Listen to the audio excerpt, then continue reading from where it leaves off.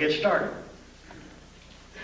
Robin Quayle and I last year about this time, and Sherry McCord sitting over here, with three of us brought Bill in last February, had a real good turnout, and we decided to do it again this year.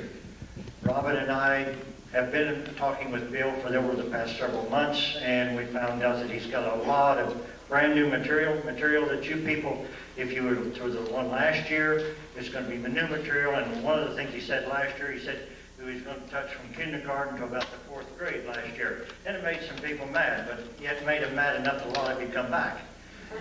Now, this year, he told me the other night, he said we're going to hit from about the 7th grade to the 10th grade, so we're into junior high. So maybe in 2 more years, we'll be into high school or college.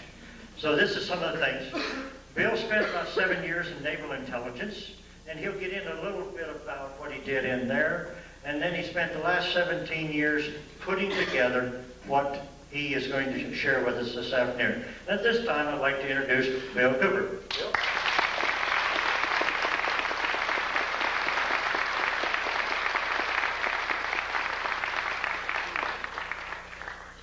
Thank you.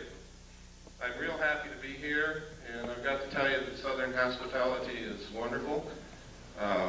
When they talk about Georgia peaches, they're not kidding. And probably the best breakfasts that you can get anywhere are down south. My mother was from North Carolina, from Charlotte. I was raised on grits and all the good things. And it was funny, I didn't like it much when I was a kid, but now I can't get enough. Seems like we change over the years, and sometimes the poison becomes sweet. What I'm going to talk about today is a lot of how the sweetness has become poison. Just the opposite has been happening. But it doesn't have to be that way. We can change it. I'd like to know, how many of you are here from out of state? Good, excellent. We try very hard to notify everybody that we have an address on anywhere around any state that I'm going to be in, and I see that people are appreciating that. So we're not wasting our money on the postage.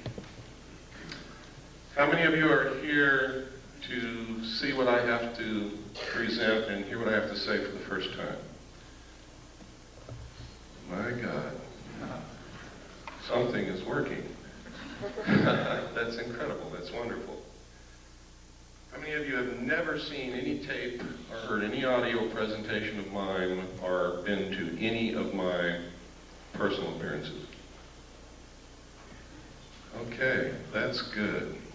Something is really working.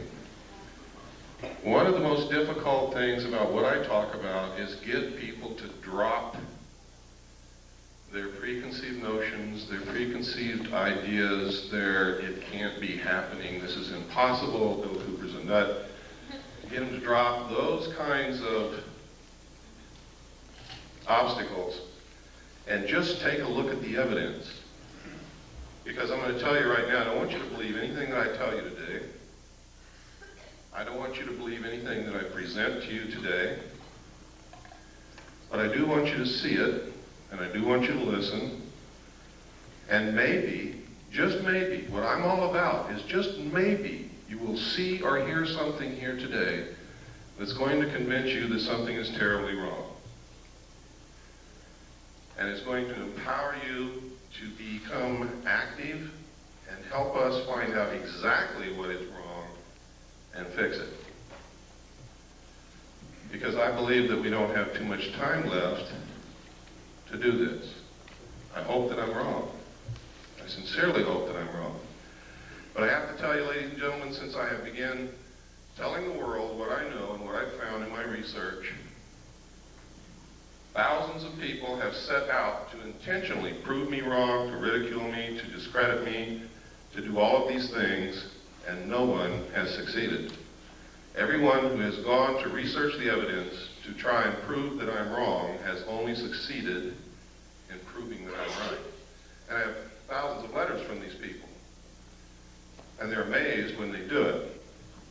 There are people here today who were at my presentation last year who I know didn't believe anything that I told them. They were very skeptical skeptical and have since become helpers in our crusade because they went out and looked at what's available.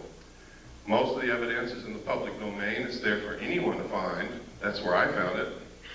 That's not how I got started on it, but that's where I found everything that I'm going to show you today, most of what I'm going to talk about. There is also a lot of deception. There is layer and layer upon layer upon layer of misinformation, disinformation, just plain old ordinary bullshit, and a lot of other things to get in your way. So wading through that can sometimes be difficult. You have to use your gut feeling, you have to use your common sense, you have to dig. But it's important that you learn to do that.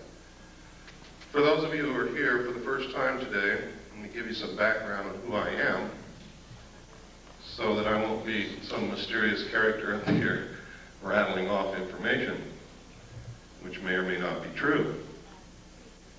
I was reared in a military family. My father was a command pilot in the United States Air Force. He is a retired lieutenant colonel. He lives in the state of Texas now. A command pilot means that he literally has flown aircraft for thousands of hours and he's still alive. He started in biplanes and he ended up in jets. When I was a child, I can remember, I think I've scrambled through every airplane that the Air Force and the Army Air Force ever had when I was a child. My dad used to take me out to the flight line to see these planes. I've flown in many of them. I used to eavesdrop on the pilots when they sat around the kitchen table, talked about UFOs and Foo Fighters and dogfights and things that went wrong with their airplanes and everything that you can think of, until they would get sick of me and my brother and sister and send us out in the yard to play. And then we would play what we heard. When I left home, also I was reared all over the world. We lived on Air Force bases in foreign countries. When I left home, I went into the Air Force. I was in the Strategic Air Command. I worked on B-52 bombers, KC-135 refueling aircraft, and Minuteman missiles as an aircraft and missile hydraulic technician. In the Air Force, of course, you have to understand I was a young man at that time. Went in when I was 18. I spent 4 years in. I got out when I was 22. And I met sergeants, people who were over me, but who I became friends with, who sometimes after about 10 or 12 beers would begin to tell me the most incredible stories that I'd ever heard in my life about having participated in teams of Air Force personnel who recovered crashed extraterrestrial spacecraft. Now you gotta understand, if they'd already had 10 or 12 beers, so had I. That's the first thing you've got to know. Second, you have to understand that after 10 or 12 beers at the age of 21, I wasn't interested in extraterrestrial crashed spacecraft. I was interested at the girl at the other end of the bar. So I didn't pay too much attention to all of this, and you could never get these guys to talk about it when they were sober, and you still can't today.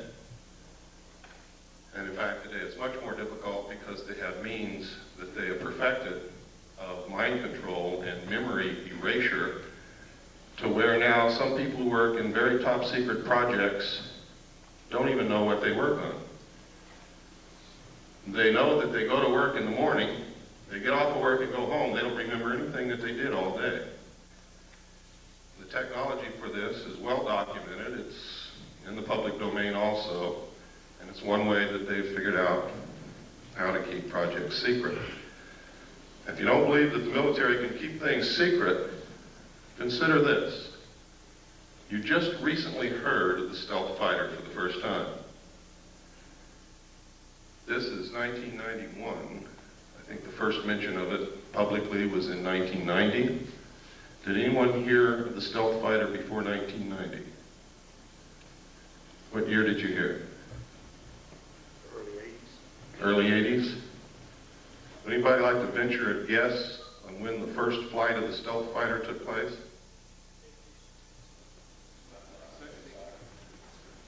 That's close. It was in the early 70s, ladies and gentlemen, first stealth fighter flew. So that's pretty good secret keeping. They can and do keep secrets for many, many, many years, and nobody knows about it. Now, I can tell you this for sure. If they have revealed publicly the existence of the stealth fighter, they have something else that's secret that makes that look like a tinker toy. That's the way these things go. When I left the Air Force, I went into the United States Navy. I had originally wanted to go into the Navy. I love the ocean. I love ships. I love the water. I was a wonderful swimmer. I only had one problem. I got terribly seasick when I just looked at a boat. So that's why I really went into the Air Force. But when I left the Air Force, and had not satisfied my sense of adventure, I still loved the ocean. I still wanted to go in the Navy, so I did. And I volunteered for submarines. I was stationed aboard the USS Tyru, SS-416, stationed at the Pearl Harbor submarine base. It was an old World War II diesel boat. When I reported aboard, it was in the shipyard and had been cut in half. And you could imagine my chagrin, being new to the Navy and standing on the edge of a dry dock looking at a submarine cut cleanly in half, knowing that I'm going to have to go underwater on this thing. I really didn't like the thought of that. Everything was rusty. Everybody was welding everywhere. Looked like a dead grasshopper covered with ants. Well, what they did was they inserted a 12-foot section, which became a pretty sophisticated sonar facility, compartment, and put 3 domes on the deck so that we could triangulate targets. And when this was done, we could actually compete with some of the best nuclear submarines in being able to track and kill a target. In fact, I remember thinking at times how easy it was to detect submarines and keep them from getting near an aircraft carrier, and then becoming a crew member on this submarine and surfacing within 100 yards of a carrier, not having been detected until we broke water. Now, to me, that was incredible, because that meant that that carrier was dead. I mean, if it had been wartime, we could have sunk that carrier very easily. I was acquainted with the state-of-the-art of aircraft technology. I was acquainted with not the state-of-the-art, but I knew what it took to go underwater and survive. It was while on this submarine as the port lookout on the transit between the Portland and Seattle area. We had been up there for the Rose Festival as a showboat, really. People came down and toured through the sub. And we met a lot of girls and had some really neat dates, and then we left. And about 1/3 of the way back from the Portland, Seattle area to Pearl Harbor, I was the port lookout. We were on the surface doing about 10 knots when off the port bow, I saw, and I was the only one that saw it, a huge flying disc the size of an aircraft carrier come up out of the water, tumble on its axis, and disappear into the clouds. Well, needless to say, I was stunned, literally speechless. I started to say something, we couldn't talk. Nobody else had seen it, and I knew that they weren't about to believe what I had seen if I told them. And it scared me a little bit too, because I had never believed in these things, even though I had heard stories about them all my life. And I didn't see your little run-of-the-mill 30-foot flying saucer. I saw something as big as an aircraft carrier. But I had a duty to report this because it could have meant a danger to the vessel. My duty was to the vessel and to the crew. But I wasn't about to tell the officer of the deck that I'd seen the flying saucer. So I told him, his name was Ensign Ball, I told him that I had seen something off the port bow at a relative bearing of approximately 15 degrees. Would he help me find it because I've lost it? And you work that way on the bridge of a ship. You work as a team. Everybody helps everybody else out. Since the lookout can't leave his station, officers very often bring them coffee. Well, he looked over there, and the starboard lookout had also heard what I said, and he looked over there too. And I was turning around to look back again, bringing my binoculars up, when the same craft, or another one exactly like it, I don't know which to this day, came back down out of the clouds, tumbled again on its axis, and the most incredible thing happened. There was no splash. It was as if the ocean opened up ahead of it, and then it went into the hole which closed behind it. Now this sounds incredible. And to tell you quite truthfully, it is incredible. And if somebody had told me that and I hadn't seen it, I wouldn't believe it.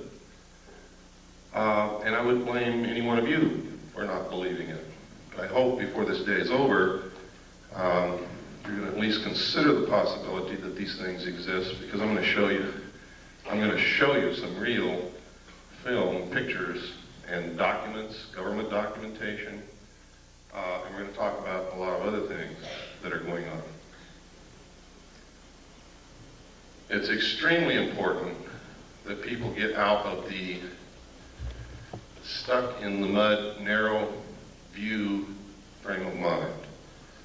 I can tell you that over the last 17 to 18 years that I've been doing research, I have discovered that our normal, everyday concept of reality is an illusion. It is a manipulation in most instances of the power structure that really runs this country and the world to keep us ignorant so that we won't know what the truth is. I can tell you that when George Bush says, out of the Middle East crisis will come a new world order, he is not joking. And the new world order is not what you think it is. Friendly nations working together. It's going to be a one world, totalitarian, socialist government. Some of the reasons for this are good, some of them are not. I can tell you that there is a hidden secret technology that is astounding, resembles nothing less than sheer magic, would literally set us free, enable us to cure most diseases, if not all, give us probably a source of, if not free energy, very close to free energy, very inexpensive energy, which we need very badly. And I'm going to talk to you why these things are being hidden, when this all came about, and try to give you a basic understanding of what's going on. All of it's covered in my book, which you may or may not have seen. The name of the book is Behold a Pale Horse. This book has more suppressed information printed in it than any other book that's ever been printed in the history of the world, I can guarantee you. And if they don't succeed in suppressing it, a lot of people's eyes are going to be wide open when they read it. Everything that I have found, I document. So it's not a question of deciding whether or not to believe me, it's a question of whether or not you can accept those documents as proof. Someone once said you can put 10 tons of proof in front of people. If they're not ready to accept an idea, they will not accept the proof. No amount of evidence will suffice to prove anything. It is the jury that will decide. And you are the jury. Smart people know that.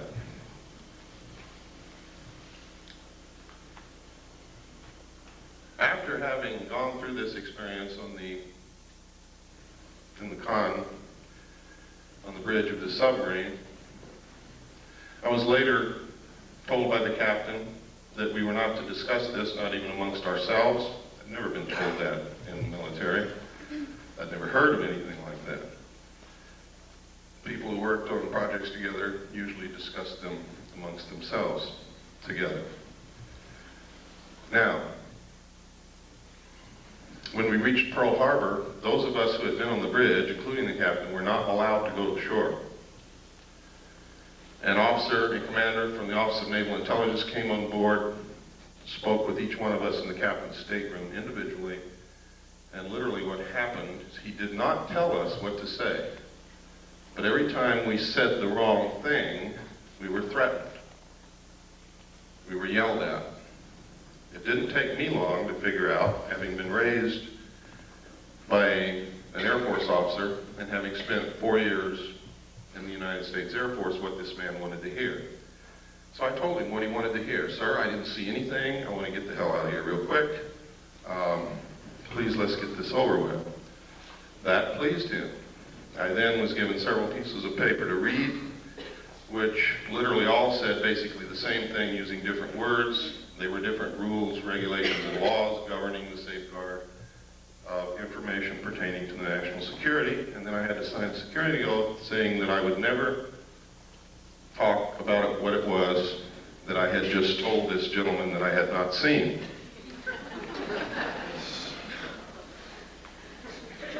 And then I was allowed to go. Later I was selected and trained for Naval Security and Intelligence. I was given a secondary NEC of 9545, which is Internal Security Specialist. My job was to safeguard, control classified information, secure perimeters, buildings, naval installations, detect bugging devices, all of these things. I was specifically trained to conduct Pacific Area intelligence briefings. And then after all this training, I was sent to Vietnam and made a patrol boat captain for Naval Security and Intelligence. I was attached to Camp Carter, which was the headquarters of Naval Intelligence and I Corps. I was then sent to a division of Naval Intelligence, which was the Da Nang Harbor Patrol.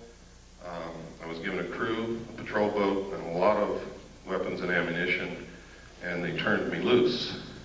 And that was crazy, because I was a young man that didn't know what the hell I was doing. But I did okay, thank God. Some others didn't. Later, I was transferred up to the Dong Ha River Security Group, which was another division of Camp Carter Naval Intelligence.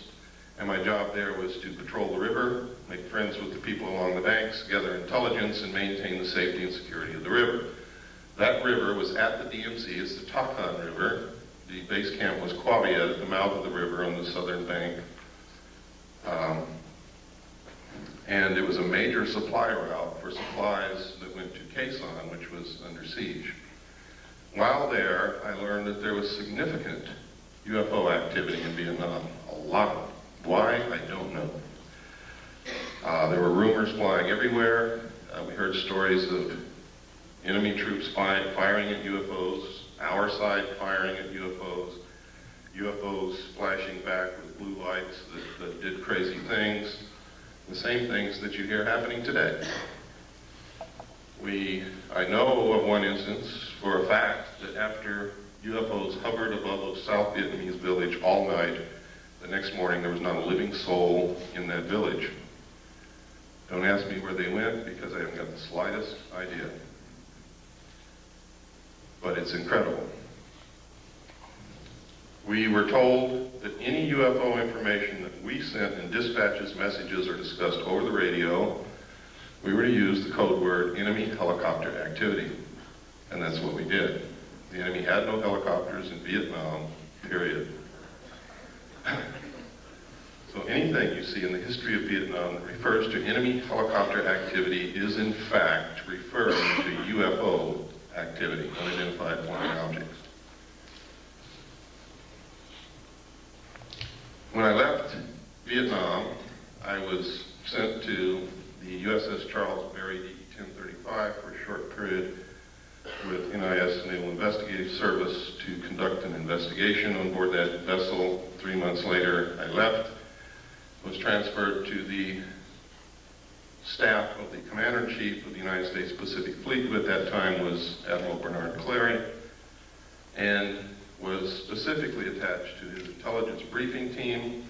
I also stood watches. In the Navy, you have a primary job. Some people don't know this, so let me explain it. In the Navy, you have a primary job, which you do. You also have to stand additional duty, which is called watches in the Navy. My watch station was Petty Officer of the Watch in the Command Center, which meant I was the senior enlisted man in the Command Center, in charge of the Command Center and the information. I was also the designated speak-out operator, which meant top secret, crypto, communications that came in under a specialized, compartmentalized category. I was the only one on watch who was allowed to handle that information and direct it to the specific place where it was to go. Now, normally these things are handled by radio men and communications technicians in a communications center.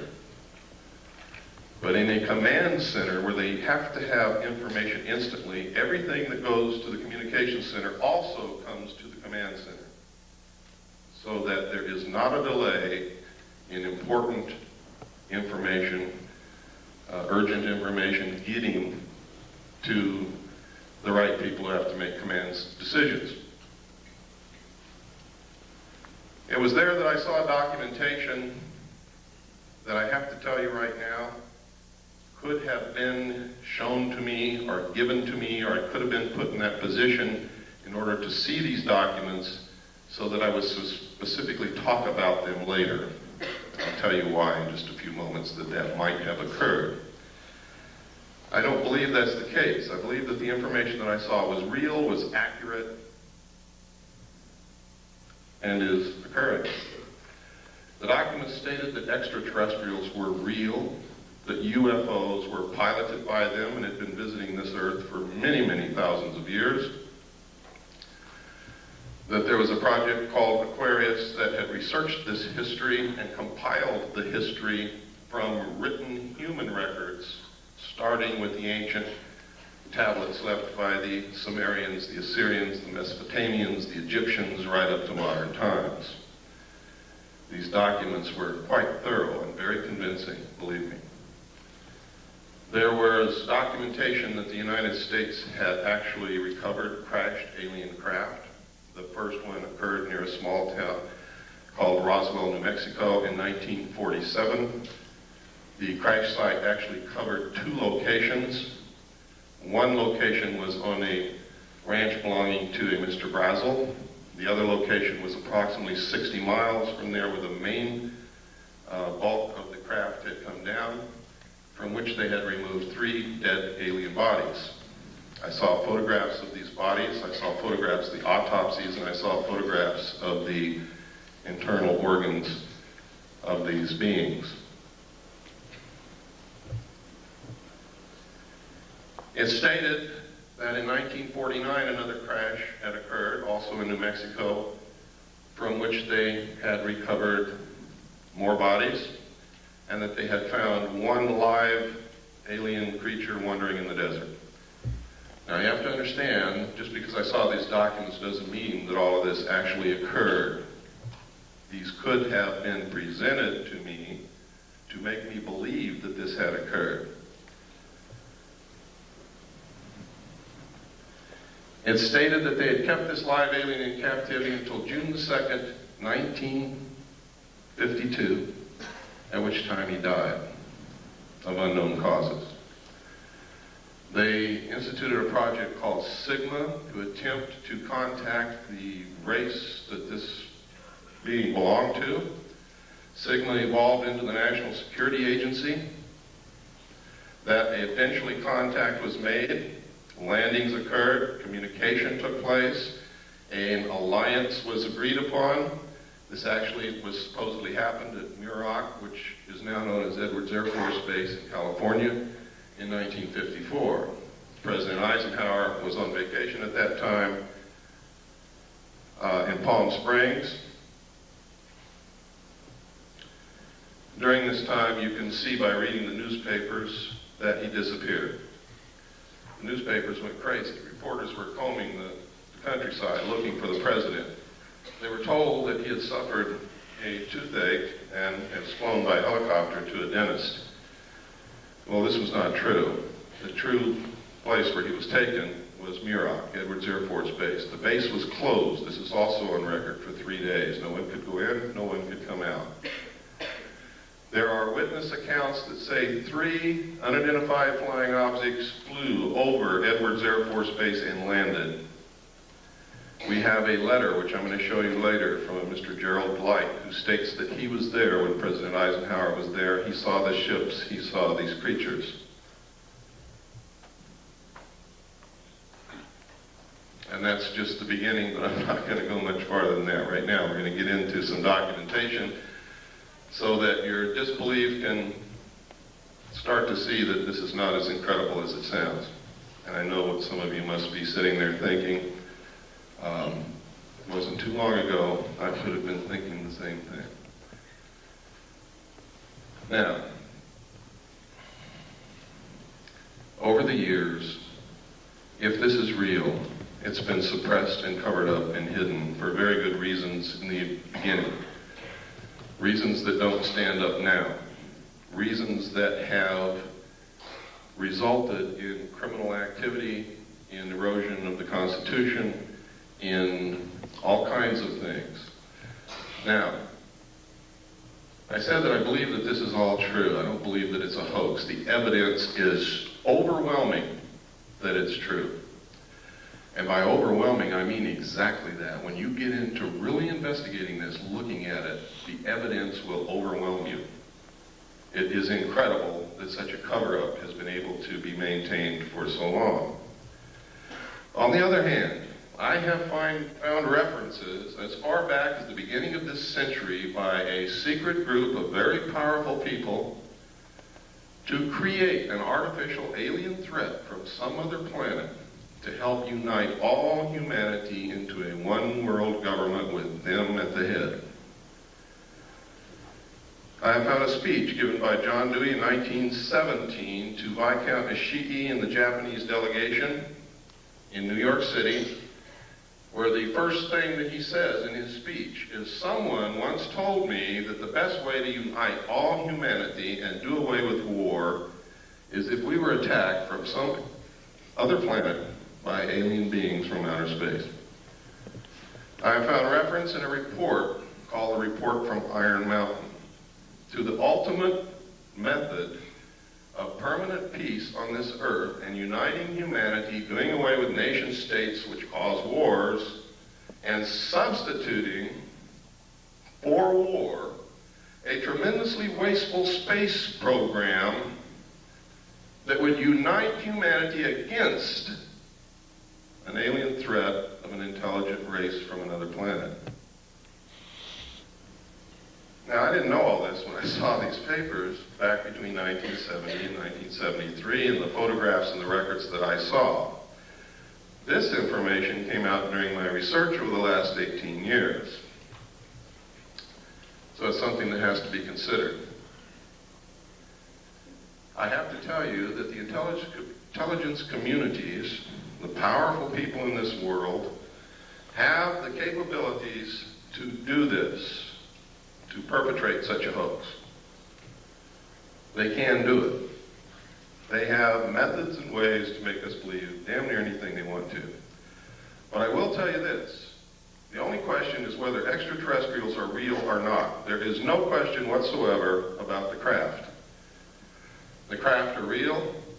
They've been seen by millions of people all over the world. Credible people, military people, doctors, lawyers, bag ladies, elevator repairmen, people who work in grocery stores, heads of colleges, politicians, Jimmy Carter, Ronald Reagan, and many others. Now, Jimmy Carter said he saw a UFO before he was elected president. Now, if he's not credible, why did you elect him?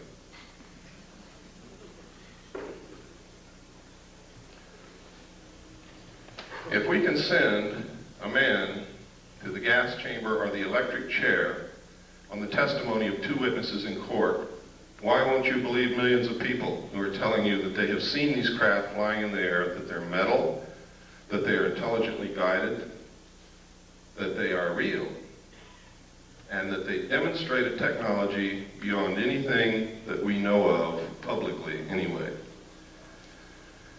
I can tell you that we have this technology in the United States. It is being flown in an area called Area 51, Groom Dry Lake, in the Nevada Test Range in the state of Nevada. I have seen it fly. Many other people have seen it fly. I have a photograph of it in my book. I also have a drawing given to me by one of the people who have been there and touched it and seen it. The drawing matches the craft in flight exactly.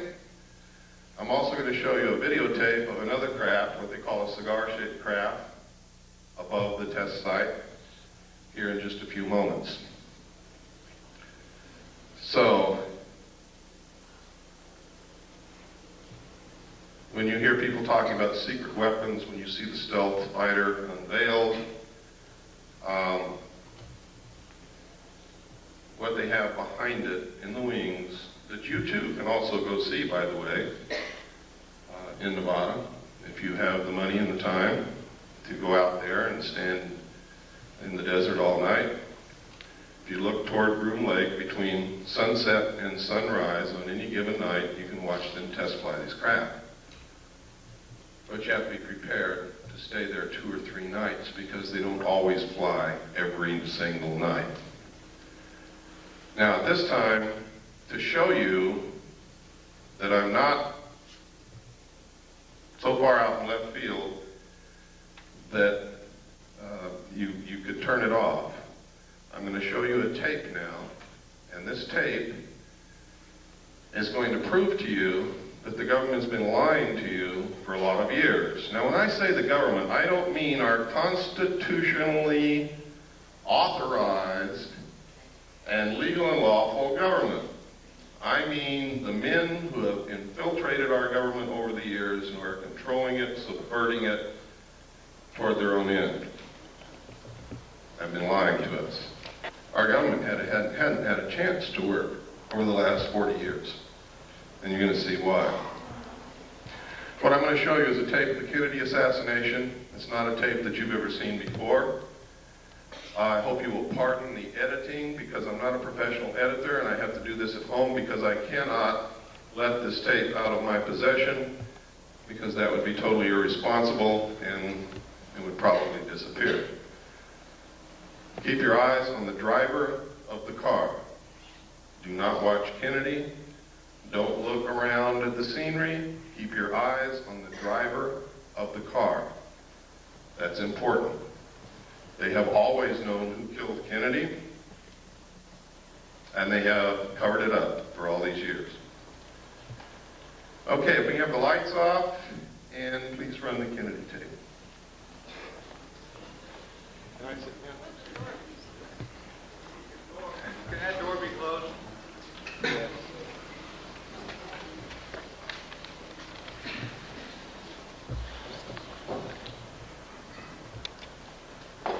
None.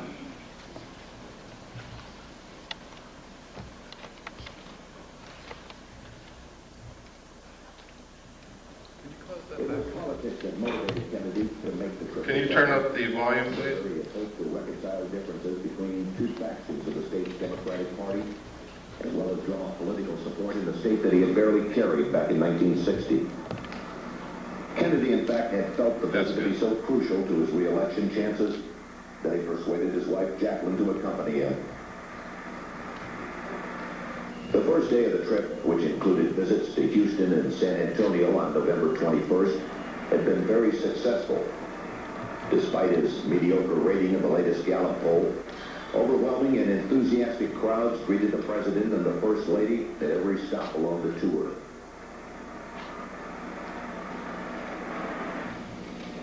Late in the morning of Friday, November 22nd, the presidential party arrived at Dallas's Love Field, where the president was again met by a large and exuberant crowd. After taking time out to shake hands, the Kennedys, along with Texas Governor John Connally and his wife Nellie, stepped into a waiting limousine which would take them through the downtown district on the way to the city's Trade Mart, where the president was to give a luncheon speech. As the motorcade made its way through the streets of Dallas, it was obvious that Kennedy's trip was a tremendous success.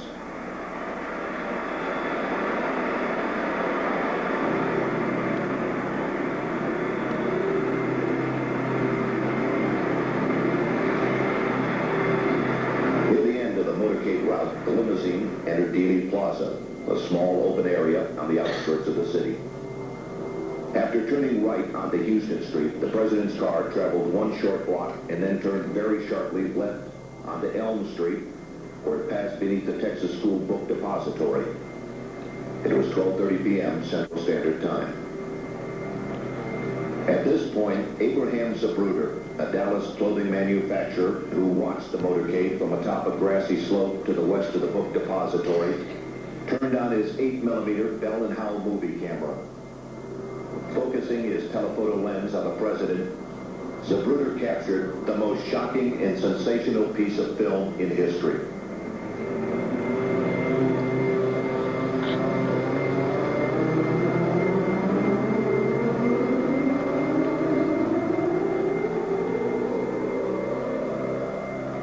Motorcade in Dallas on November 22nd, 1963. As the presidential car passes behind the freeway sign, President Kennedy is struck in the throat by a bullet that was fired from the grassy knoll. As he's grasping his throat to John Connolly, turning around to his right, he at that point is struck.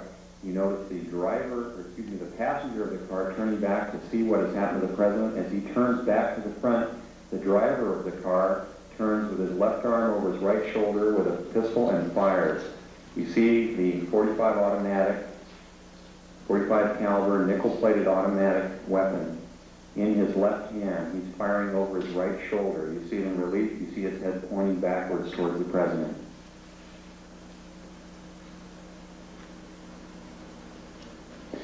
In this enhanced close-up, you see the impact of the bullet upon the president.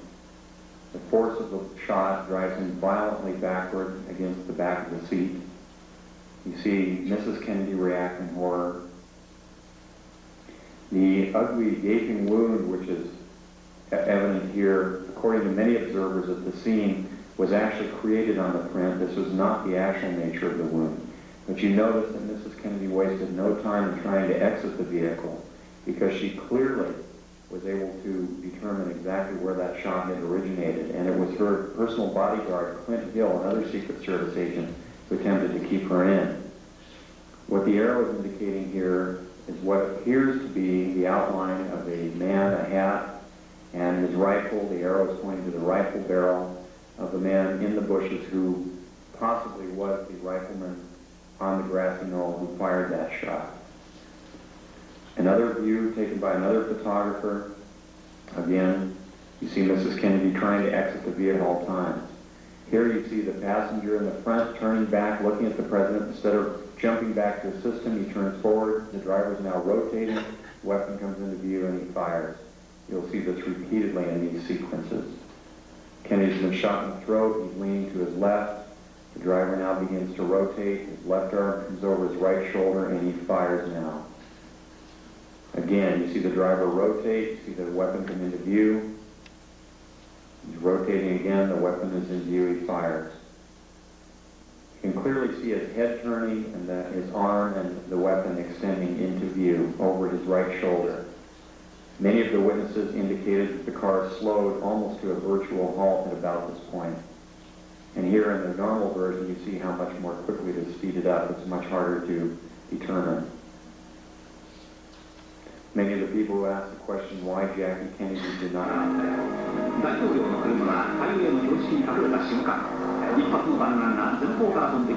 This is the same film that we sent to Japan to have a computer analyzed. The Japanese concurred. They said that I was absolutely right in the outline what they found from the computer analysis. They also gave us a very clear, beautiful color cut that you will see following this.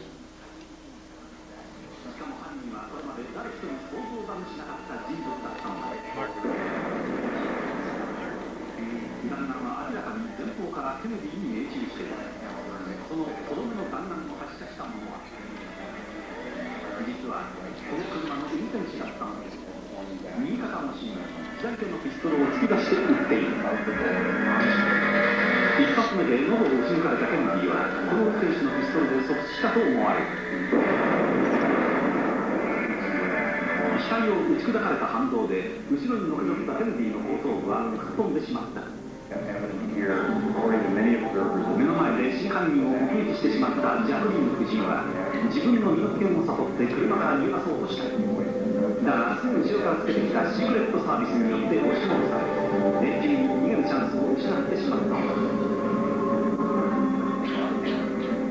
この茂みの中に一発目の弾丸を発射した真犯人が映っている。登山帽をかぶりライフルを構えているのがわかる。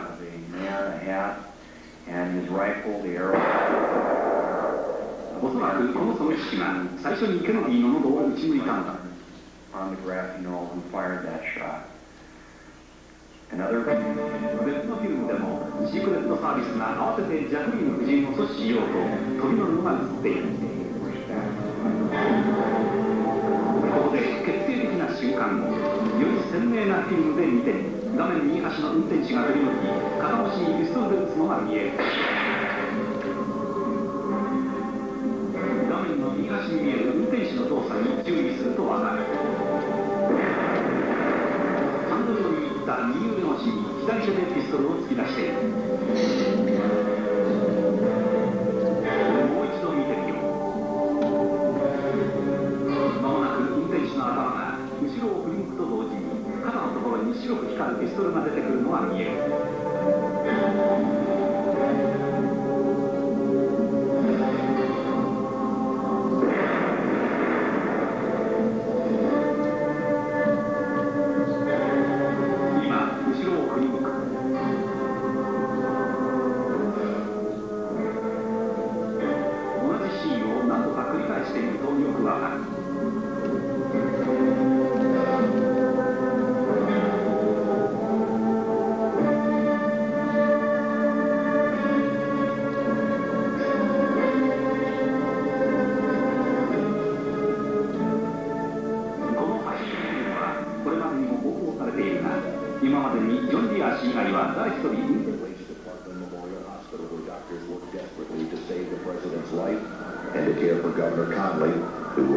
Seriously injured in the shooting.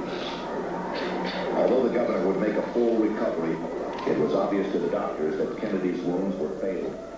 And at approximately 1 p.m., the president was pronounced dead. Forth from this time and place to friend and foe alike, that the torch has been passed to a new generation of Americans born in this century, tempered by war, disciplined by a hard and bitter peace, proud of our ancient heritage, and unwilling to witness or permit the slow undoing of those human rights to which this nation has always been committed, and to which we are committed today at home and around the world. What began with such promise, however, would end less than 3 years later in tragedy. On November 22nd, 1963, President John F. Kennedy was assassinated, shot to death while riding in an open limousine through the city streets of Dallas, Texas. The death of such a young and vigorous leader was an overwhelming event which stunned both the nation and the world. In the years that followed, though, the Kennedy assassination became much more than a national tragedy. When viewed in light of later assassinations, the war in Vietnam,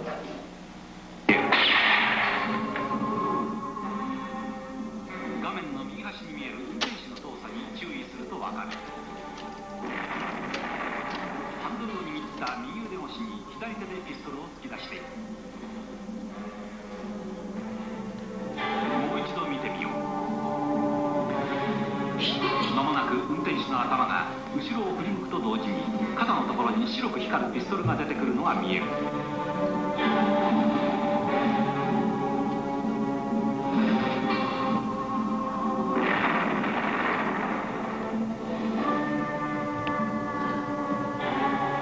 今後ろを振り向く。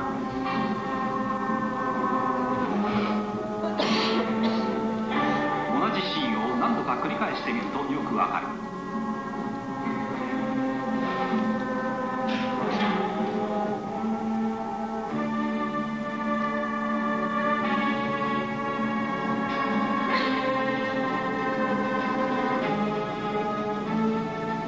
この8人はこれまでされているが、今までにジョン・ディア氏以外は誰一人運転手。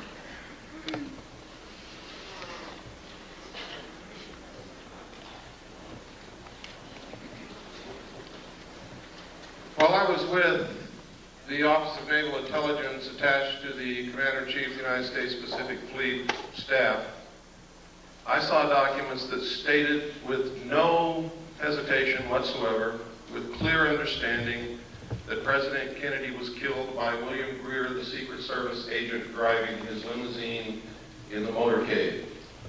These documents disclosed to me that the people involved in the assassination of the President were the Office of Naval Intelligence, the Secret Service, Division 5 of the FBI, and the Central Intelligence Agency.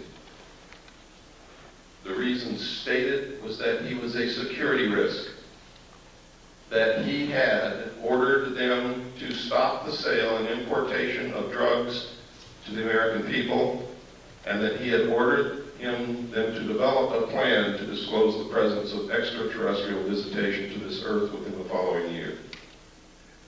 He had also ordered a printing of legally constitutional silver-backed money, which is not in the best interest of the world bankers or the power structure or the Federal Reserve, which is not an agency of the federal government, but is a private corporation run, and the stock is held and owned by bankers, most of whom are European bankers controlled by the House of Rothschild.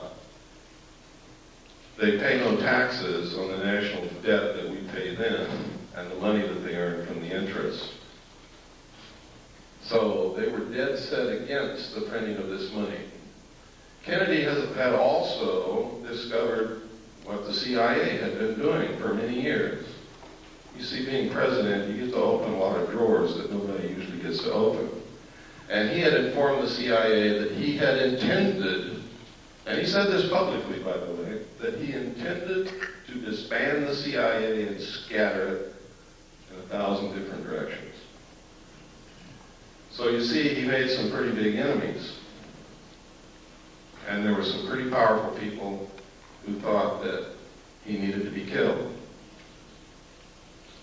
Many of you saw this and found this out for the first time today.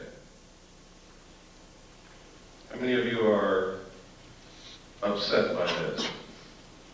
I am. I have been, ever since I saw those documents, I've been terribly upset. In fact, in my book, I enclosed parts of my service record in the appendix. You can see the exact day that I found out that the Office of Naval Intelligence was involved in the assassination of President Kennedy. I went over the hill with no intention of coming back. It was my good friend Robert Swan who talked me into returning so that I can do what I'm doing today. He said, Bill, you can't help anybody if you're in jail, and that's where you're going if you don't go back. So I went back after 8 days. But you can see the exact day in 1971 when I saw the document that told me who killed President Kennedy. Let's take about a 5-minute break. Let's take a 10-minute break.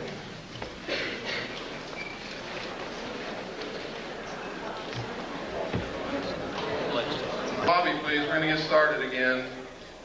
I'm going to show a videotape of a UFO. You're not going to want to miss this because it's extremely rare footage of what they call a mothership, a cigar-shaped craft.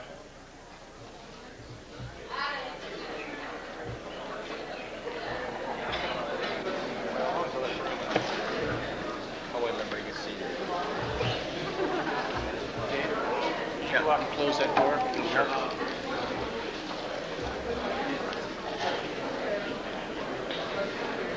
I meant to say this in the beginning, but forgot all about it.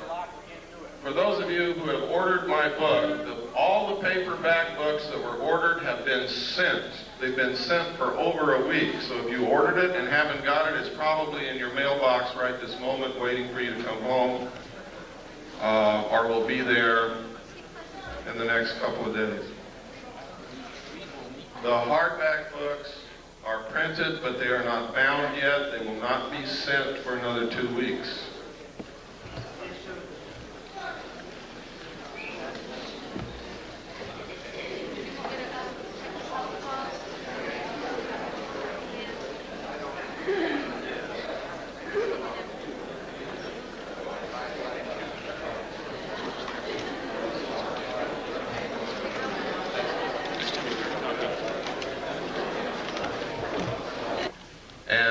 needs to be gotten to the bottom very quickly. And that is that some people are coming forward and telling us that they're being abducted by alien beings and taken aboard their spacecraft. They're literally helpless. They can't move. Their clothes are taken off. They're given medical examinations. Some people are operated upon. Samples of their tissue is taken. Sometimes sperm and ova is harvested. Sometimes females are impregnated. It's all medical fact that these things are happening. It is not a joke. The only question is, was it really aliens and were they really taken into a spacecraft, or did something else happen and this is a planted story that's been put in their mind to disguise it? You see, this is a classic thing that they do in brainwashing. If they want to cover something up, they just put a different memory in your mind. Now that sounds difficult, sounds impossible, but if you go read the books that have been published by people who have participated in mind control experimentation, and the documents that have been released under the Freedom of Information Act, this is not a joke. They can do it, have done it, and will do it again in the future. Now, if this is a hoax, if it's the biggest hoax that's ever been perpetrated in the history of the world in order to create an alien threat from outer space in the consciousness of humanity so that we'll accept the elimination of the sovereignty of nations, the destruction of our Constitution, and will accept a one-world government wherein we may not have the freedoms that we have now in order to face this alien threat together as one humanity. If it's a hoax, that means we're being manipulated on the grandest scale in history, that people are being hurt, that their minds are being screwed with. And if this is happening, we have to find out if it's really happening. We have to be able to gather enough facts to prove it, and we've got to stop it. If, on the other hand, these are really extraterrestrials that are doing these things, we have to find out why. Because these people are being implanted with very small devices, about the size of a small BB, that are literally microchips in the brain.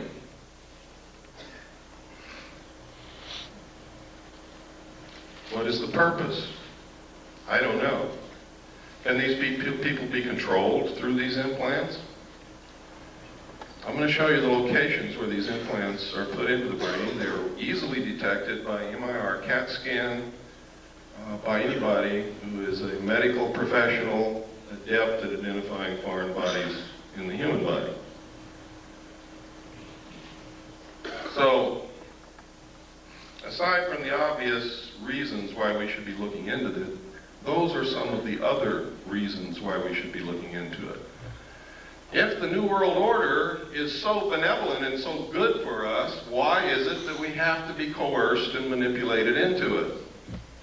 Because this isn't the only coercion that's going on, if that's what's happening. Now I'm going to preface what I'm going to say next, because I'm going to talk about the war in the Middle East for a few minutes. I'm going to preface what I'm going to say next with this statement. I was in the military. I'm a veteran. I support the Constitution and the government of the United States of America and will fight anyone who attempts to overthrow it or destroy it. I am for our troops in the Middle East. I am for them. I hope that not a one of them gets killed. And as long as we're engaged in battle, I hope that we win. But I'm going to tell you right now, we are not there for the reasons that you've been told. And let me give you a little history of this. Number one, George Bush comes on television and tells you that we have to send troops to the Middle East because Hussein wants to raise the price of oil and we can't afford that. That's what he said. It's on tape. It's documented. Next, he says, oh, it wasn't the oil that we sent the troops there for. It's because Hussein was not going to stop with Kuwait. He was going to go into Saudi Arabia. We're there for defensive purposes. People questioned that. The next statement came from Baker, James Baker, the Secretary of State, who said, "We're not there for oil, we're not there to defend Kuwait, it's jobs. We're there for jobs." Then at a press conference, Bush said, and I quote, "Some people just don't get the message. It's not oil, it's not to defend Saudi Arabia, and it's not jobs. We're there to prevent this kind of naked aggression."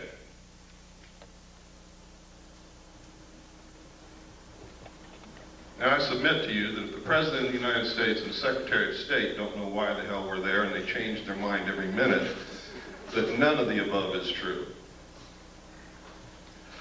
The truth is, a legal precedent has to be established that says that the United Nations is the ruler of the world. It has to be a legal precedent that all nation states submit to the will of the United Nations and give up their sovereignty to the United Nations and submit to the rule of the law of the world, which is the United Nations Charter and the resolutions passed by the United Nations. And the United States military is acting as the police force for the United Nations to establish that legal precedent. And Bush has said on television, "No nation can ever again stand against a world united. And if they try it, the same thing will happen to them." Margaret Thatcher was the last world leader who was opposed to the one world government, and she is no longer the Prime Minister of England because of that. I'm going to tell you now that the only obstacle to the New World Order coming together at this moment is the right of the American people to keep and bear arms. That is why there is such an effort to take your guns away from you. You see, the intent of the Second Amendment, the second article and amendment to the Constitution, was not so that we could go hunting. It was not to protect the possessions in your home or to protect you from burglars. The intent of our forefathers in establishing the second article and amendment to the Constitution was that as long as every American owned a weapon, whether they ever fired it or not, our government could never oppress us just with the knowledge that we all had that weapon in our closet. That's the reason. That's why every time you see a bill to take weapons away from the American people defeated in Congress, 4 more are introduced immediately. It's a never-ending battle. That's why they lie about the statistics. The truth is, in a town where everybody owns a weapon and everybody knows it, there is almost no crime.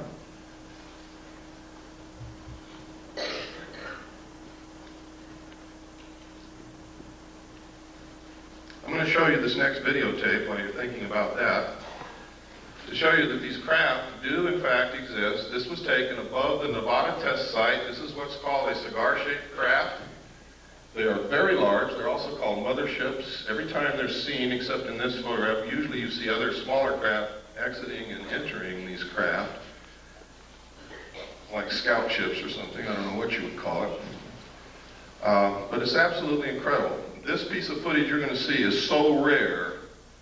I've only seen one other piece of film footage on this particular type of vehicle, and it wasn't even 1/3 as good as what you're going to see here. So what you're going to see is extremely rare, and you probably be a long time before you ever see any footage like this again. It's very difficult to get.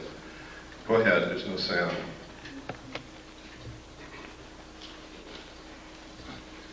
Kill the lights, please. Now you can see the craft just below the tip of the white cloud. And if you watch, it's going to move from right to left and then turn into the clouds and disappear.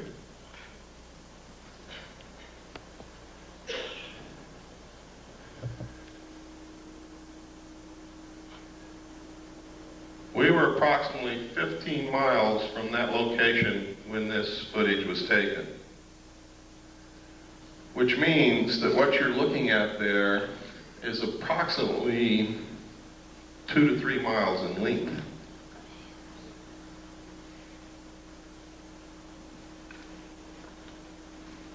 That's very impressive, and to me it's very exciting that someone can make something that flies in the air that's 2 to 3 miles in length.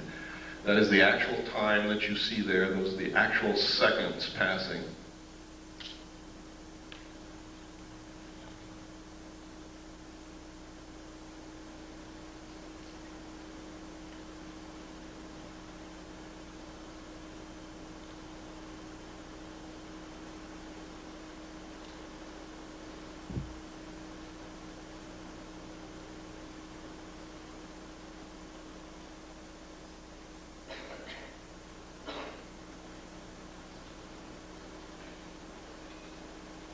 And it's almost gone now. Now it's into the cloud bank.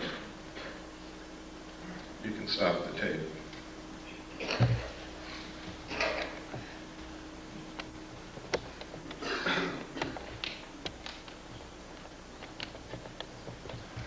Okay, if you'll turn on the slide projector, we'll get into some of these slides.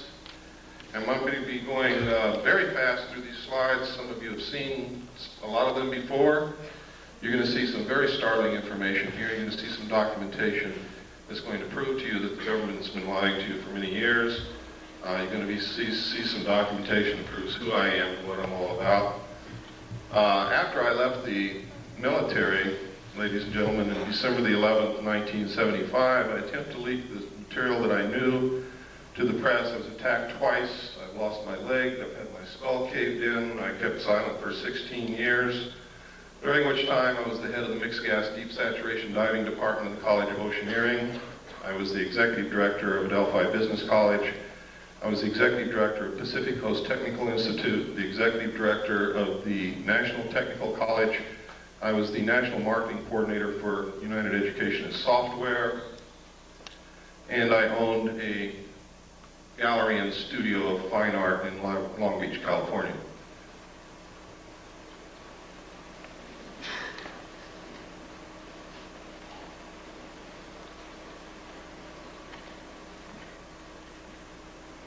Is it on? It's on.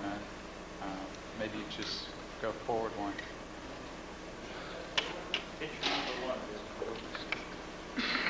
I'm hitting it, something's wrong. There we go.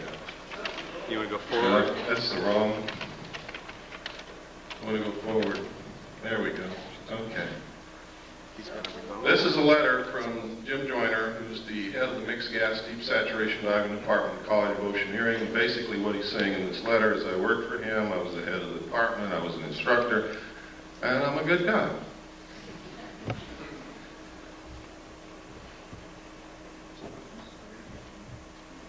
This is not working. It's not? Go ahead and push. Just say forward and he'll push the button. Okay. This is a piece of research that was done by Bob Exler. In his own research, he verified something that I had not told anybody, and that was that when I was with the Commander-in-Chief of the United States Pacific Fleet, I worked directly under Bobby Ray Inman. He verified all of this, verifies that I was there, and that I had reported seeing UFO-related documents under their command. And it goes through to outline Bobby Ray Inman's career path, which is incredible. He believes that Bobby Ray Inman is very much connected with the cover-up group, is one of those in the know, knows everything about the alien situation. Born April 4th, 1931, graduated from college at the age of 19 with the BA from the University of Texas in 1950. He entered the United States Navy in 1952, advancing to the rank of Admiral in 1981. 20 years after entering the Navy, he graduated from the National War College in 1972. He was the assistant to the Naval Attaché in Stockholm from 65 to 67, and no records are available for his service assignments from 68 through 71. From 72 to 74, he was assistant to the Chief of Staff of Intelligence Office of the Commander of the Pacific Fleet. Inman was the director of naval intelligence from 1974 to 1976 before moving on to become the vice director of the Defense Intelligence Agency. You can see what he did? I mean, he skipped over some pretty senior people, and he's going right straight to the top. And only people who are considered to be of the inner circle do that. He became the director of the National Security Agency in 1977, holding that post until 1981 when he attained the rank of admiral and became the deputy director of the Central Intelligence Agency. He retired from government service in 1982 and became the CEO for MCC. Remember what I was telling you about implants? Microelectronics and Computer Technology Corporation. MCC is a private sector joint venture supported by and share funded by the government and corporate shareholders. The venture was motivated by the Japanese fifth generation artificial intelligence computer project. Yes, next. This is a letter from Bob. Remember I told you Bob Swan was the one who talked me into going back after I went AWOL.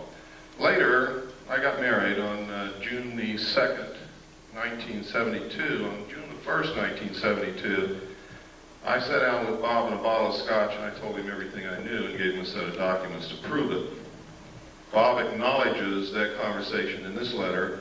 He acknowledges what I told him about alien installations on the moon, about the Kennedy assassination, about the fact that I gave him documents that were highly classified, and he says that he doesn't know what happened to them, he doesn't have them anymore, and it's exactly what he should say. Next.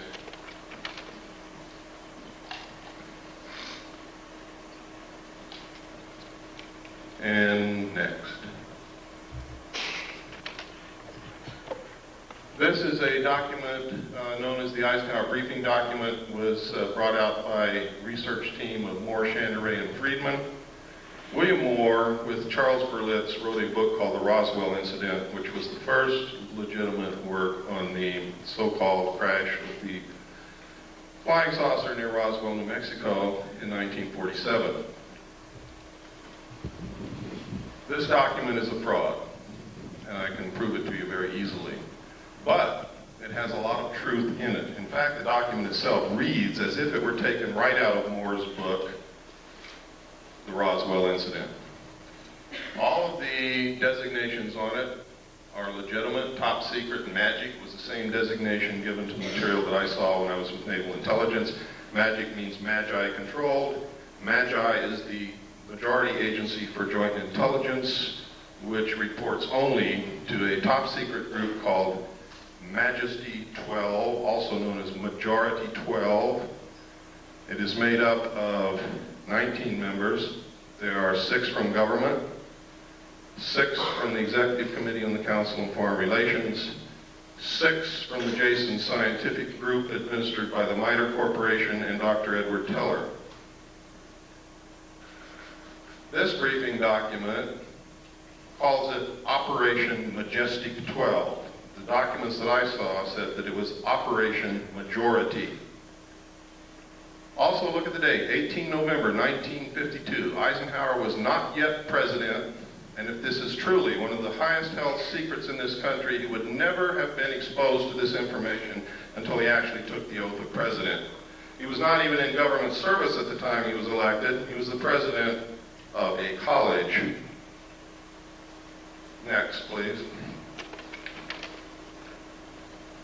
I can tell you that of those listed there, those names, Admiral Roscoe Hillenkoetter was the director of the CIA when this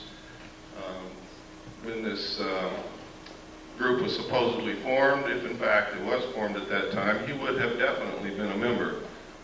Secretary James B. Forrestal, according to the documentation that I saw, was a member and was the man responsible for the operation of the recovery of the craft at Roswell, New Mexico.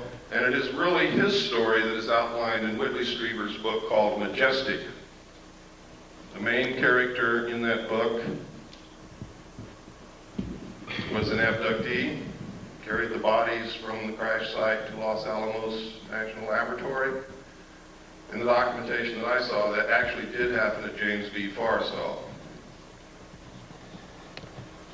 Next slide, please. And next slide. We don't have time to go through every sentence and every paragraph, so I'm just going to hit the major points. Next. Next. On this page, you can see, without any doubt, that this document is a fraud. In enumeration of attachments, you'll see attachment A, special classified executive order number 092447 TS/EO. TS is top secret, EO is executive order. The executive orders are numbered consecutively from president to president, from executive order to executive order, no matter who occupies the White House, for the purpose of continuity and record keeping. Truman wrote executive orders in the 9,000 range.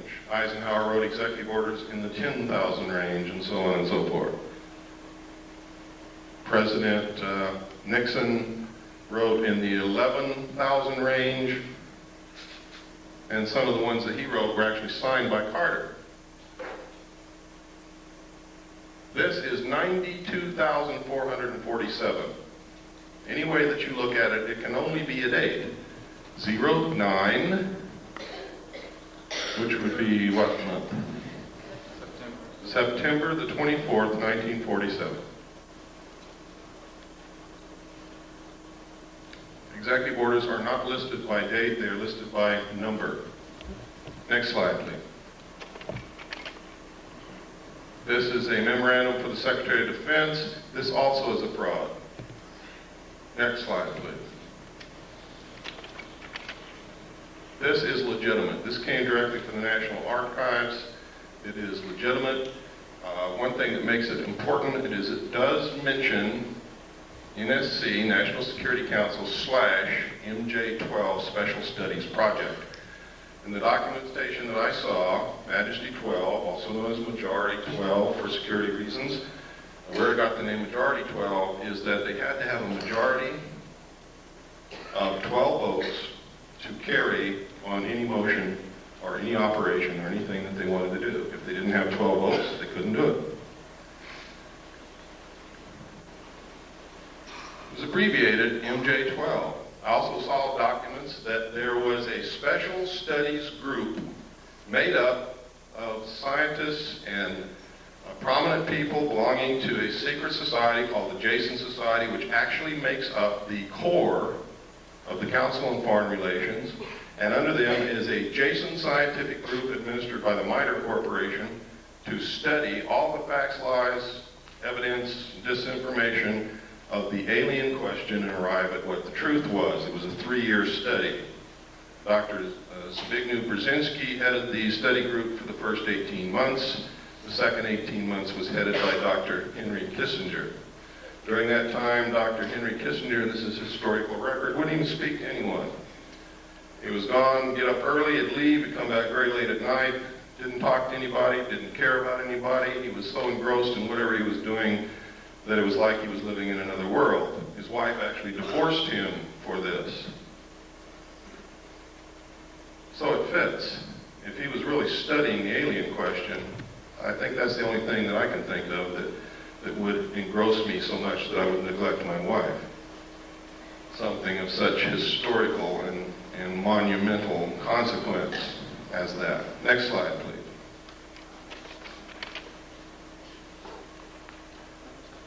This, nobody knows if this is real or not, but this is one of the documentation that Moore, Channery, and Friedman came out with. Next slide. This is a letter from Jesse Marcel Jr. In the Roswell crash in 1947, Major Jesse Roswell was an intelligence officer attached to Roswell Army Air Force Base, and he was the one who was sent out to check out this wreckage that Mr. Brazel reported on his ranch. When he got there, he determined that this wasn't anything he'd ever seen before, didn't know what it was, gathered it all up, put it in his car, took it home, showed it to his wife and child that night, and the following morning took it into the base. That night, when he showed it to his child, Jesse Marcel Jr., interpreted that this was pieces of a flying saucer. And I don't know if his father told him it was a flying saucer or not, but I believe that the suggestion was probably planted in the kid's mind because the only thing that the father had was bits and pieces of stuff that looked like tinfoil from cigarette packs and balsa I-beams, although they weren't balsa, it was some kind of metal, but they were very light. Next slide.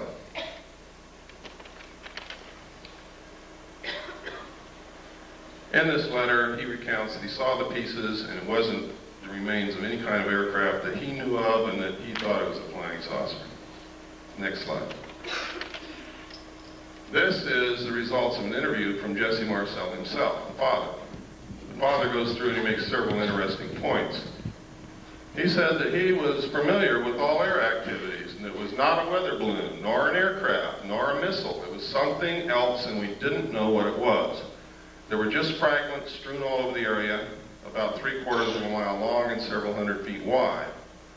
We proceeded to pick up the parts of whatever it was and load it in the vehicles. It was one thing obvious to me, that whatever it probably exploded above the ground and was strewn over the ground, traveling in a easterly direction, probably northeast to southwest. We filled the vehicles and then proceeded to come back home to Walker Air Force Base, which is now called, or was then called, Roswell Army Air Force Base, where I was stationed, and that's how it was. Now notice that Jesse Marcel, the father, doesn't say that that was a flying saucer. He just says he didn't know what it was. And that's significant, and it's never been pointed out before. Everybody cites this letter as proof that he picked up pieces of a flying saucer, and that's a lie. He doesn't say that anywhere in this interview. Next page, please. And he goes on here, and he talks about the metal and the pieces and what it did. He said they tried to burn it, could not be burned. Would not burn. The same with the parchment we had. The metal was so thin, just like the tinfoil in a pack of cigarette paper. I didn't pay too much attention to that at first until one of the boys came to me and said, you know that metal that was in there? I tried to bend that stuff and it won't bend. I even tried it with a sledgehammer. You can't make a dent on it. And he talks about some other things that they did. But nowhere in here is significant. Does he ever say that it was a flying saucer or an extraterrestrial craft? He just says he doesn't know what it was. Next slide, please. And even here, he doesn't say or venture any guess as to what it was. Next slide. This is a letter. This is called the Smith Memo. Smith was a radio engineer for the government of Canada. He came down to Washington to see if he could get the United States government to participate in electromagnetic experiments and experiments involving radio waves and other things of that nature. While he was there, he read a book written by Frank Scully called Behind the Flying Saucers, and he wanted to know if it was real. Scully in his book had said that the government had recovered crashed flying saucers and was hiding this from the public. He went to his embassy, the Canadian embassy in Washington, asked them to find out the truth. The Canadian embassy contacted Dr. Robert Sarbacher, who was a senior scientist working for the Pentagon at that time. And if you'll give me the next slide, this is what Dr. Sarbacher told the Canadian embassy, and they relayed it to Wilbur Smith. A, the matter is the most highly classified subject in the United States government, rating higher than even the H-bomb. B, flying saucers exist. C, their modus operandi is unknown, but concentrated effort is being made by a small group headed by Dr. Vannevar Bush. D, the entire matter is considered by the United States authorities to be of tremendous significance. Again, no mention of extraterrestrial or alien beings. And as you're going to see later, yes, flying saucers did exist.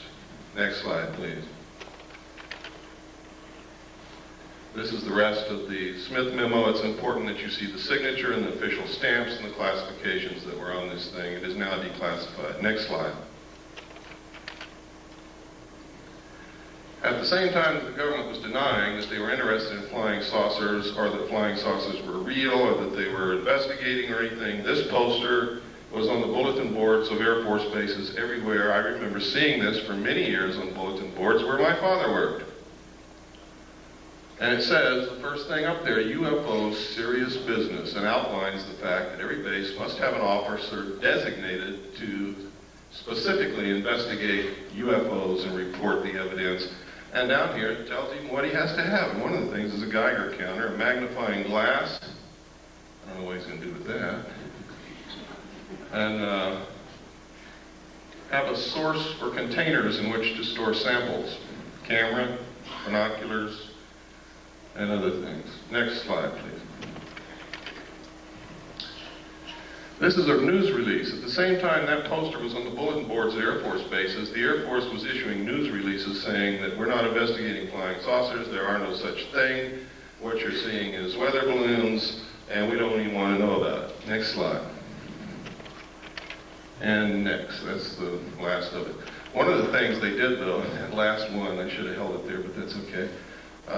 They said that, it's possible it could be a foreign country experimenting with some weird aircraft flying over our airspace, but of course they couldn't possibly be doing that. Next. At the same time, this poster was also on military bases, and one was the winner of Poster of the Month. Next slide.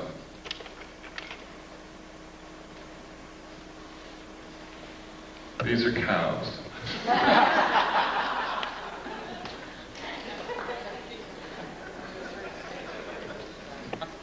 But I wanted to show you what they look like in case some of you haven't been out of the city in a while. Next slide. In some cities that I go to, there's really a reason for doing that. I wanted to show you this. There's something happening with this phenomenon that is absolutely incredible. Everywhere on this slide where you see an M, there has been a classic case of cattle mutilation. I'm going to describe to you what a classic case of cattle mutilation is so that you will know in your mind what I'm talking about. I'm talking about the lips on one side of the face gone. The jaw, the flesh, and the muscle on the lower side of one of the jaw, lower jaw, gone, stripped to the bone. The tongue missing, one eye missing, one ear cored out and missing. Usually a 6-inch diameter patch of skin somewhere on the animal has been cut out. If it's a cow, either the entire udder or a portion of the udder is missing. The rectum is cored out in a perfect cone shape. These sexual organs are always missing. If the cow is pregnant, sometimes the fetus of the calf is gone, but the fetal bag is not open or cut and has not been invaded in any manner. Now that's incredible. But the most significant thing is that all the blood is drained from the animal's body with no vascular collapse, and there's not a drop of blood anywhere. There are no cigarette butts on the ground, there are no tire tracks, there are no shoe prints, there are no footprints, there are no gum wrappers, there is nothing. The government says that coyotes did that.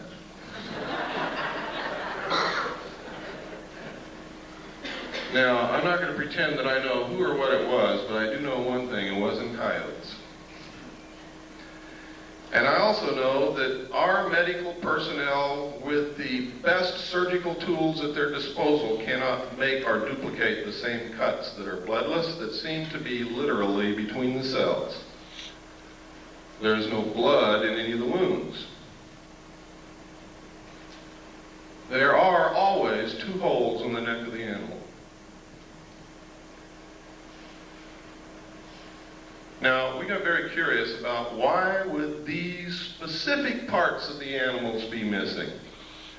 And we came up with some things that are very interesting. Dust collects in the ear. Things that float around in the atmosphere collect in the ear. The lips touch the grass and the earth, so does the lower jaw. The eyes exposed to the atmosphere. The rectum is where most of the heavy impurities, the things that cannot be digested, that are poison to the system, collect, and that's why people get rectum cancer and colon cancer from these things. The sexual organs, which show genetic damage. And where does radioactivity show up first in a mammal? In the milk.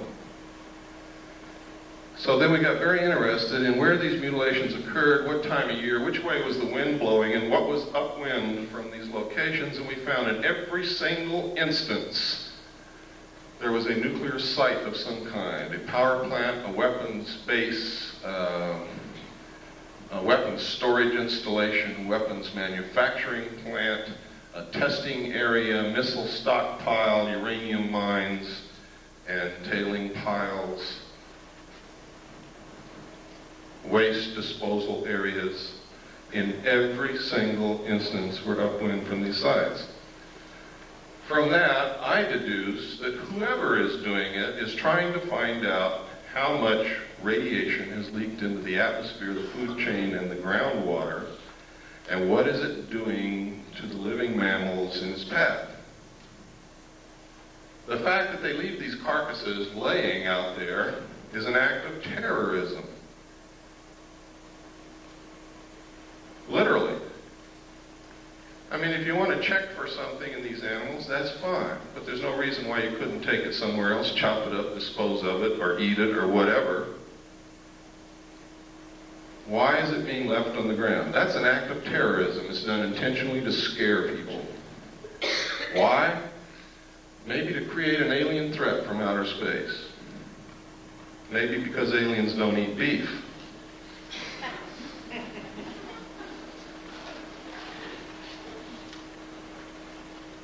Next slide, please. Sometimes these are seen in the sky over the areas where these things occur. Next. Sometimes it's these things with something going up and down from them. Next. Sometimes these things are found, they're being found all over England. One of the incredible things about the crop circles in England is they are literally a vestige of some kind.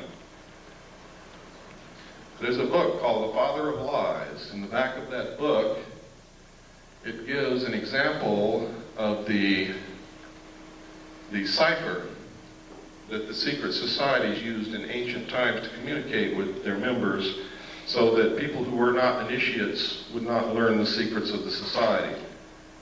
The symbols of their cipher match exactly the crop circles found in the ground in England.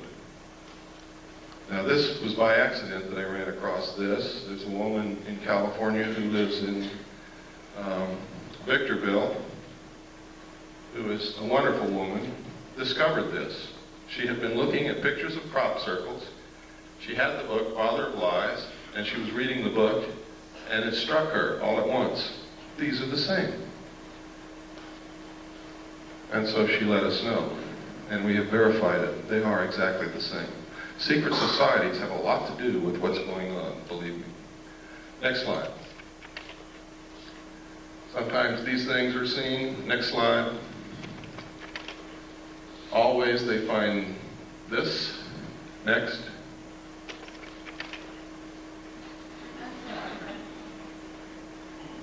Then we got to wondering, gosh, all through history there's records of people and animals being found with the blood sucked out of them. Is this the source of the vampire legends?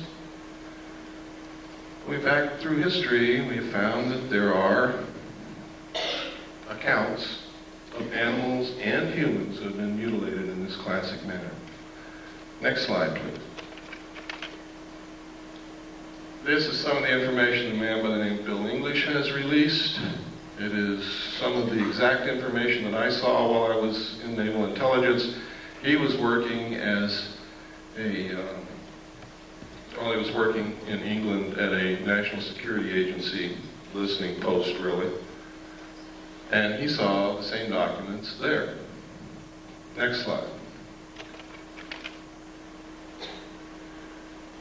This is UFO observers' instruction from the Air Technical Intelligence Command, which tells you how to report UFOs at a time when the United States Air Force said they were not reporting UFOs, didn't care about UFOs, they didn't exist. Next. Next. These are all official Air Force forms. Next. Next. Next. Now this is part of Air Force Regulation number 200-2 Alpha, unidentified flying objects, intelligence. Now, this is significant. The Air Force is not supposed to lie to us, but they were telling us, no, UFOs do not exist. We're not interested in UFOs. There is no evidence of UFOs. Anybody that says they say a UFO is crazy. We don't care about UFOs. Yet they have written a U.S. Air Force regulation called 200-2. And this says on the cover sheet, direct communication is authorized between ATIC and other Air Force activities in matters pertaining to UFO investigation. Specifically, the ATIC may call upon the commander of the 1127th Field Activity Group, Fort Belvoir, Virginia, to conduct further field investigations if review of the initial report indicates such a requirement. In this event, the headquarters, 1127th U.S. Air Force Field Activity Group, will prepare the final report by order of the Secretary of the Air Force, Thomas D. White, Chief of Staff. Next page. This tells how to report it, what forms to use, identifying information, weather and winds, comments of preparing officer, classification, time and date of sighting, manner of observation. Next. General information, releasing information. That's funny, releasing information, it says under here. All information of releases concerning UFOs, regardless of origin or nature, will be released to the public or unofficial persons or organizations by the Office of Information Services Office of the Secretary of the Air Force. This includes replies to correspondence except congressional inquiries submitted direct to ATIC and other Air Force activities by private individuals. Exceptions. In response to local inquiries resulting from any UFO reported in the vicinity of an Air Force base, information regarding a sighting may be released to the press or the general public by the commander of the Air Force base concerned only if it has been positively identified as a familiar or known object.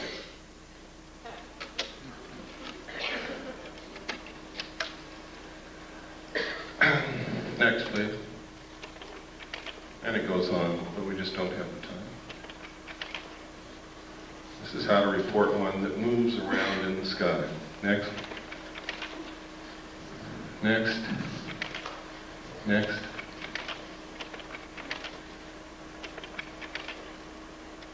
People always ask me, why don't they just fly around the White House? Well, there's a UFO. This photograph was taken in the early 50s, and that's certainly the White House. Next slide. Those are not butterflies.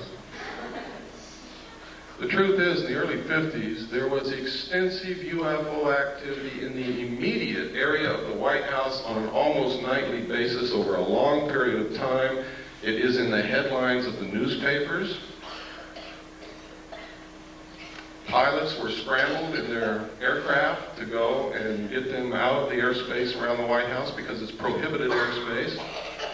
And every time they would scramble, get in their planes, take off, the UFOs would disappear. The pilots would go back and land, the UFOs would come back. This kept happening night after night after night until the pilots got so disgusted and so frustrated they wouldn't even get in their planes anymore. Next slide. This is another, this is 200-2 identified flying objects UFO. This is the rest of it. Go ahead, next. All Air Force regulations. Next.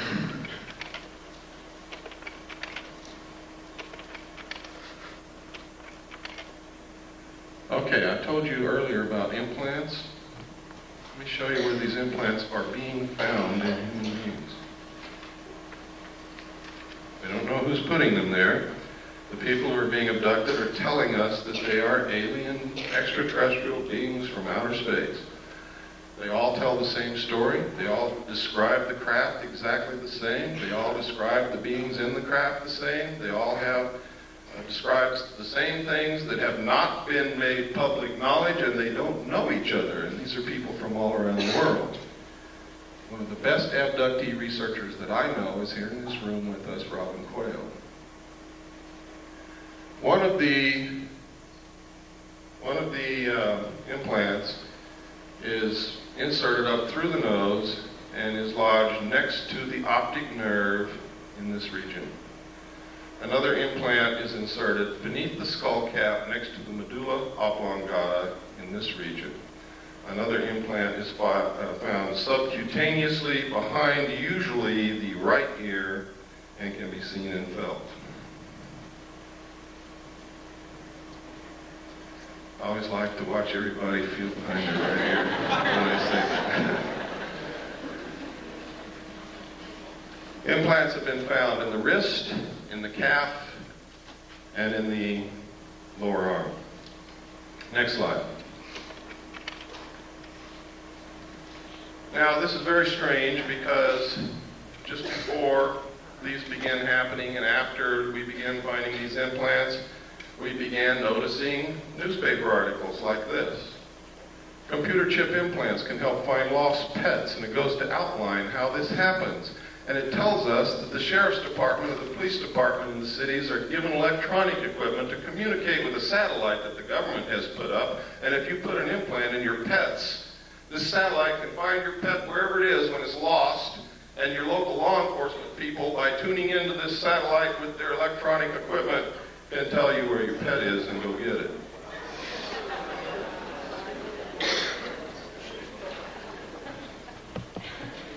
Then, next slide, please. Then you hear Dan Rather on the 6 o'clock news say that the pet implant program has worked so well that 97% of all lost pets that have been implanted are being found and returned to their owners, that you should have your children implanted. He said this in 1989. Then you see in the Los Angeles Times, not the National Enquirer, ladies and gentlemen, the Los Angeles Times on 12/12/89, forecast 10 changes for the coming decade. And one of those 10 changes, number 4 in fact, will become necessary in the future with the availability and widespread use of electrical and chemical implants that will allow 24-hour-a-day control of individuals' behavior. Now, are you beginning to get interested in the abductee experience? I hope that you are. You might be next. Next slide. This is just a letter to me from another researcher. Next slide. Who sent me this? It's in my book. It's the Foreign Broadcast Information Service, Foreign Press Note. Foreign Broadcast Information Service is a division of the Central Intelligence Agency, which monitors foreign broadcasts on radio, television, military, civilian broadcast waves, and gleans information. This entire report, each paragraph, is a separate report of flying saucer or UFO reports in the Soviet Union during the period covered by this report, and this report was issued 22 November 1989. You never heard of any. Every paragraph. One of these paragraphs refers to a crashed craft on a hill from which they recovered pieces of technology that we're not capable of manufacturing. Next page, please. All of these. Now you see at the top is what they found up here. You look closer so I can read it. Some of the scientists have concluded that the object that crashed into Hill 611 was an extraterrestrial space vehicle constructed by highly intelligent beings. Doctor of Chemical Sciences V. Vysotsky, it's a good thing I'm not Russian, I couldn't talk, stated that without doubt this is evidence of a high technology and it is not anything of a natural or terrestrial origin. He cited the fact that the remnants of fine mesh, including included bits of thin threads with a diameter of only 17 microns, and that these threads in turn were composed of even thinner strands twisted into braids. Extremely thin gold wires were discovered intertwined in the finest threads, evidence of an intricate technology beyond the present capabilities of terrestrial science, according to this man that I can't pronounce his name. Next slide, please. And it continues. Next. Next. And I was marking some of the locations. There's a mark on here somewhere. Right here. There's one of the locations, one of the reports. Next slide. These are some of the others. I didn't mark every one of them. I marked the important ones in the Union of Soviet Socialist Republics. Next slide, please. This is the first known civilian photograph of a UFO. Next slide. This is a letter, the Gerald Light letter. This letter is absolutely astounding. It confirms everything that I've been saying. Nobody knew that this letter even existed until Bob Exler presented it at the 1989 MUFON Symposium in Las Vegas. He presented this on July the 1st. I had already issued my information that this confirms on May the 23rd of the same year. In here, he says, "My dear friend, I've just returned from Muroc." Remember I told you Muroc is Edwards Air Force Base now. "The report is true, devastatingly true. I made the journey in company with Franklin Allen of the Hearst Papers and Edwin Norse of Brookings Institute, Truman's erstwhile financial advisor, and Bishop McIntyre of LA. Confidential names for the present, please. When we were allowed to enter the restricted section after about 6 hours, in which we were checked on every possible item, event, incident, and aspect of our personal and public lives, I had the distinct feeling that the world had come to an end with fantastic realism. For I have never seen so many human beings in a state of complete collapse and confusion as they realized that their own world had indeed ended with such finality as to beggar description." Can you get the sense of what this guy had gone through? "The reality of other plane aeroforms is now and forever removed from the realms of speculation and made a rather painful part of the consciousness of every responsible scientific and political group. During my 2 days visit, I saw 5 separate and distinct types of aircraft being studied and handled by our Air Force officials with the assistance and permission of the Etherians."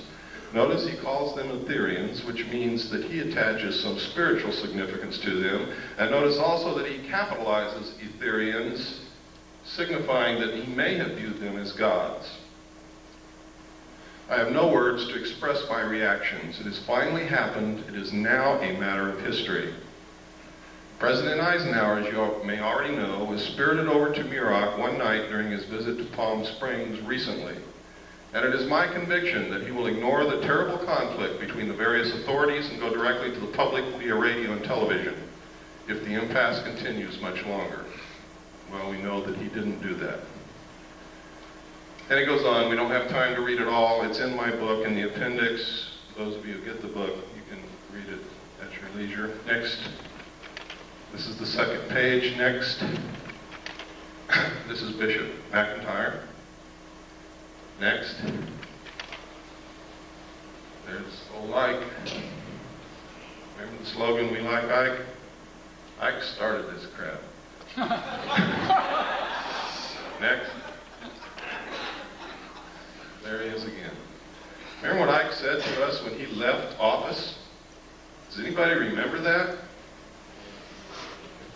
He tried to warn the American people against a group, a powerful group within the defense industrial complex, which might seize unwarranted power and destroy this country.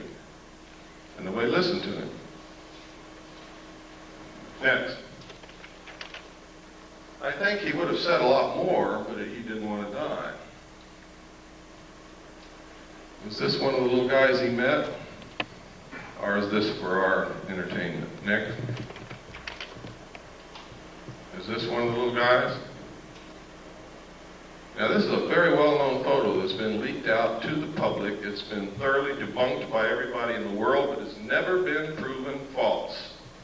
Never been proven to be a fraud. Nobody knows where it came from. Now, I hope you all know what debunked means. Let me show you what debunked means. What's your name, ma'am? No, it's not. What's your name? No, it's not. What's your name? No, it's not. That's what debunked means. Next slide. One of the things that I saw and I talked about earlier was that there was an elite group of scientists called the Jason Group, administered by a corporation which at that time was not the MITRE Corporation, but is the MITRE Corporation now. I talked about that all over the country. People said, you're crazy. Well, I found reference to them in the Pentagon papers that were leaked by Daniel Ellsberg. And in the Pentagon papers, it said that the Jason Group had invented and come up with the electronic barrier that was placed across the DMZ of Vietnam to detect and prevent the North Vietnamese regulars from coming across the border. I was there on the DMZ. It didn't work. So they're not as smart as they think they are. But they do exist. Some people submitted Freedom of Information Act requests and actually got the truth out of the Pentagon. The first official acknowledgement that they exist. We submitted one and got it, but what I'm going to show you is not what I got, because people always doubt what I get, so I'm going to show you what somebody else got. Richard Whitmire of the Gannett News Service published this in the Olympian in Washington, and this is what he found. Next slide. He found that these guys are incredible. They have the highest security clearances in the nation. There are several Nobel Prize winners in the group. They hold the protocol rank of Rear Admiral, which is 2 stars whenever they visit any military installation, ship, airplane, Air Force base, or government facility.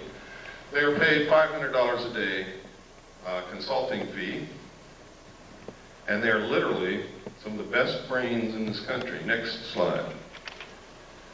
Next. And these are some of the lists. These are some of them. There is only one woman among them. Her name is Claire Max. Let me see if I can find her. I think she's on the next slide. There she is, Claire E. Max. Institute of Geophysics and Planetary Physics, Lawrence Livermore National Laboratory. What do they need with a planetary physicist in a government consulting group? Next. Next. I always try to point out what's happening with women because I'm very sensitive to women's needs nowadays. I think, really, truthfully, if the world were run by women, we wouldn't be in this situation. Next.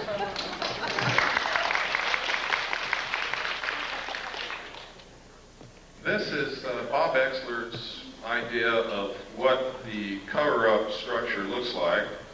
He believes wholeheartedly that to have a cover-up of this kind, involving this kind of technology, you would have to have full support from what we call corporate America. Now, this would be very easy in this country because who is corporate America? It's literally the Council on Foreign Relations. And I'm going to show you later that not only is this possible, it's probably absolutely right on. Next. Next, we've already looked at this. This is a piece of film that was sent to Leonard Stringfield, who is another researcher, who, the person who sent this film said that this was an alien extraterrestrial body recovered from a craft that had been burnt. I've looked at this at every angle that I possibly can think of, and I can't tell what in the world it is, except that you can sort of get a sense that it's probably biological something. Next. This was also sent to Leonard Stringfield, and the same thing was purported to be said. They said that this was the burned body of a crashed extraterrestrial being from a crashed spaceship. And this one is a fraud. Because right here, under the body, is a pair of Air Force flight glasses.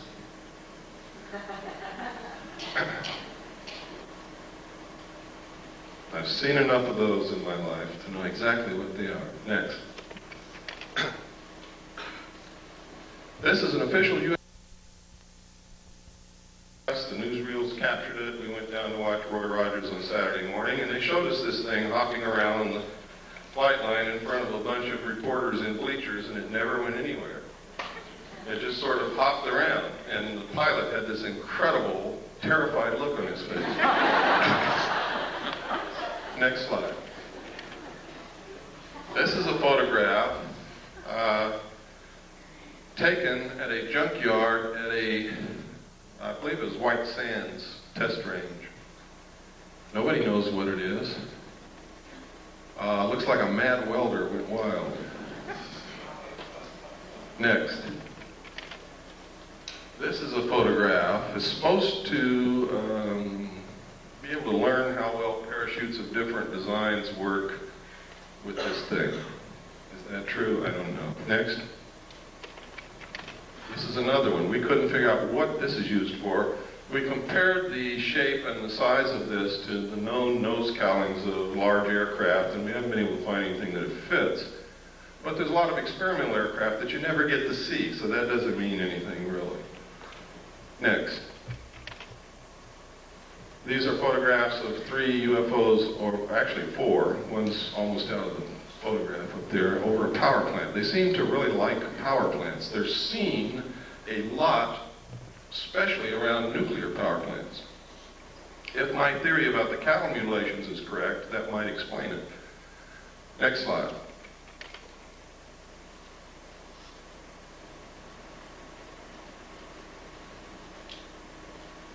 February 27th, 1951. Isn't Lassie beautiful? Next slide. This advertisement was in this magazine. Flying mobile camper of the future may be electric powered, plugging into any electric outlet for recharging. Now this is during the period of time when people like Herman Oberth, the world-renowned rocket scientist who was the teacher to Dr. von Braun, was saying that we couldn't take credit for all the technology that we've developed in the last decade. And when the reporter asked Dr. Oberth, what do you mean? What other nations helped us? He said, it wasn't another nation, son. It was those little guys from out there. And the security people grabbed him and hustled him right out of the press conference. That was at his retirement. It was also the same period of time when William P. Lear, John Lear's father, said on a television talk show, when asked what he could see for the future, he said, you will be able to get into a phone booth in Los Angeles and step out in New York City. And he wasn't joking, and the audience laughed at this man. This was one of the bigwigs in the defense industrial complex who knew exactly what was being researched in our laboratories at that time. Next slide. And also in this magazine, this scientist, Richard Wilson, exposes flying saucers. He says what they've been saying for day one, they're weather balloons. Next slide.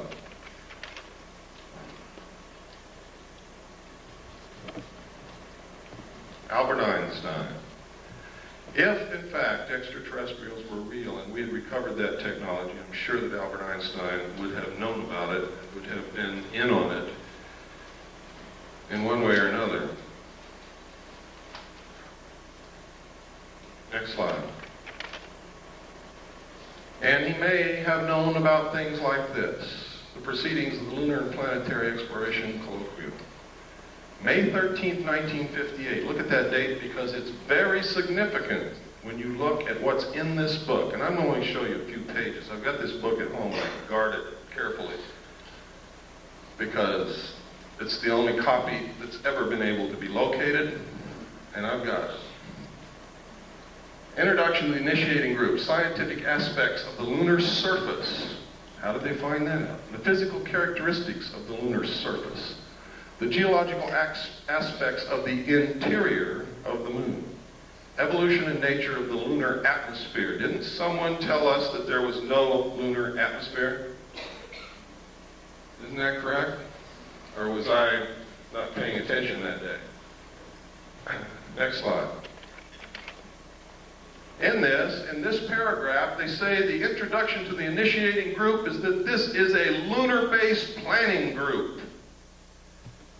And then it's going to be attended by the RAND Corporation, by people from UCLA, by North American Aviation. Next slide, please. You can see that this colloquium took place between May 13th, 1958 and April 25th, 1959. Next slide. Next. Here's another contents of a separate section of the same document. The chemistry of the moon, chemical resources on the moon, power for a lunar colony, where to land on the moon, observations on Mars and Venus. It doesn't say observations of Mars and Venus.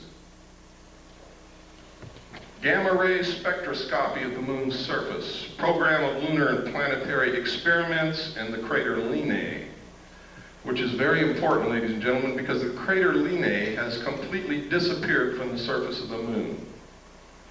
You cannot find it. It's as if bulldozers have covered it up. Next slide. But in 1958, in this document, there may have been someone on the moon at that time. Next slide. Are orbiting the moon who took these photos of the crater Linnae. What's so interesting in the crater Linnae? Why did they have that in their colloquium? Well, there's a couple of things.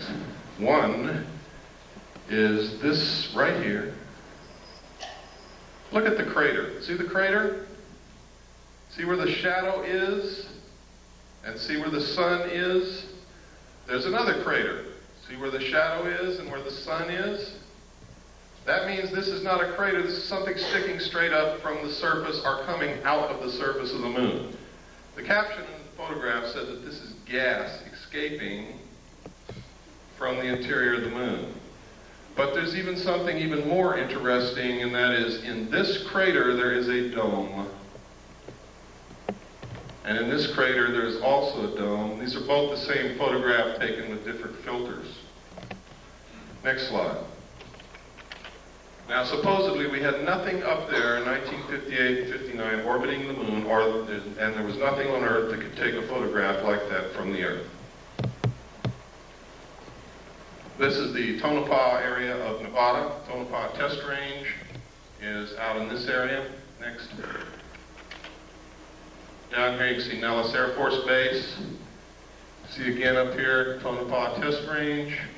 Down in here is Mercury. Over here is Groom Lake. Next slide. This is the Tonopah test range with some revelations on it. Stealth fighter flight path, turn off to TTR, rocket on stand, radar road, large radar facilities. Unmarked runway used by stealth fighters is here. We could go on and on, but we don't have the time. Next. This area is also the test range. Nellis Air. Over here it says Force Base. Gold Flat, you see over here is Tonopah. Right up here it says Saucer Mesa. See that? Saucer Mesa. I don't know if that means anything, but I think that's a hell of a coincidence in an area where they're testing flying saucers, that you've got a name on a map called Saucer Mesa. Next. This is a letter from a man who worked this is in my book, so I'm just going to brush over it lightly, that worked in Area 51 and saw the saucer fly. Next. That's just a lens cap for my camera. We cover up names to protect the identity of people so that they don't get hurt.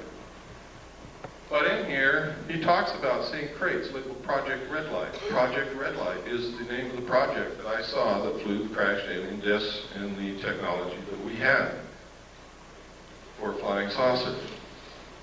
He also talks about the fact that when a certain siren would go off, they were supposed to run into a building and they couldn't look out the windows. Or if they were caught outside, they all wore a little pouch on their belt that contained a black hood. They were to take the black hood out of the pouch, put it over their head, and lie down on their stomach on the ground and not move. Next. And he goes through, he talks about, he says he saw the pilots, they were human and they were just slightly larger than he was. Next. And next. This is a photograph of one of the craft flying above Area 51 in Nevada. Next. This is a photograph of some craft. I forgot where this was taken. It was not in Nevada, but this symbol, some people say that this symbol belongs to a group of aliens called the UMO group. Now, I did a lot of research to find out if there's anything in this earth named UMO. I found an UMO corporation in London, England, that was a KGB front company.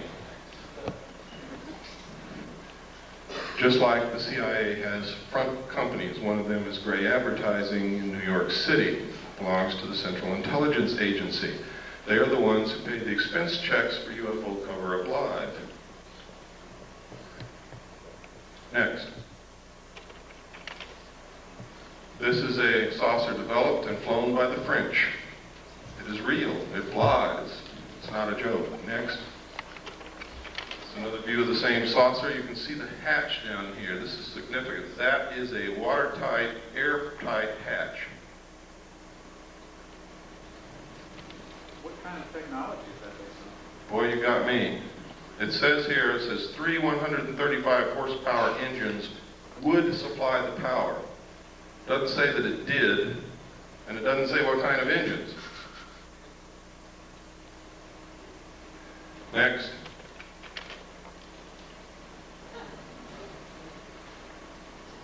Now, if you remember, not too long ago, Jackie Gleason's wife, after he died, released an unpublished manuscript, and in it she says that Jackie Gleason told her that he was asked to accompany President Nixon to Homestead Air Force Base, where President Nixon showed him dead alien bodies in a morgue. Jackie Gleason was very much interested in UFOs and all of that kind of stuff, and he was a friend of President Nixon. Nobody knows if the story is true, but I don't think his wife has any reason to lie to us. Why would she want to discredit her dead husband with something ridiculous that wasn't true? Next. And that was the cover of this magazine, June 14th, 1955. Next. In which this story appeared. This was information leaked by a general. And he gave them a scoop. These are actual drawings of a United States Air Force flying saucer. Tells how it worked. Shows the air base of the future. And what is it? I'll be damned if it isn't an underground base. Where they can go in and out this way, out cliffs like they do under the Archuleta Mesa near Dulce, New Mexico, or up out the top. What a coincidence. Next.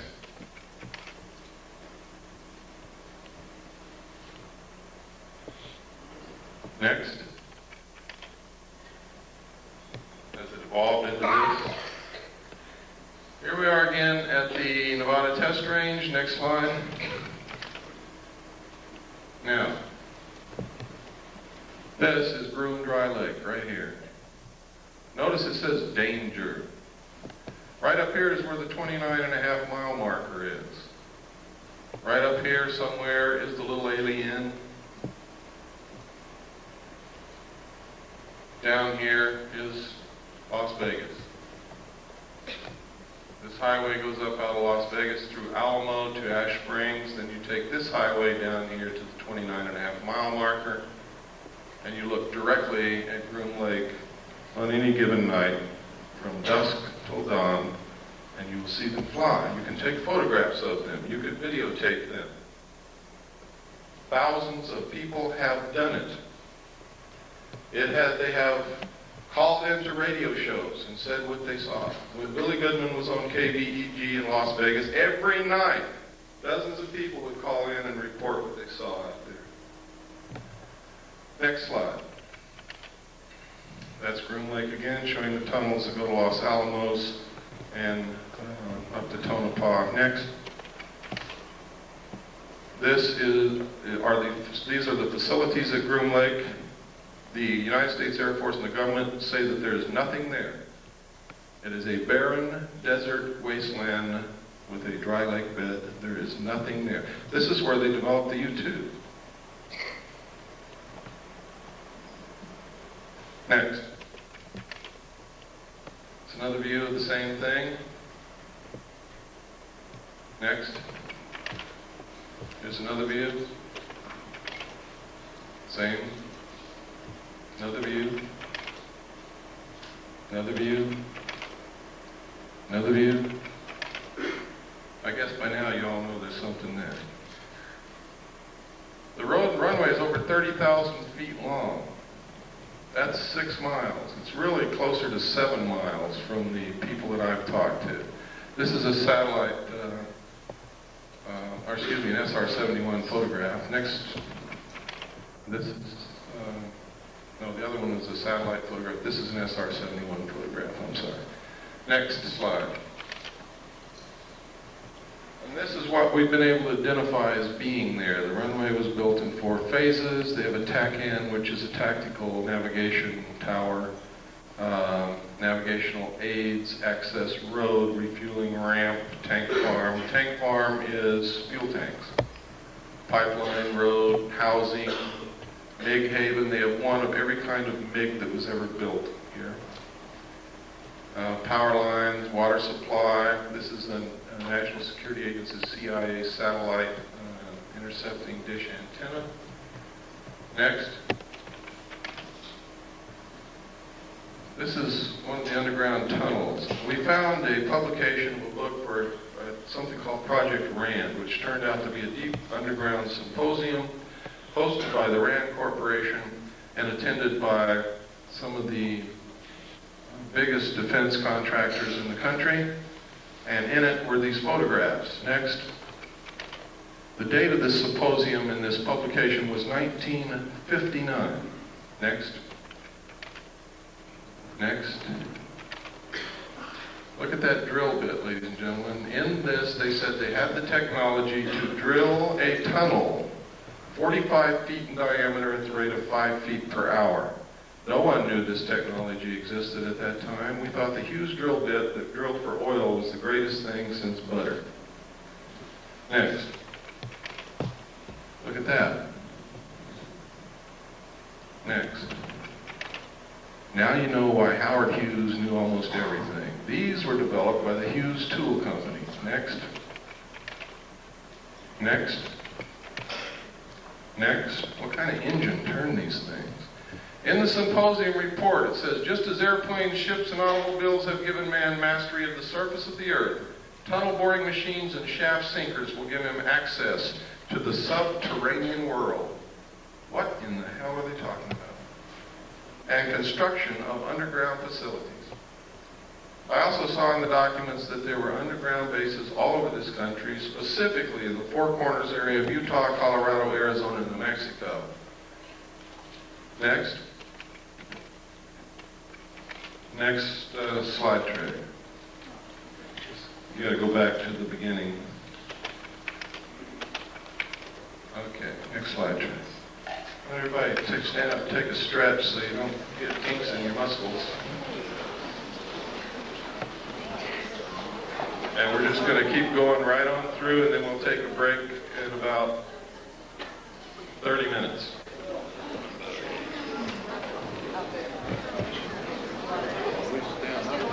Wrong, and you need to help us find out what the truth is. I don't pretend to know all the truth. I think I have some of the answers. I think I have reached some pretty good conclusions, but again, those are my conclusions, not yours.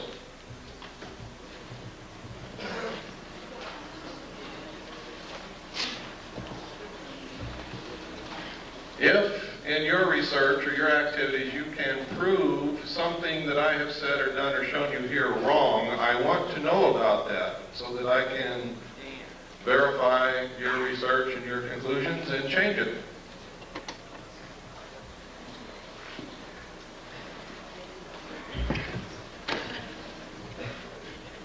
Just go ahead and put the first slide on.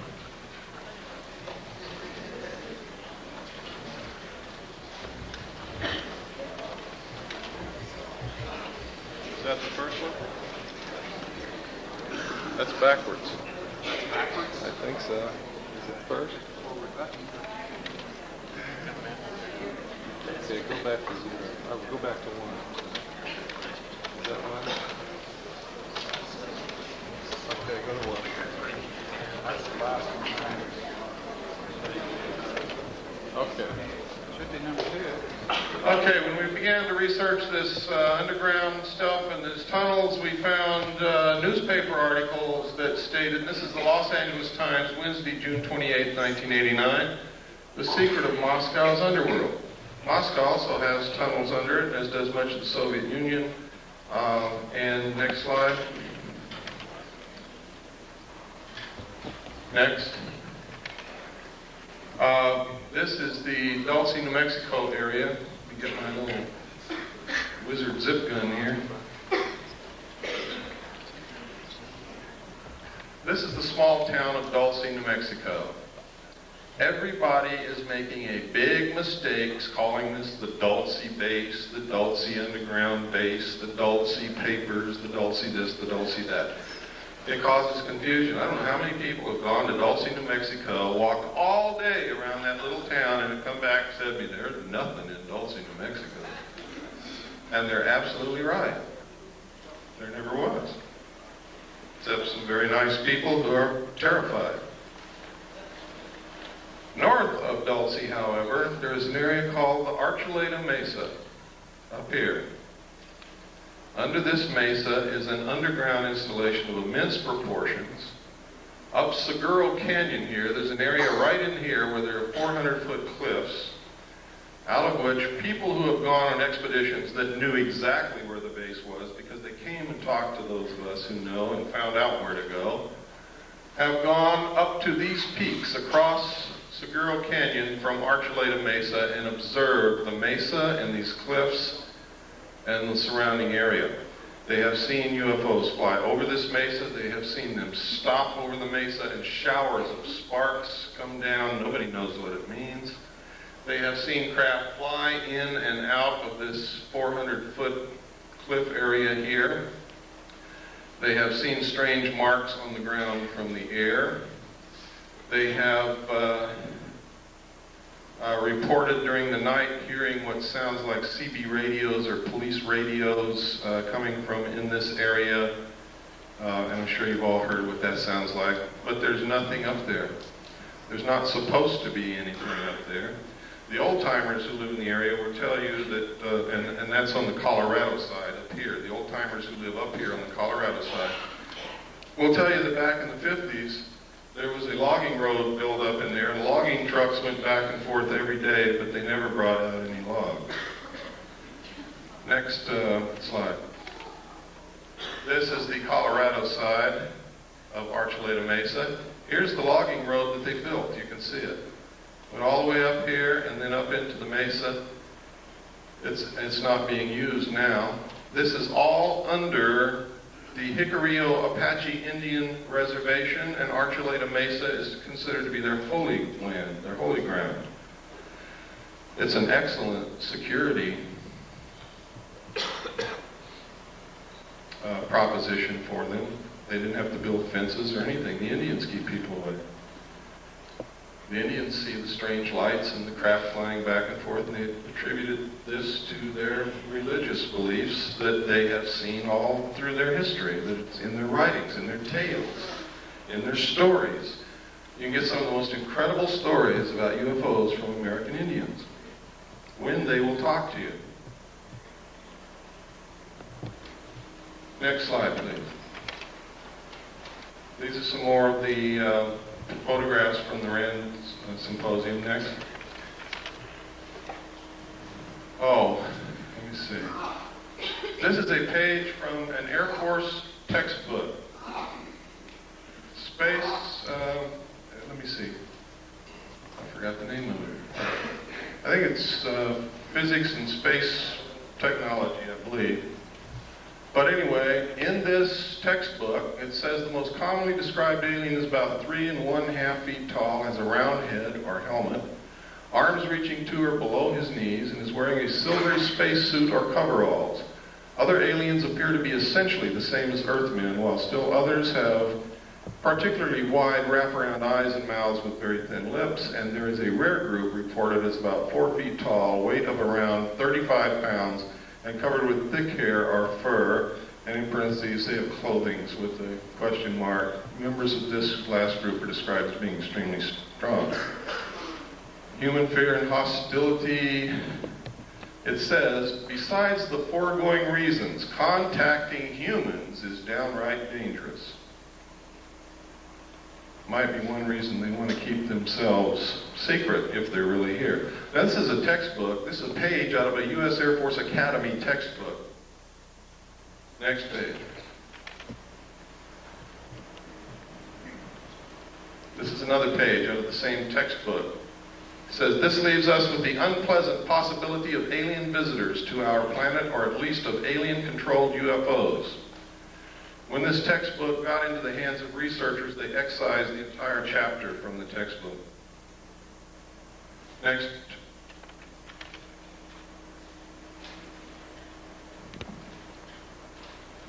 See if the name of it's on here. Nope. Okay, next. This is Janet 146D. You want to know why people don't report these things? Want to know why more airline pilots don't speak up? Why more captains of ships don't speak up? It's because of Janet 146, Joint United States-Canadian Communications Instructions for Reporting, and notice it says vital intelligence sightings. Now, in this regulation, it says, if you make this report, you can be thrown in jail for talking about any of the information in the report. You can be fined. You can lose your license. But if you don't make the report, it's okay to talk about it. Next. And this just goes through telling you what's in here. Next. Next. Next. Wait a minute, go back to the last. Oh, here we go. Stay on that. Unidentified flying objects. Just want to make sure that you know that this specifically stated in this report that they are to be reported. Next. Okay, let's go through this. Go ahead. And go ahead. We just don't have time to cover every paragraph and all of the pertinent information. Go ahead. Keep going. Keep going. You can see how extensive this is. Keep going. Keep going. This is some footage that I put in here because someplace I get to where I'm going, and they have assured me they will have a video projector, and they don't. So you'll see a little bit on Kennedy assassination here. I use these photographs because this man was extremely human and photogenic and charismatic. So much so that if you hated his politics, you still couldn't help like John Kennedy. Most of the pictures you're going to see came out of this magazine, next, this magazine, next, and this book, next.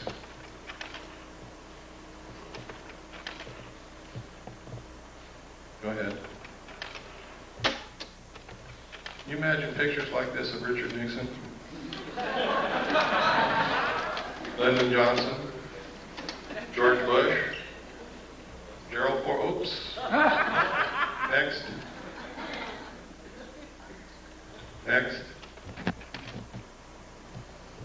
Look at that.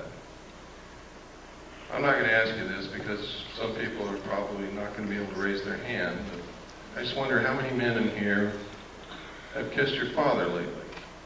Next. This is a photograph of Kennedy after he'd been shot in the throat. Jacqueline is looking at him in horror. He's clutching his throat. Next. This is William Greer beginning to turn around. You can see his hand here, his arm. You can see the end of the gun barrel right there. Next. Now you can see him. Here's his hand, his arm. The gun is right behind this flash of reflection here. You can see him looking directly back at the president. Next slide. Next. Now, you can see the top of Kellerman's head right here. People argue that that's a reflection off the top of Kellerman's head. It is not. You can also see Kellerman's hand is on the wheel. Kellerman, that's his arm and hand, is actually driving the car at that point. Kellerman is a Secret Service agent who was the passenger in the front seat.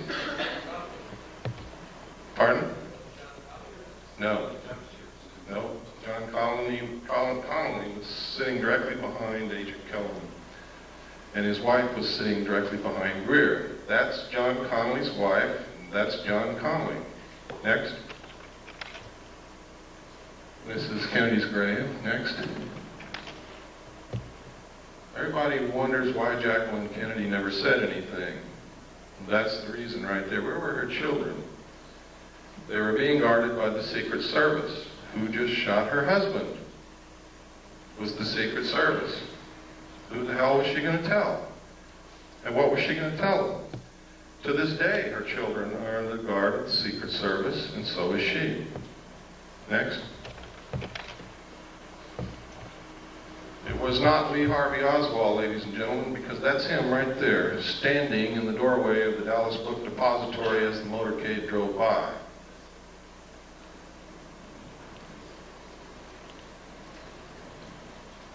The Central Intelligence Agency has agents in the civilian community writing books and making statements to keep you confused. They will tell you that's not Lee Harvey Oswald, it's somebody who looks like him. What was Jack Ruby's part in? I don't know, but he certainly had a part. Next. There he is again. Lee Harvey Oswald. We have done body proportion measurement comparison. We have studied the clothing. We have studied the jawline, the features of the face. Next. And it is Lee Harvey Oswald.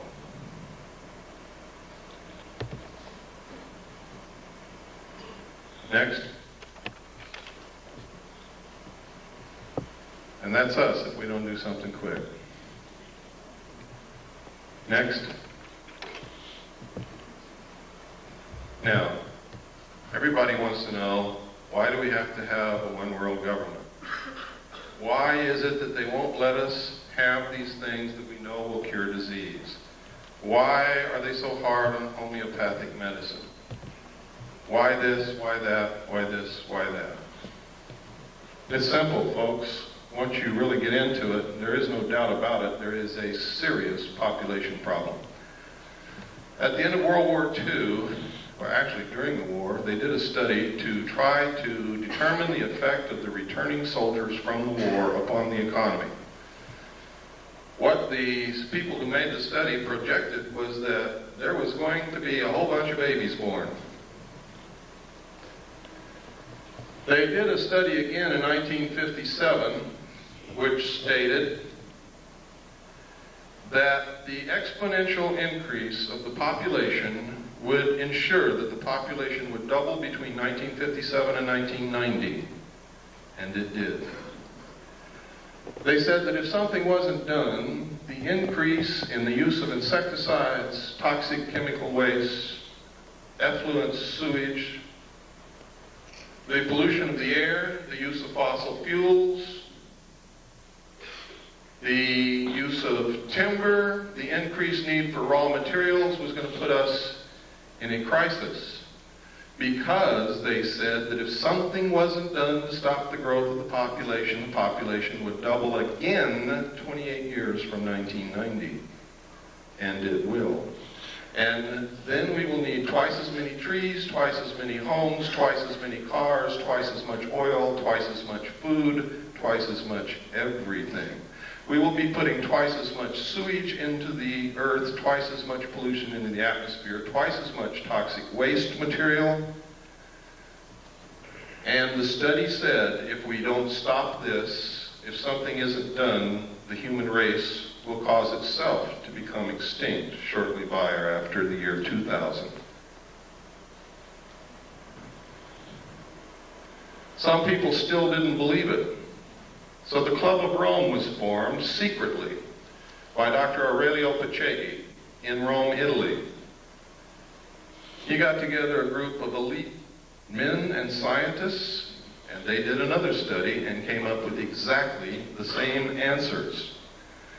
They then commissioned a group of people in the United States at MIT. They put together a team to establish a computer model to determine what can be done to stop this, what can be done to ensure that it doesn't happen again, what can be done to ensure that the human race survives. And the answer is some of the things that I'm going to show you. All of this is in my book. It's thoroughly documented. It's going to really upset some of you, but it's true. The first indication publicly was this book written by Dr. Paul R. Ehrlich. Now, y'all wonder why is Dr. Paul Ehrlich writing these books? That's because his wife, ladies and gentlemen, is a member of the Club of Rome. Next slide.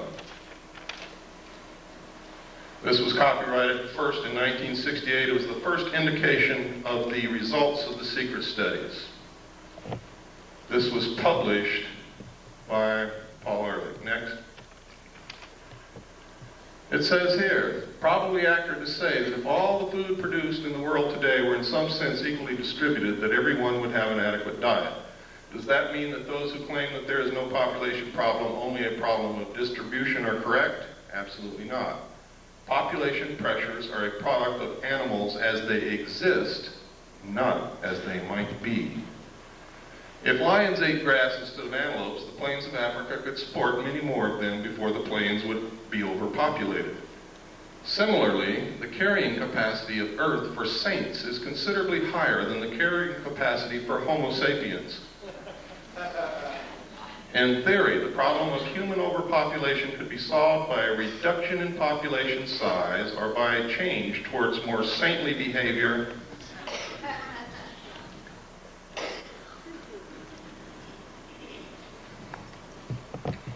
The current situation of global overpopulation is so serious, and the built-in potential for further population increase is so great, that the only sensible strategy for humanity today is to end population growth and start a population decline as rapidly as is humanly possible, simultaneously striving to achieve a more equitable distribution of the food and other goods of this planet. Limiting births and increasing social justice are not alternative strategies to preserving society. They are, ladies and gentlemen, necessary complements. Next slide.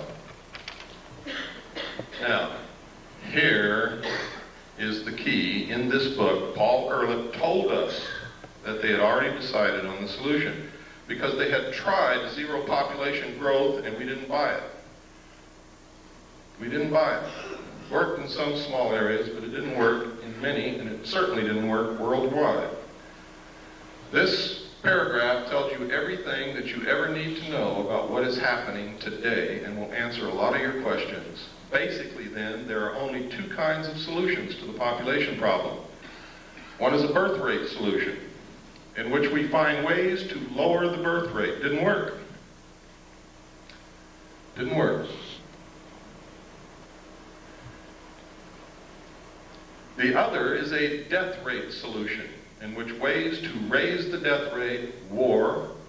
You asked me about the Middle East. You asked me about what happened to Iran. You asked me about El Salvador. You asked me about Nicaragua. You asked me what's going to happen in the future. This paragraph tells you what's going to happen. Famine, pestilence, find us. They have just shut off the water to all the farmers in the San Joaquin Valley. They produce 50% of all the vegetables that are consumed in this country. Do you believe that's an accident after reading this?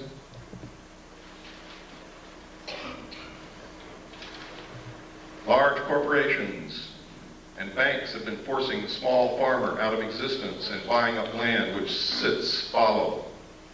Do you think that's an accident? We have sold all of our grain to the Soviet Union. Do you think that's an accident? There's not 20 days supply of grain in this country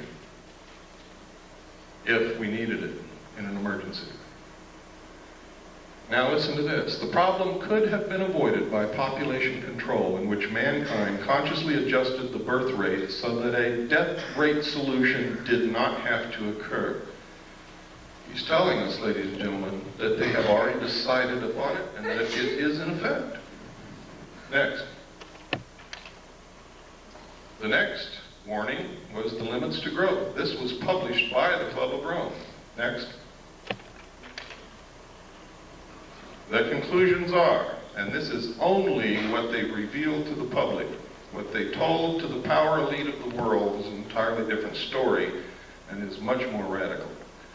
If the present growth trends in world population, industrialization, pollution, food production, and resource depletion continue unchanged, the limit to growth on this planet will be reached sometime within the next 100 years. The most probable result will be a rather sudden and uncontrollable decline in both population and industrial capacity, and what they don't say here that they said in the secret report is that the masses of people in the world will result to the overthrow of their government and anarchy will reign as they try to feed themselves and their families and find jobs. It is possible to alter these growth trends and to establish a condition of ecological and economic stability that is sustainable far into the future. The state of global equilibrium could be designed so that the basic material needs of each person on Earth are satisfied and each person has an equal opportunity to realize his individual human potential. Who would suffer the most under such a plan? Not the rich, ladies and gentlemen. They are in control. It's going to be us. Americans consume most of the raw materials in the world. 50% of the energy supply is consumed in this country. We pollute the earth more than any other nation. It is us who are going to have to go back and live like our ancestors did, and they're going to make us if we don't learn how to do it on our own. I'd rather be a volunteer than a slave. I don't know about you. If the world's people decide to strive for the second outcome rather than the first, the sooner they begin working to attain it, the greater will be their chances of success. And down in the last paragraph, something really important. These conclusions are so far-reaching and raise so many questions for further study that we are quite frankly overwhelmed by the enormity of the job that must be done. We hope that this book will serve to interest other people in many fields of study and in many countries of the world to raise the space and time horizons of their concerns and to join us in an understanding and preparing for a period, and listen to this because they're not kidding, it's coming very soon, for a period of great transition, the transition from global equilibrium. Henry Kissinger said when asked what he foresaw for the coming decade, he said, everything will be different. There will be a new world order. Many will suffer. For those who survive, the world will be better. And the last thing he said, we will have the world we have always wanted. Now, if you know anything about Henry Kissinger, he never wastes words, and he knows what's going on. Next.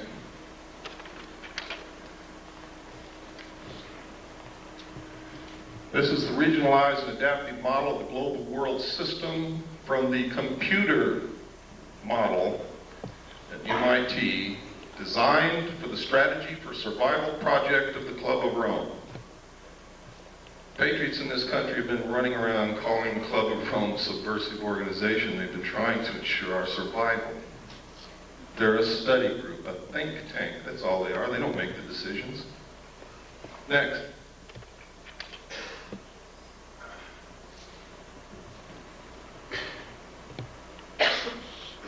We don't have time to go through all of this, but it's in my book. That chapter is going to be the most interesting chapter that you're going to read in my book. And everything that I say in there and here is thoroughly documented. Next. And next. And next. These are the New World regions. There's already a new constitution has been made for the United States of America. It's called the New States Constitution. It was paid for by your tax dollars over a 10-year period. It was developed by the Center for Democratic Studies in Santa Barbara, California, and it cost $25 million. The entire Constitution is also in my book. Next. You could see by there Region 1 was the combination of the United States and Canada, and that's the real reason for the lowering of the trade restrictions between the United States and Canada. We are fixing to be merged. Next. And next. There are 10 regions in the New World Order, and you are looking at them now. Next. Next. What's one of the answers? Alternative 3.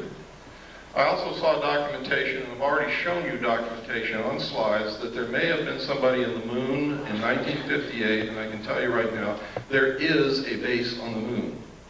We are attempting to colonize space because if their attempts to control our greed and our wastefulness and our destruction of this earth do not work, the only hope for the survival of the human race is colonization of other planets.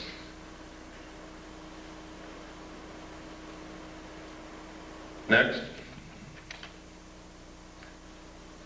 This is verification. I can't tell you who wrote this letter, but it is a letter that was delivered into our hands from, well, I can't tell you that, but this confirms that as far back as 1962, working for the Jet Propulsion Labs in Pasadena, she was working on photography taken of the moon and Mars from objects that went there. I can tell you that the first landing on Mars of a probe occurred on May the 22nd, 1962, sent back photographs and verified the existence of an atmosphere that could support life.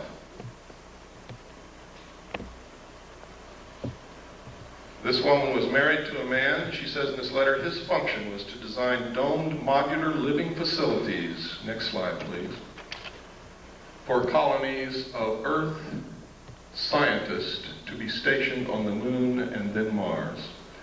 It was called Project Adam and Eve. We didn't get this letter, ladies and gentlemen, until August of 1989. I had already revealed the presence of a colony on the moon and Mars on July the 2nd, 1989. Okay, next. Next. Next. Report from Iron Mountain on the possibility and desirability of peace.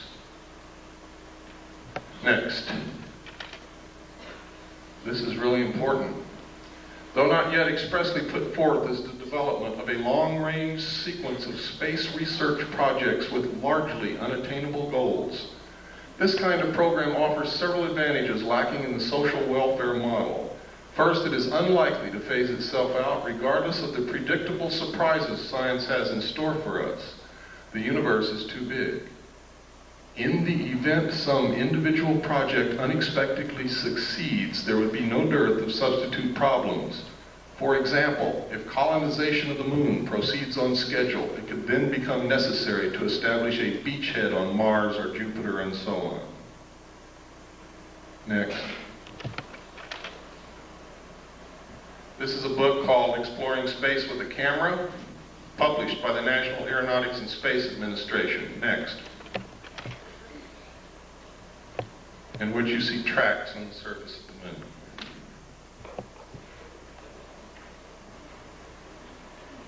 Now I want you to notice where these tracks go. They start way up here, they go down, down into this valley, up over this hill, down in this valley, up over this hill, down in this crater, up over this hill, and down here, and NASA says it's rocks rolling downhill. Next.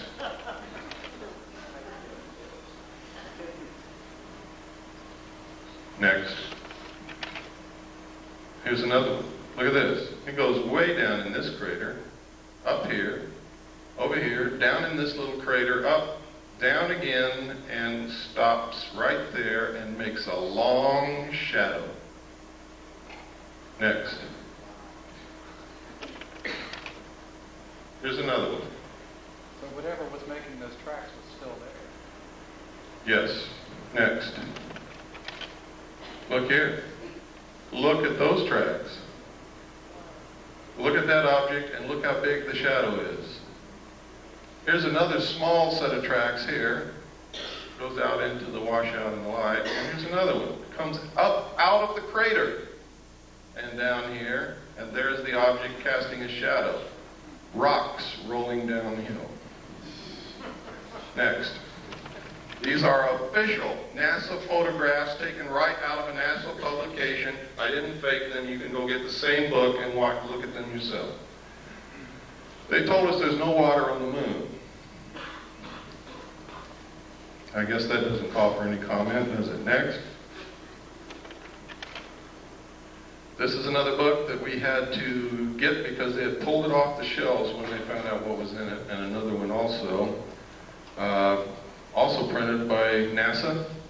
Next.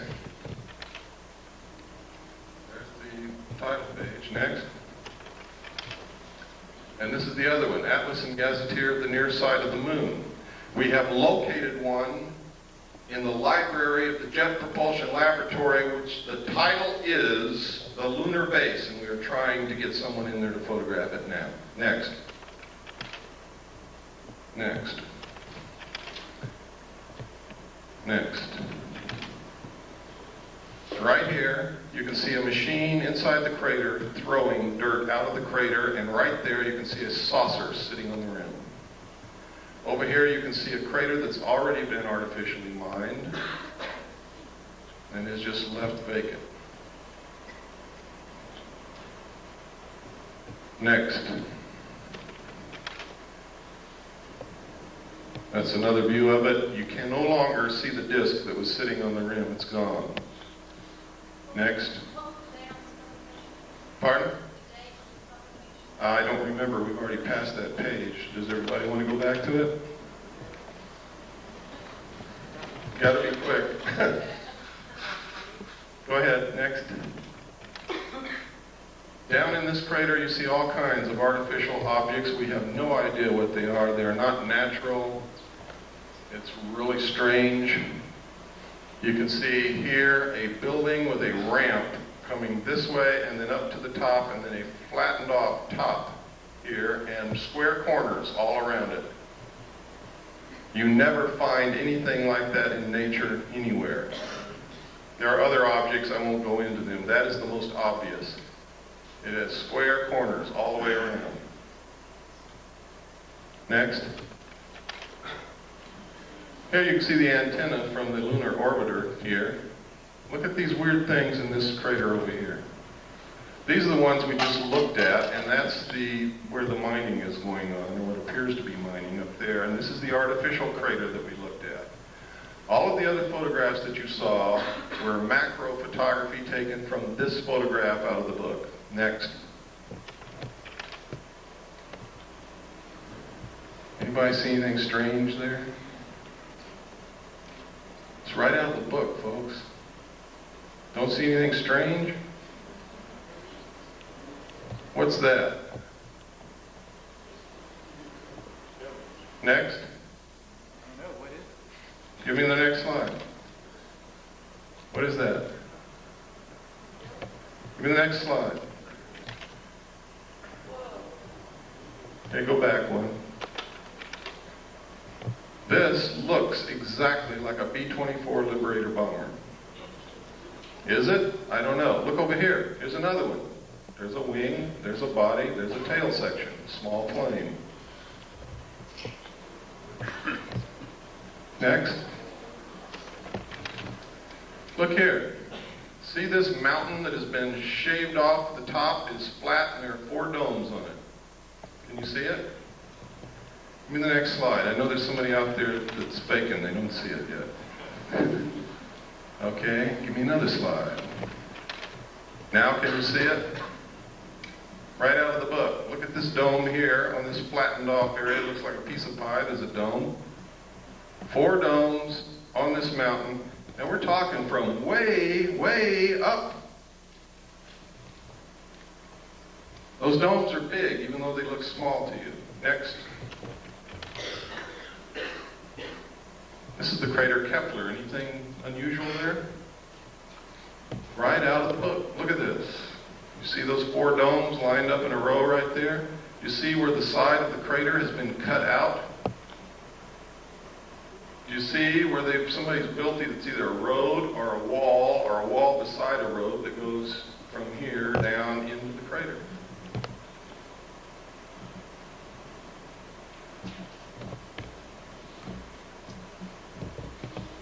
Incredible things in these books. Now we only had a short time to look. We didn't have any magnifying glass of any kind, and we had to take these pictures. If we had had the time, we probably would have found a lot more. But we had to do what we had to do and get out of there because of the restrictions put upon us. Next. There's a close-up again. You can see the 4 domes right in a row. You can see the crater's been artificially cut out. Next. Look at this. What is this? This is the weirdest thing I've ever seen. We don't know what it is, but it resembles the freeway interchange in Los Angeles, doesn't it? We don't know what it is. We didn't know what it is. But look what's in this crater right here, and you see it all over the moon. If you look real good in these craters, it's a big, giant, T-shaped object that can bend itself to conform to whatever it's sitting on, and you see them in all of these photographs. Next.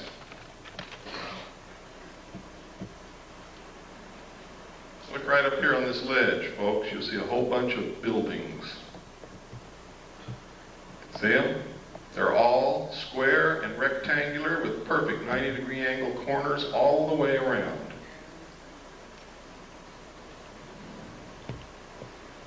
Next. This is what we were looking at, the freeway interchange. I don't know what it is. I just call it that because... Next. Oh, go back. I'm sorry. There's something I wanted you to see. What is this? Next. And you can see that a little bit better there. Next. This is one of my favorite photographs. Something crawled over this lip of that crater, gouged out the lip, crawled down, gouging the earth away, made a turn here, came back, crossed its own path, and went back over the lip of that crater. I guess it could have been a rock rolling downhill. Next.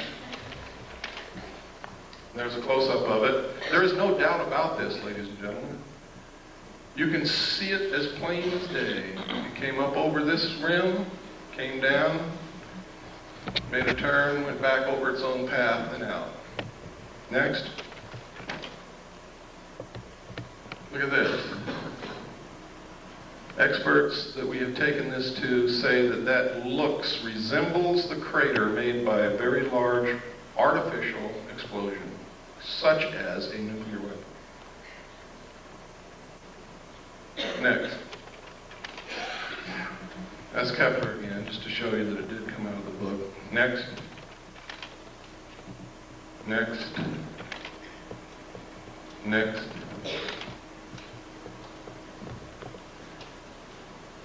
What was it? Oh, you can see these T-shaped things again. There's another one. You can see here an opening into the moon here, shaped almost like a triangle or a pyramid, and there's something parked right there. I have no idea what it is. There's another one up here, the opening, triangle shape, and something parked right there. Look here, there's another T-shaped object here, or cross-shaped here. There's a building right here, or what appears to be a building. Look here, look at these tracks. Look at this. It has an arm coming out the side and something trailing behind it. Next. Look at it. Boulder rolling downhill. Next. I forget what this was. I think we were just looking at this strange, looks like somebody's been running around there with a bulldozer. We don't know what it is. Next. Can you see the clouds? Can you see the clouds in the lunar atmosphere, ladies and gentlemen? This is an official NASA photograph out of an official NASA publication, a book that they printed that shows clouds in the atmosphere of the moon. Next. Of course, we could be imagining things, but we're not, because you can see those clouds go over geological formations and over the rims of craters. Next. You ever seen a square crater? Next.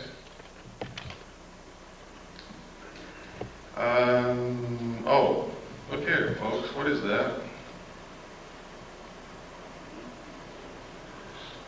Doesn't that look like a triangular-shaped lake or reservoir with an island in the middle?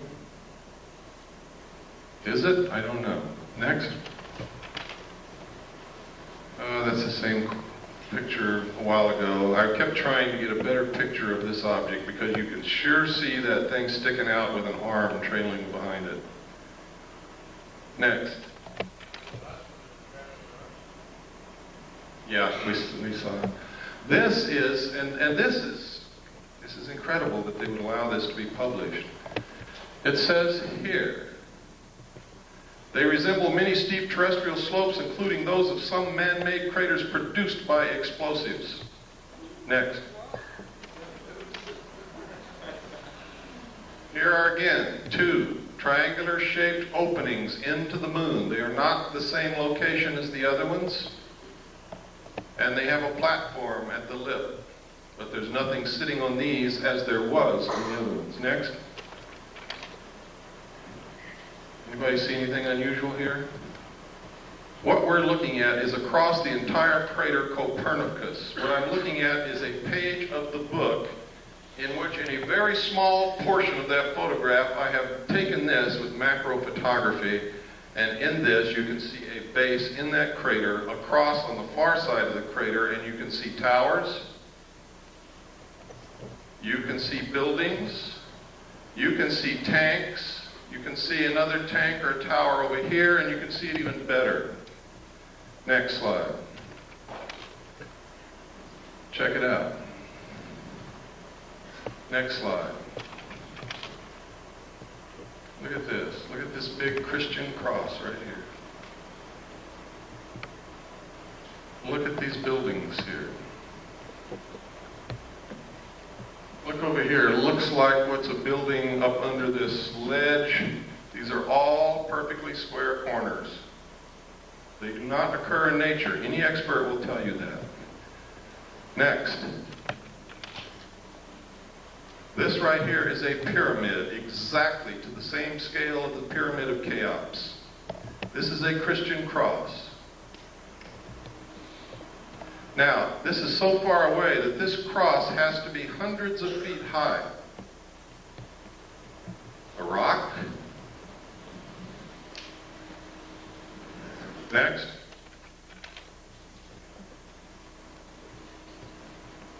See the pyramid? See the tower? See the buildings?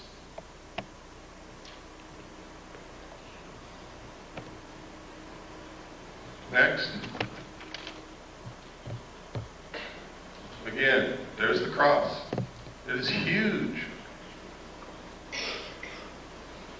You can see tanks right along here. They look like oil tanks. Here's another tower over here. See it? Next. Again, you can see the pyramid, you can see this tower, you can see the cross, you can see looks like a city here. These are buildings. All have perfect 90-degree angles, all over the place. Again, here's the tanks, look like oil tanks. Next. What was this? Sometimes when I don't look at these all the time, I lose what the heck I was even looking at to begin with. Oh, right here. Look at this. This is some kind of an artificial installation that has been built. Look, here's a perfect square. Here's perfect right angles. Here are two arches. Here is an arch that goes over something that goes underneath it. What is it? I don't know. But I can assure you that it is artificial. It is not natural. Next. Look at how this has been flattened out here.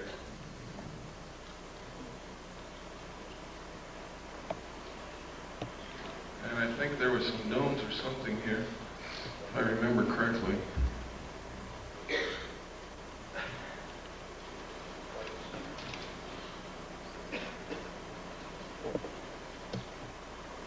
I can't see it now. Next. And next. Now this is the photograph that I took of the base across the crater. See the tower? We're looking all the way across the crater Copernicus, and you can still see that tower sticking up. That's how big it is.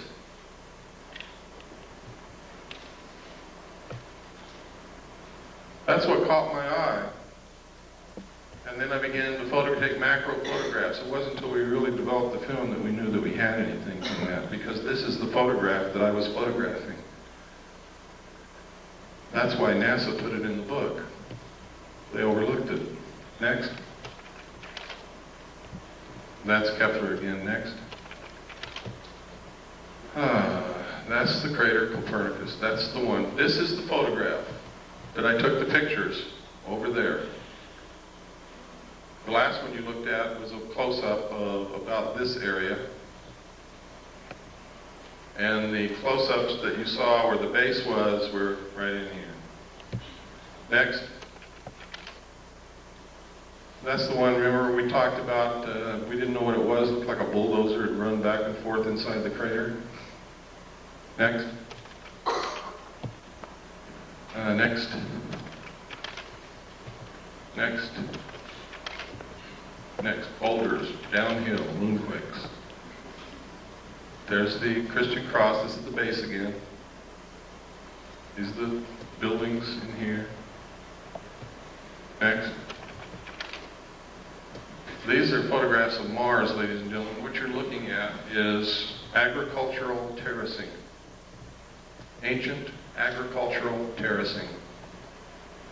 You can follow each terrace all the way around. NASA says this is wind erosion. But NASA tells us that Mars doesn't have any appreciable atmosphere, only 1% as dense as Earth's. Next. Next. These lines are exactly like the lines on Nazca, and you can see that each line carves into the lip of that crater. Next. Here you can see the face on Mars. Up here you can see an arrow in the surface of Mars. See it? Over here you can see pyramids. What we call the fort. We don't know what it is. Incredible? Damn right it is. Look at this plateau with these buildings on top of it. Next, or whatever they are. Another view. Next. Under computer enhancement, the face has eyeballs and also has teeth. Up here, I was reading this book, which is the Encyclopedia of Space or something put out by NASA, and this covers Mars. And on here I notice this Mars airplane Robotic surface exploration, Mars airplane, what are they talking about? They told me Mars only has an atmosphere 1/100th as dense as the Earth, yet they're preparing to build a Mars airplane? Well, maybe my concept of a plane is wrong. Let's pursue it a little further. Next. There's an official NASA photograph of the Mars airplane that they intend to build. If what they tell us about the atmosphere of Mars is true, this airplane will not fly in the atmosphere of Mars. It's absolutely impossible. Look at the nose of that airplane, ladies and gentlemen. You will see a propeller spinning. Next. Yeah, this confirms the alternative 3 scenario. Franklin D. Martin, NASA's Associate Administrator for Exploration, has the host of reasons for sending humans to Mars, but after he gives all those reasons, he says, science is one of the reasons you do these things, but it's not the driver. The driver is the survival of the human race. Next. These are some more of those lines like Nazca on Mars. Here you see the arrow.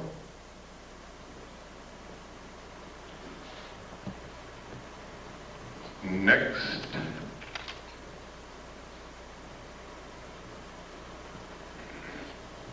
Next. Oh. Okay, let's go back one and change slide trays. We're almost through the slides and we can get into some serious stuff.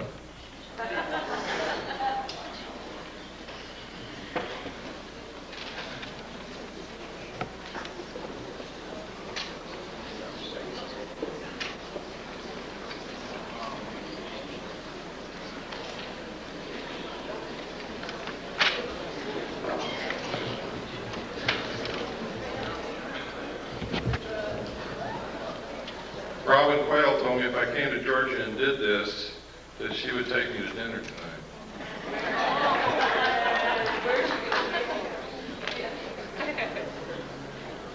But I think she left already. This is the face on Mars again. Look at that square crater right next to the arrow. We measured the arms of this arrow and the length across it. It's a perfect triangle in here, and these arms are exactly the same length. The chances of that being a natural occurrence are almost zero. I imagine there's some remote chance, but I certainly wouldn't give that much credence. Next.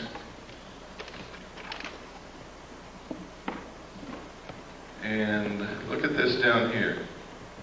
It's almost boat-shaped, with what appear to be buildings on top. They may not be buildings. We can't get perfect 90-degree angles on it, but that could have been eroded away over who knows how many centuries. Next. The black dots. Those are places where the spacecraft was sending back the information and it didn't make it to Earth. They're not freckles, they're not painted dots on Mars, they're just where the bits of information didn't make it from the spacecraft to the Earth. Yeah, the face is approximately 1 mile across. Next. I really don't know, ma'am. I try not to guess at things, especially if it doesn't even remotely look like what we might guess it might be. You have to understand, when we're trying to interpret something totally alien to this Earth, we have to understand the concept of what the word alien means. What we might perceive as a landing strip might be a carnival to them. Who knows? Look at this. This is the Martian probe that we landed in 1976, I believe. And it took this picture of something flowing from up here down to here. Could be sand. Sand does flow under the right circumstances, or it could be water. If that's flowing water, then that's significant. If it's sand, it means nothing. Next. Government scientists call newly discovered heavenly object a stray asteroid. Sounds kind of interesting, doesn't it? Until you read the subhead. A astronomers worldwide in disagreement with official explanation call phenomenon an intelligently guided object. London Evening Standard. I think that's 7/10/60, page 3. Next. Now, if you won't believe all this other stuff, how many people in here believe that Gordon Cooper, the astronaut, is a credible individual? Can I see a show of hands? He's an astronaut. He's also a colonel in the United States Air Force. Now he's retired. He wrote this letter to the United Nations, and in the first paragraph he says, "I wanted to convey to you my views on our extraterrestrial visitors, popularly referred to as UFOs, and suggest what might be done to properly deal with them."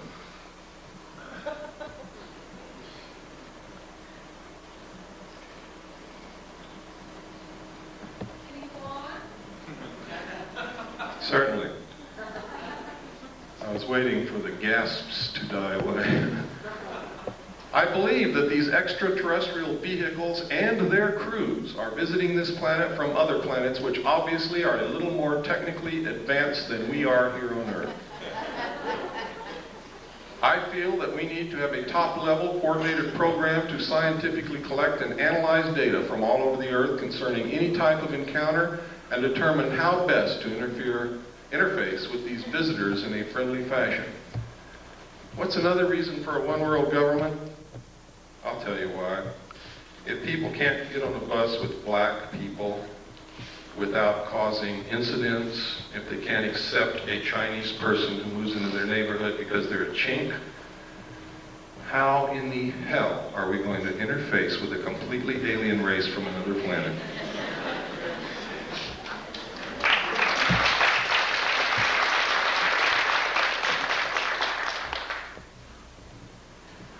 Okay, next slide.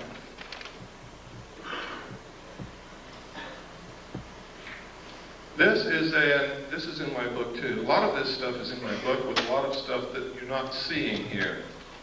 In fact, there's a lot of stuff in my book that nobody has ever seen before in their life, outside the secret government. This is an accident report that occurred at Ellsworth Air Force Base, South Dakota, 7 miles southwest of Niland, South Dakota. They got an alarm situation that at a missile site called L9, there had been a security breach. They sent a SAT team out that consisted of Airman First Class Jenkins and Airman First Class Reiki. There was SAT alert team, or security alert team called SAT. Next slide. When they got out there, they saw these crazy little guys running around in silver suits with helmets on their head and something hovering real bright above the missile silo.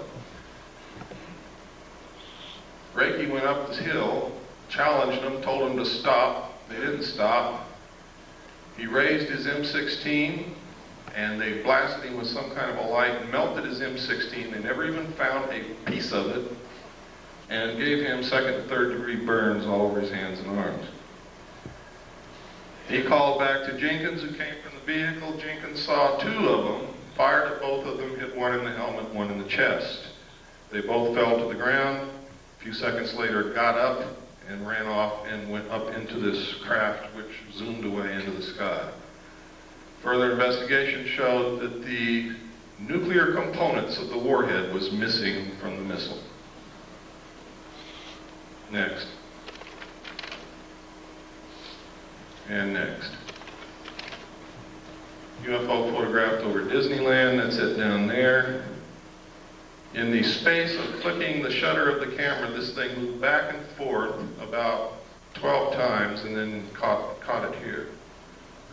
That's how fast it was moving. And the reason I included this, because while people who go to Disneyland may be interested in fantasy, they're usually families, they're usually middle-class people, they're usually respectable, they're usually credible, and thousands of them saw this. Next. There it is.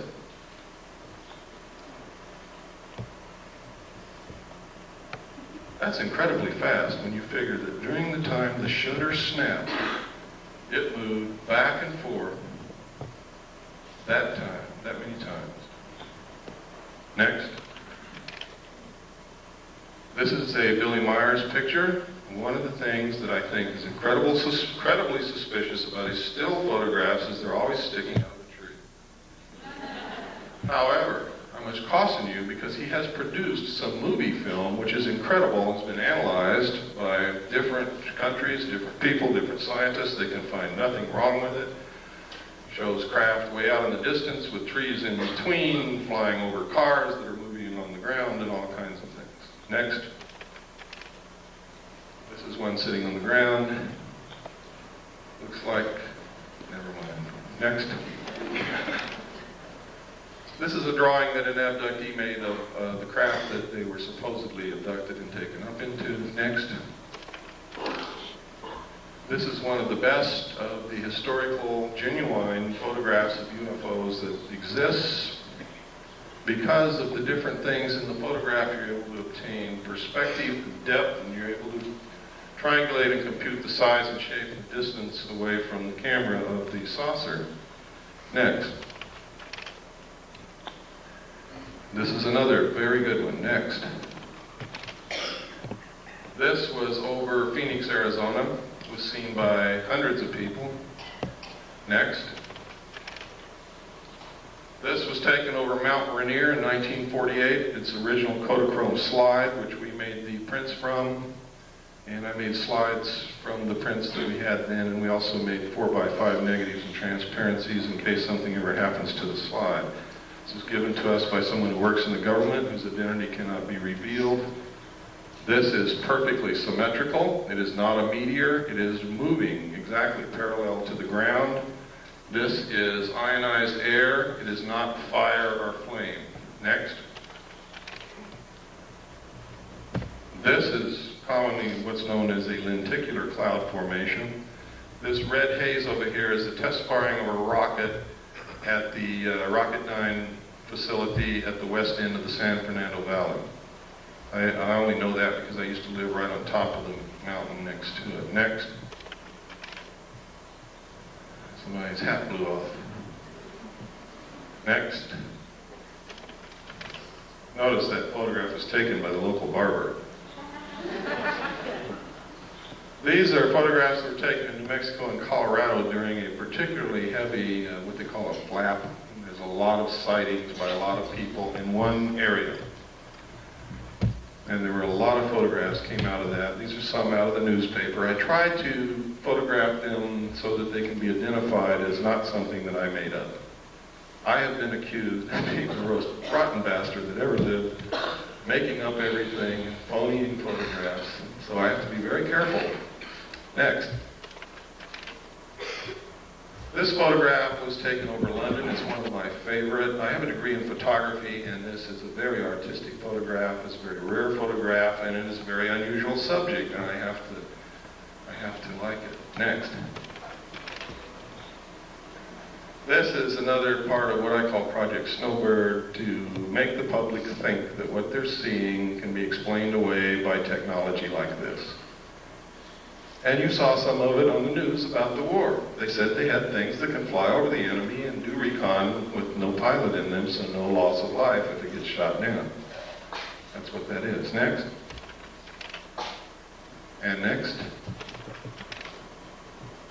And this is just about the Aurora spacecraft that they fly in Nevada. It's what they call a TAV, Trans-Atmospheric Vehicle, which literally takes off from Groom Lake, flies completely out of the atmosphere, can orbit the Earth, and I believe that it can do more than that, but that's where I'll leave it. Next. This is the first photograph that we had of the UFO over Mount Rainier taken in 1948. The man at first would not allow us to even touch the slide. So we took a camera and made a picture of the slide, blew up the slide, made a print, and made Polaroids from the print, and then we're photographing the Polaroid. That's how crazy we were getting, until finally he agreed to allow us to use the slide, and we were able to make the prints that we have and the transparencies and the 4x5 negatives to preserve that image. Next. We go through a lot of work to produce the material that we have, believe me. It costs a lot of money, it takes a lot of time, it takes a lot of searching, sometimes it takes begging and pleading and everything else. Next. And next. Next. This is what's called a cigar-shaped object. This appeared in Omni magazine, and this is a photograph taken, photographed of the photograph in Omni magazine. Next. Next. This is a classic UFO photograph. It's considered one of the best ever taken and is considered by every expert to be absolutely genuine. Next. This is the man who took Albert Einstein's place, Stephen Hawking's. How many of you read his book? Anybody here? I would suggest that you read it. Next. Another lenticular cloud formation. Is there really a cloud? Or could they possibly have the ability to generate what looks like a cloud around them? I don't have the answer to that question. Next. I read in documents when I was in naval intelligence that they do have the ability to generate clouds of what appears to be clouds around them. I guess water vapor. I have no idea in the world what those are except clouds. Next.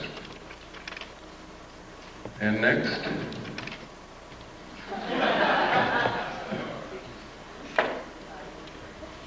Is this what they're trying to make us believe is happening?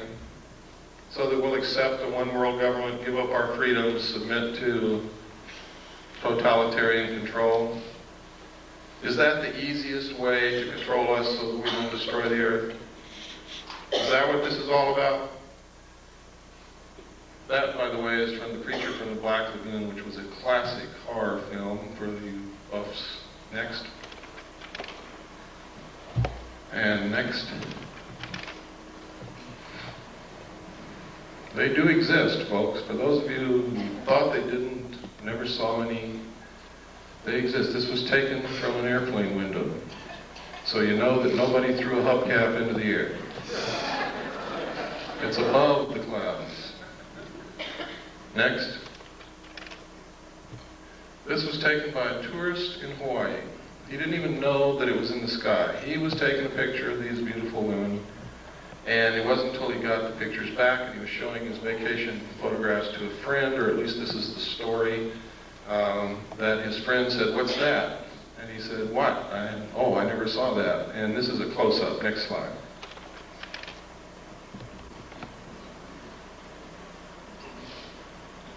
Incredible. Next. Now, they say this is a UFO. I spent a lot of time in Vietnam, and it sure looks like a flare to me. Next. Anybody know what this is? This is the Russian space shuttle. What's it look like? It looks like the U.S. space shuttle.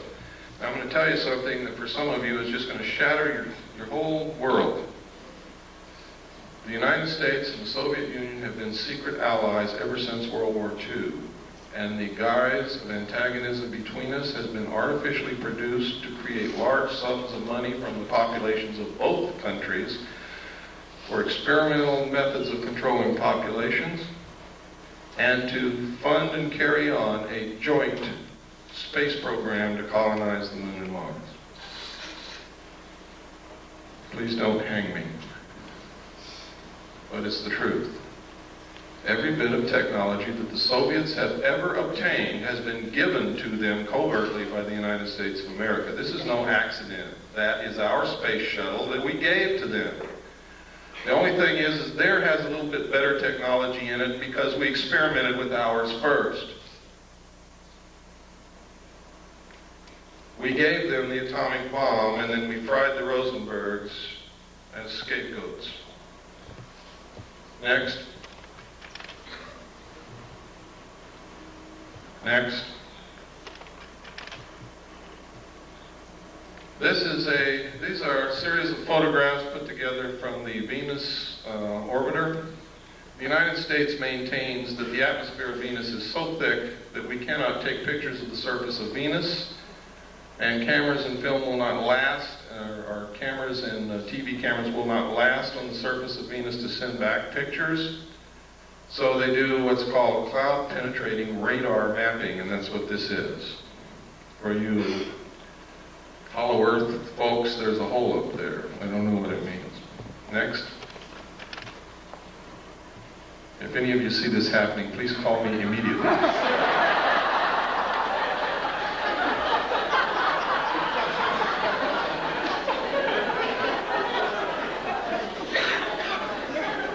Next.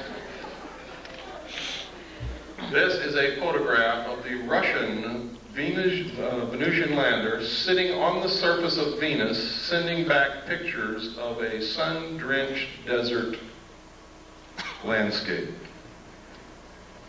Somebody's lying.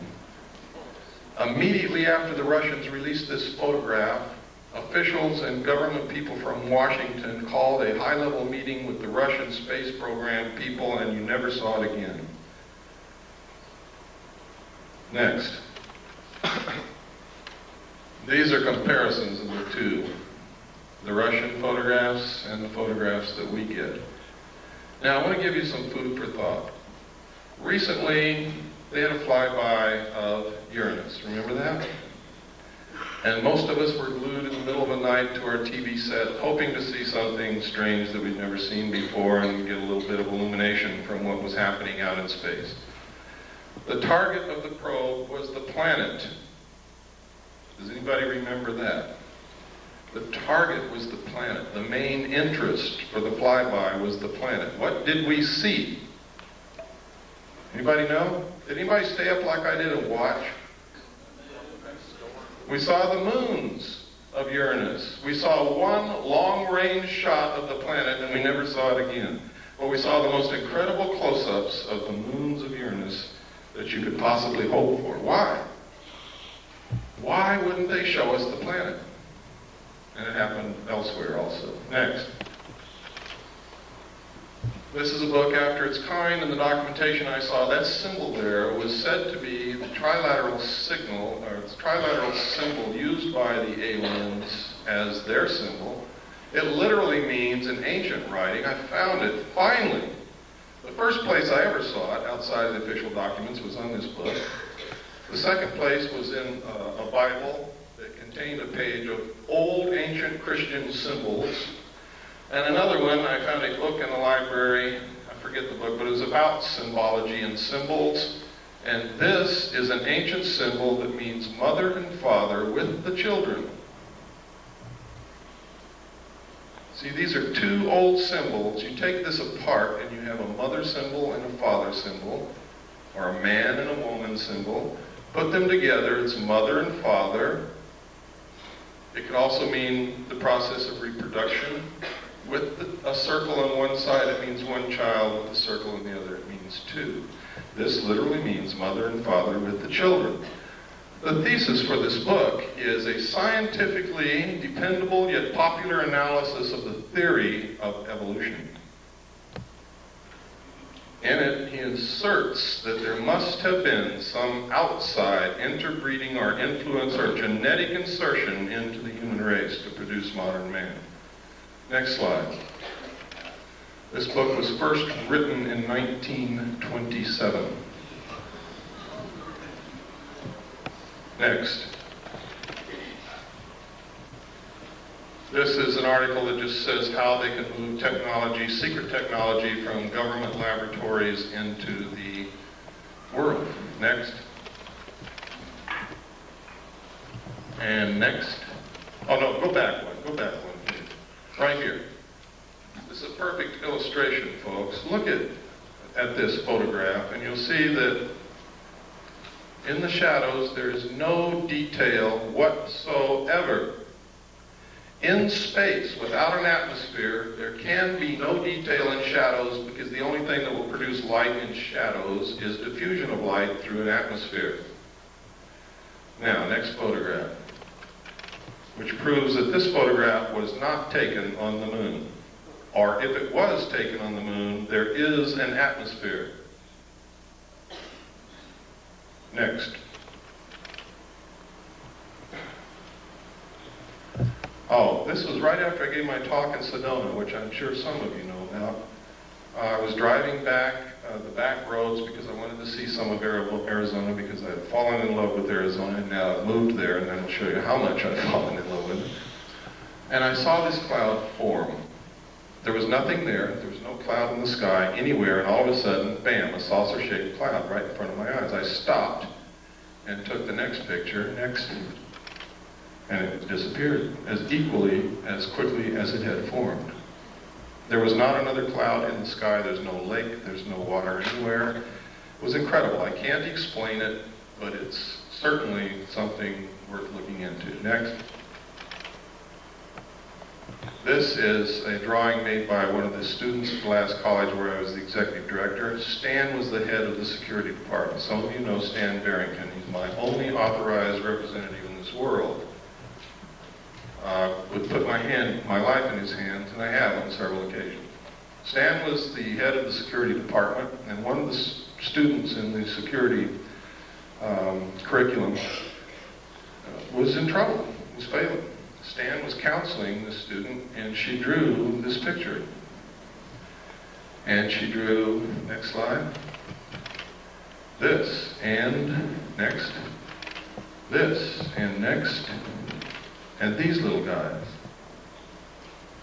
Now, she had no idea that I knew anything about UFOs or flying saucers. Nobody in the world did at that time. Stan didn't even know then, and I didn't even know then that Stan had guarded a flying saucer when he was in Delta Force in the Army. But Stan brought me these things, and he said, "You ever seen anything like this?" And I said, "I don't know, Stan, where'd you get it?" He told me, and we brought the girl into my office and set her down, and I began to try to find out why she was failing and where this stuff came from, and it turns out she had a year of missing time. A whole year out of her life she could not account for, and she couldn't concentrate on anything, and that's why she was failing. Next. This was drawn by Krista Tilton. Notice the similarity. My student had never seen Krista Tilton in her life, had never read a UFO book, didn't know anything about any of this. Next. Next. Next. This is Aviation Week in Space Technology, November 21st, 1988. Write that down because somebody's going to ask me. November 21st, 1988. You can find it in used bookstores and libraries. Next picture. In which this ad appeared, talking about technology so advanced it will help answer some big question, and on the facing page, what's there? This picture. On the side of the neck, there's hair growing. We did extensive analysis of this photograph. We rephotographed it, we relit it, we blew it up. We tracked down the photographer who would not tell us what it was he photographed. We asked originally to Amoco for the name of the artist who drew the picture. They said, "I'm sorry, we can't reveal the name of the photographer." We found the photographer. He would not tell us what he photographed, but he sent us an 8x10 copy from the original negative, and then we began to work on that as well as with the ones we had photographed out of the magazine. And this is what Amoco told us. They told us several different things. First, they told us that it was a 9-foot-tall bronze statue. Second, they told us it was a 12-foot-tall bronze statue. And third, they told us it was a 9-inch clay statue. When we pressed for more information and became literally obnoxious on the phone, not accepting what they were telling us and wanting to see the original artwork, they refused and hung up on us. So, whereas I cannot say definitely that this is a live alien, I can tell you one thing: it is not a bronze statue. I can also tell you it's not a clay statue. And hair don't grow on the necks of statues. Next. You can see the moisture in the eye, the incredibly small detail in the texture of the skin and whatever this is, and in the eye. Look at the lip. You ever kissed anything like that before? I know a guy that did in the back seat of a Chevy. Next.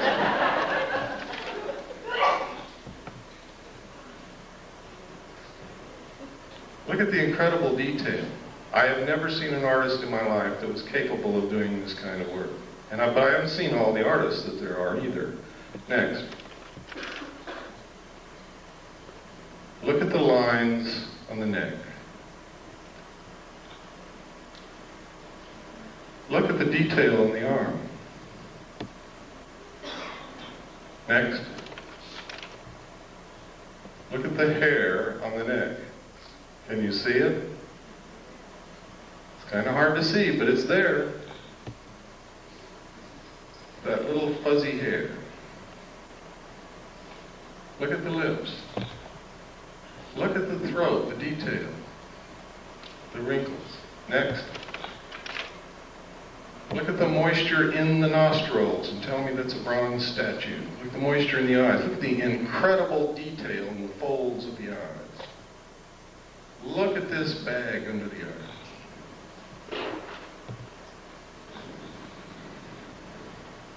Next. I think they're trying to tell us something. Next. Next. These are letters from England that was a big hoax. Next. It purports that a alien craft crashed in the Kalahari Desert of South Africa is perpetrated by one guy named James Van Grunen. It's a total hoax. Don't believe it. If you want proof, write to me. If you think you're going to waste your time pursuing this, I'll give you the proof. Next. Next. Next. Next. Next. Next. Next. Next. Just keep on going right on through.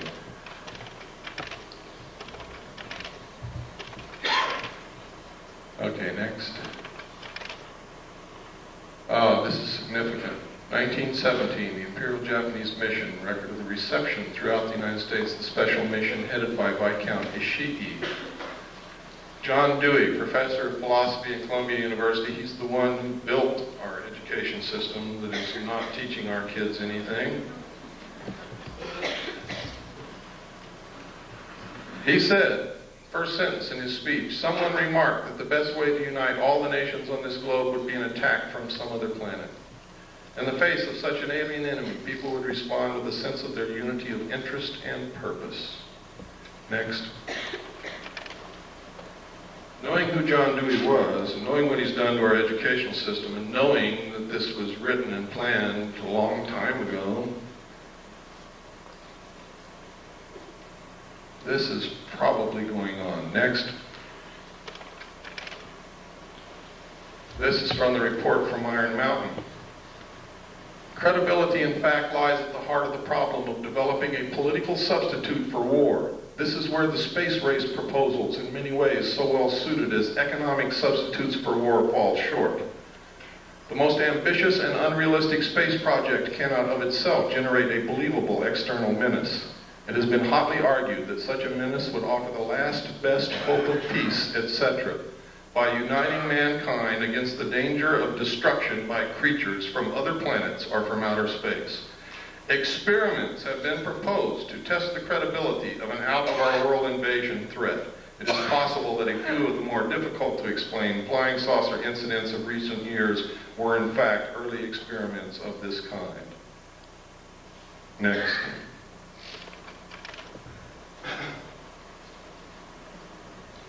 By guys like this. Next. Or this. You might know who this is? It's John Lilly.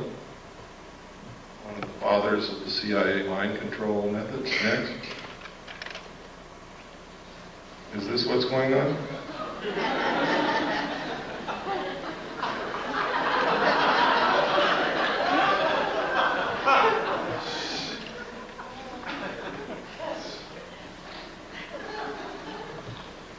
Next. Silent Weapons for Quiet Wars is the first chapter in my book. Once you read that, you will have a complete understanding of what's happening in one very important area. And you will get an understanding of what the elite think of us, the common man, the mass of ordinary, everyday people, which is what most of us really are. We're all special in our own way, but we are a part of the masses of people. They believe that we are cattle, that we do not use our intellect, that we are easily manipulated, that we will not solve the problems of the world because we are greedy scumbags. And because of that, we are nothing but stakes on the table for those who will use their intellect. And until we change that, they're going to treat us like cattle. And I've got to tell you right now, on a daily basis, we prove them right. Next.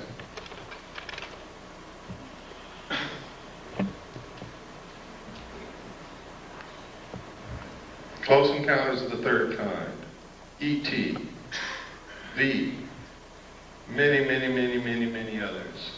Many movies. We've been bombarded with alien movies, alien commercials, an alien spaceship landing at the end of the 1984 Olympics to reinforce in our consciousness the creation of an alien threat that does not exist, or to wake us up to an alien presence that has been here for many years.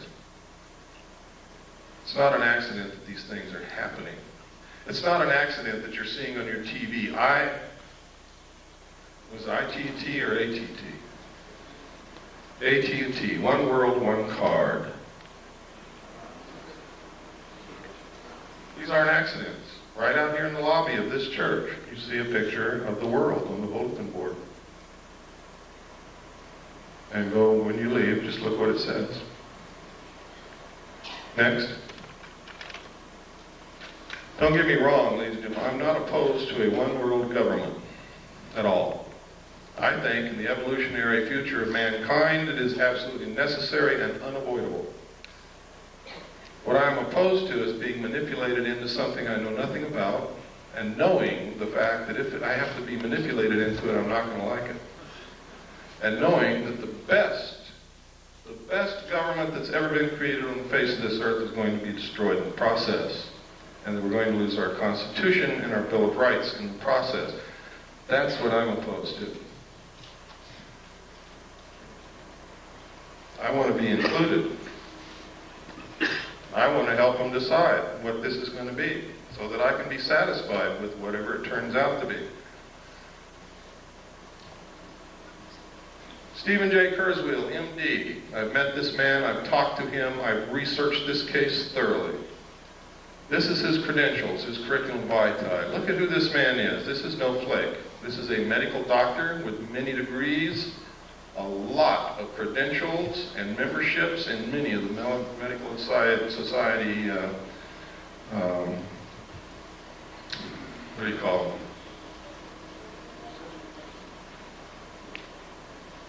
Associations, I guess. He's also Phi Beta Kappa and an Alpha Omega Alpha Honor Medical Society. This guy has the credentials that most people would drool for. What happened to him? I'm going to show you his testimony here in a couple of minutes. What happened to him, he was approached by someone named Joan Thompson at a not at a UFO meeting, to attend a UFO meeting. He said he really wasn't interested, but went because she was a pretty woman, and he wanted to meet her. He went with her. It was like a date. He said what he learned there astounded him. He never heard of any of that stuff. But he also met somebody named Bud Hopkins. Joan Thompson told him that she was an agent of the Central Intelligence Agency, and Bud Hopkins identified himself as also being an agent of the Central Intelligence Agency and recruited this doctor to help them work with abductees. and report information to the Central Intelligence Agency.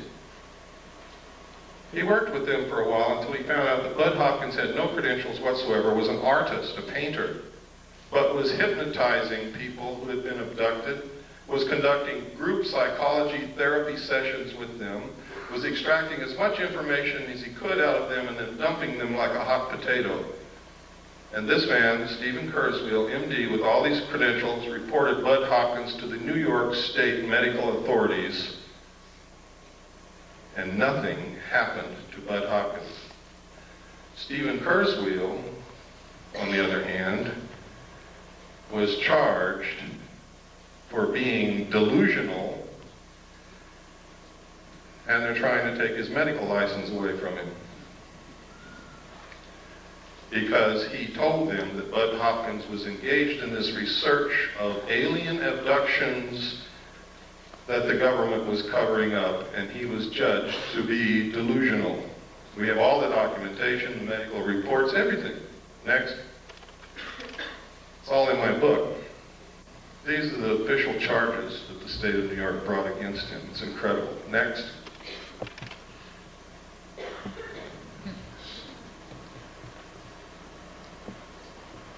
Schizoid personality disorder. Grandiose and paranoid type. Next. This is his testimony, sworn under penalty of perjury, signed and notarized. It's in my book. It proves the assertion that I've been saying all along, that most of the people that you ever see on the stage of a UFO symposium are working for the government. When they have a show on TV like UFO Cover-Up Live, which William Moore participates in, who is an admitted government agent, with all the others, and then they give a phone number at the end for you to call in and tell if you've ever had an abduction experience, and you go to your phone and call the CIA and tell them that you have had one.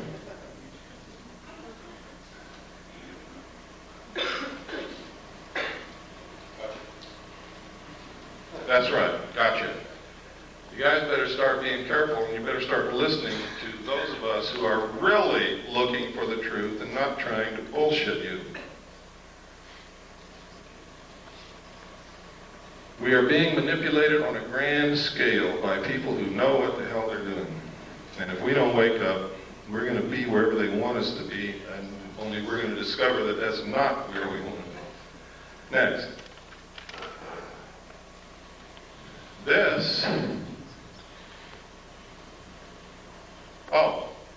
In my original paper, The Secret Government, which I published May the 23rd, 1989, I said that there had been a military coup in the United States. I documented in my book. 3 other people have confirmed that they saw the same message that I did, and that message was, before Nixon resigned. Nixon was not going to resign. He didn't think that they could impeach him. And I don't know whether he could or not. Nobody will ever know because no trial occurred.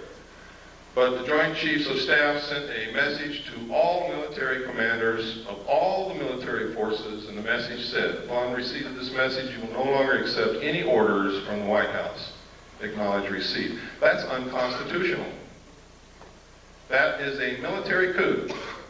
Nixon was forced to resign because they yanked the military out from under him. They cut off his communications to his commands because those communication centers are under control of the military. In my book, it's documented. You no longer have to take my word for it. Nobody believed me when I published that at first. But now 3 other people have come forward and stated that they saw exactly the same message that I saw. And that's in my book. Their names, everything. Their statements, sworn statements. This is the sworn statement of David Race. It is notarized on the original. You can see the notary seal, which didn't photograph very well. Next. He also named 4 other witnesses that saw it with him. Richard Doty. This is extremely interesting. Richard Doty. Richard Doty was the agent in shadow called Falcon on UFO Cover-Up Live.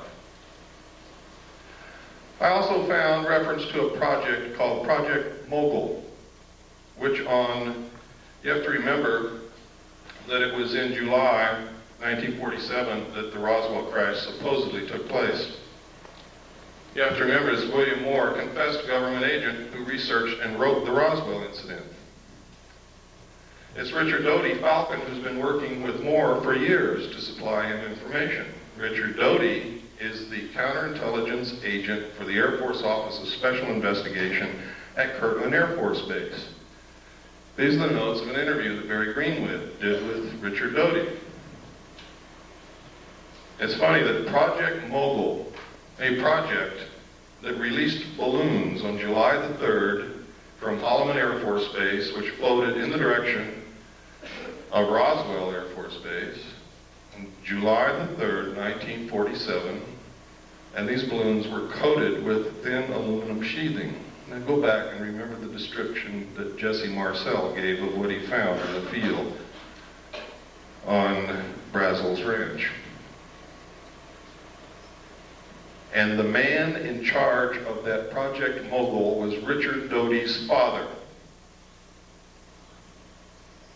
That's significant. We are now in the process of getting documentation through the Freedom of Information Act to prove this. Next.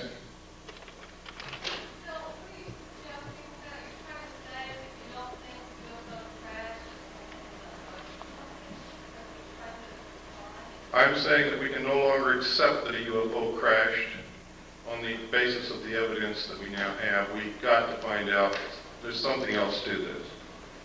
We have a Project Mogul that released balloons on July the 3rd near Roswell, New Mexico. It's coated with thin sheeted aluminum.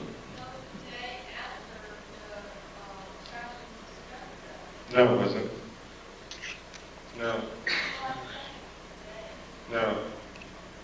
They also released balloons from Project Mogul also in June, on several dates in June of 1947.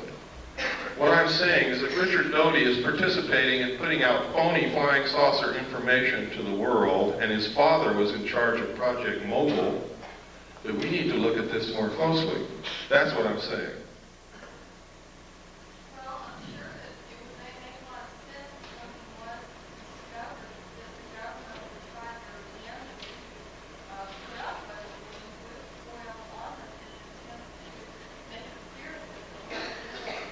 You don't understand.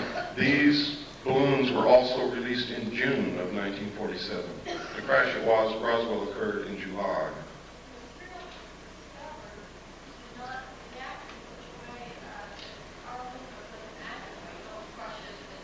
Well, you have to also understand that you're taking the word, you have no evidence, you're taking the word of an intelligence officer who may be participating in creating something for you to believe that doesn't exist.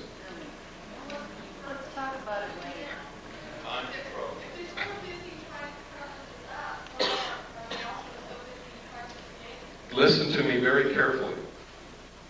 One of the best ways to bring about a one-world government and get you to accept the destruction of your Constitution and the loss of the sovereignty of this nation is to create an artificial alien threat from outer space so that all humanity will give up whatever they have to and band together to face this threat. That's not what I'm saying. I'm saying I'm presenting evidence to you that should make you want to do some more investigating before you believe anything. And I specifically stated at the beginning of this lecture, I don't want you to believe anything that I say or anything that I show you, but I want to create enough curiosity and maybe anger and maybe a lot of other things in you that you help me start looking for the truth. That's what I'm about. Earlier, you said that you would explain the fact the government's billions of dollars on stealth aircraft and other conventional aircraft with this technology that we have. Why are they so ignorant of the fact that we have this kind of technology, if that be the case? I've already explained it to you, sir. Some people can't, and I know it's hard to put all this together. You saw that there's a population problem. The technology that they're hiding from us would make us live longer, would give us better lives, would give us a source of possibly free energy or next to free energy. would probably give us methods in which to kill most, if not all, illnesses and diseases. And their goal is to cut back the population. They're not suppressing cancer cures so doctors can get rich.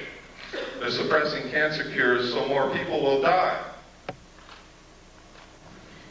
So that they don't have to come out and say, you and you and you up against the wall, it's your day to get killed. They make it appear to be natural, or as natural as they possibly can. That's why.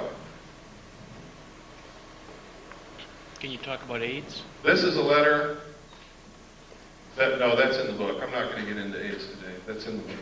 This is a letter that was written to the White House to Mr. Fitzwater, who was Reagan's press guy. And what he wanted to know is who wrote the paragraphs about aliens that Bush inserted into the end of 6 speeches that he gave during his administration. Most people don't even remember that he said those things, but he did. Next slide. What Marvin Fitzwater wrote back was that the president himself inserted those paragraphs. They were not put in there by the speechwriters. One of the speeches was to Boston High School students and faculty. Next.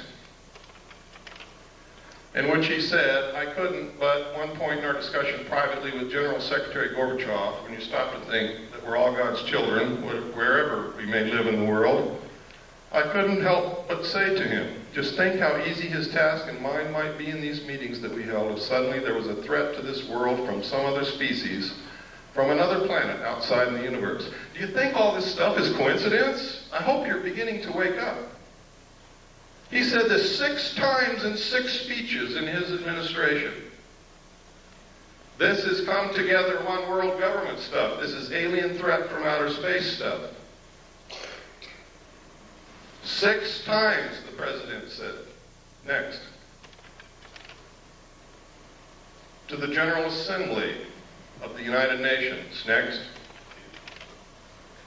In our obsession with antagonisms of the moment, we often forget how much unites all the members of humanity. Perhaps we need some outside universal threat to make us recognize this common bond.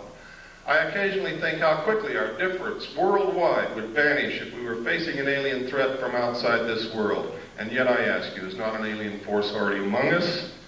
What could be more alien to the universal aspirations of our peoples than war and the threat of war? What would a one world government do? Abolish war. What is the threat that will bring it about? An alien threat from outer space. Please wake up. Next.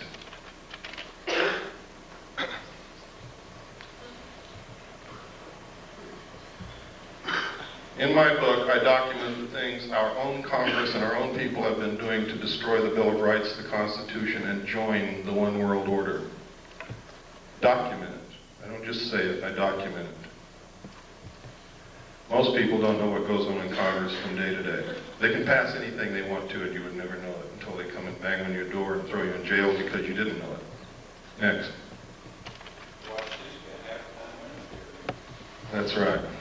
But they're not there because they know that most people aren't watching and don't give a damn. The backbone of hidden government. This is documented in my book, NSDDs, National Security Decision Directives, National Security Memos, the fact that they write memos and write law outside of Congress and the executive branch, and most of it is signed by auto pen. The president never sees it. Next. And next. And next. And these are some of the things that they've done. There's no time to go into it. Next. Next. This is the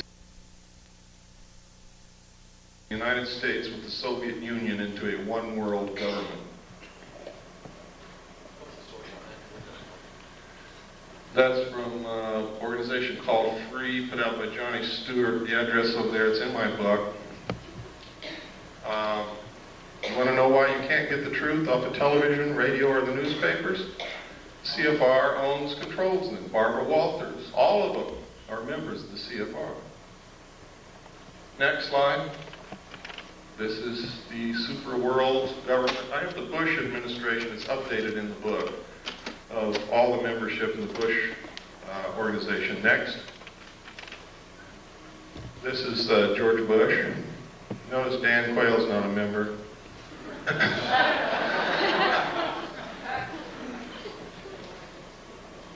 Now this is serious. Their goal is a one world order, one world government, the destruction of the sovereignty of the United States and the merger of the United States and the Soviet Union. Why do you think our generals and admirals have been going back and forth to the Soviet Union and theirs have been coming back and forth over here? They're getting ready to do it. Why do you think the Soviet Union began giving some more freedom to their peoples? The people didn't bring that about. It was given from the top down because it's time to solidify the New World Order when the European states come together. Why do you think that there are so many attacks upon our Bill of Rights right now? Because we all have to be on an equal level. We can't have all these freedoms if the rest of the world doesn't. How does Israel fit into this world pattern? I don't know what you mean by how they fit. There's certainly a thorn in everybody's sides, but not because they're Jewish, but because they will not settle the Palestinian question. There'll never be peace in the Middle East until they do.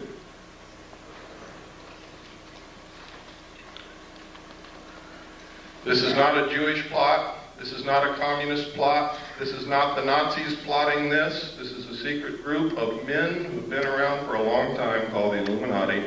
They are made up of all different religions, all different political viewpoints. They believe in reason. They believe in solving problems. They believe in controlling the populace if the populace won't control themselves. What's wrong with this? What's wrong with it? Do you like being a free person? I'm being serious. Who's the person who asked that question? Where at? I'm saying we don't know what goes on in our government nowadays. Whose fault is that? I'm not trying to pick on you. I'm trying to get at an answer. Really, I'm not picking on you. But I have to... I don't know, I'm just questioning. Okay. The reason that this is happening is because we've all abdicated our roles as responsible citizens in this country. We bought a business. Here's what we did. We bought a business. We hired everybody that's going to work in this business. We stocked the shelves with merchandise, and we went on a permanent vacation. What do you think is going to be left of our business in 20 years when we come back?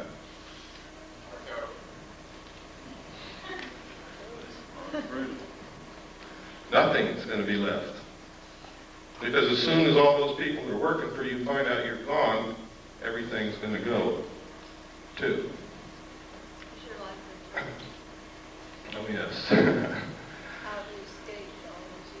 Well, let me get through this because I've got a time limit and I've got to get through all this information. It's important that you know it. The United States was set up so that each individual citizen is a sovereign king.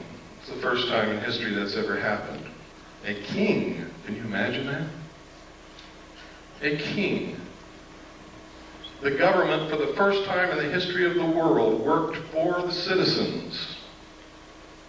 We sent representatives to represent our will in our state government and in our federal government.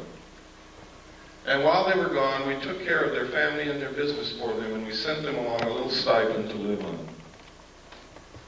And they really represented us up until a certain point in time when all of a sudden somebody created professional politicians. And we quit watching what they are doing.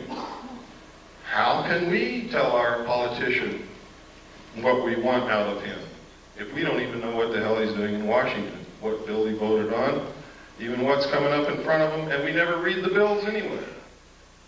H.R. 5210 was introduced as the omnibus drug bill of 1988 to help get drugs off the streets, and everybody said, yeah, support it.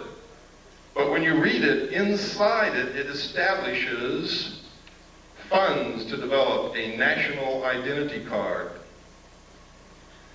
It establishes military installations as mental treatment centers.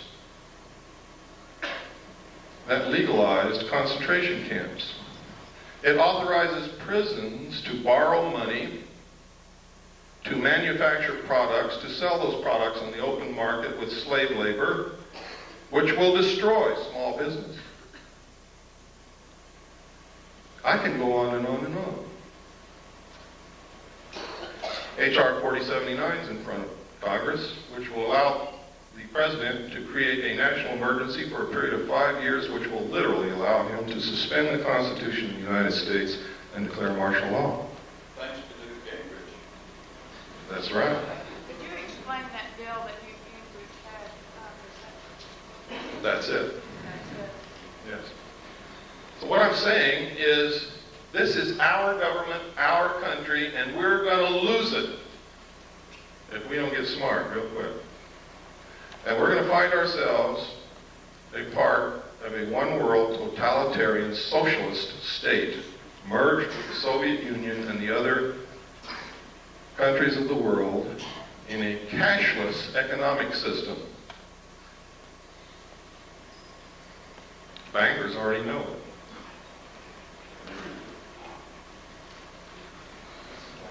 That's my message to you. My message is to you that all of this extraterrestrial stuff may be phony. I may have been used. They may have passed me all this kind of stuff, and for years I believed it was real, and now I have doubts, real doubts. Now I'm telling you, I don't know if extraterrestrials are real or not, but there's no doubt in the world that the technology is real. And I've shown you documentation after documentation after documentation. And there's more in my book, much more. So much, in fact, that that book is probably going to cause me a hell of a lot of trouble, but it's worth it if we can save our country. Next slide. There's the membership in the media.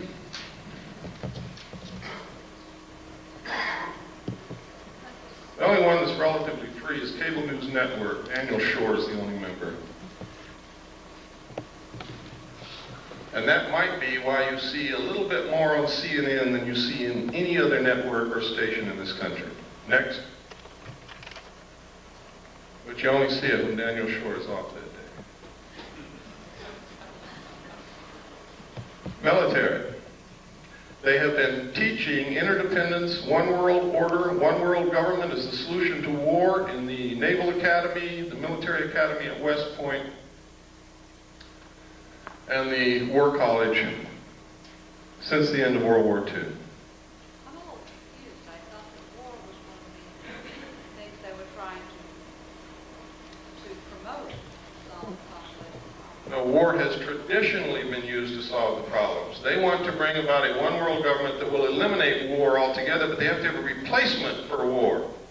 The replacement would be a tremendously wasteful space program to repel an enemy from outer space that may or may not exist. What we got to do is find out what the truth is. How would that reduce the population?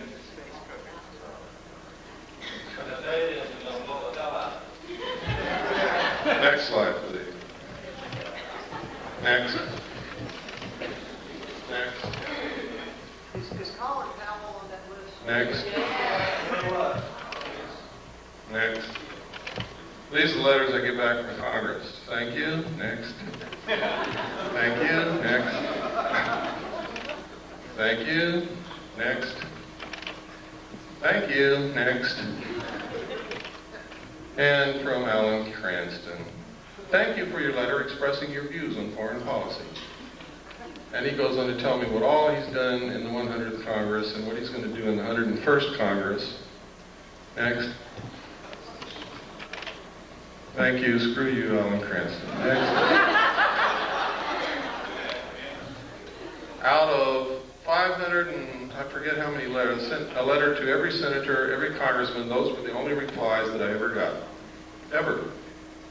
I sent one to the president. I sent one to the vice president. I sent one to the attorney general and each of the Supreme Court justices. I never received replies from any of them. This is one reason why I never received replies from congressmen. This is a person who is a staff member of a congressman of Capitol Hill. She's actually the office manager. She says she sympathizes with everything that I sent, but the reason that the congressman isn't going to answer my letter, my inquiries, is that she threw it all in the trash can. Next. This is George Bush and the secret team.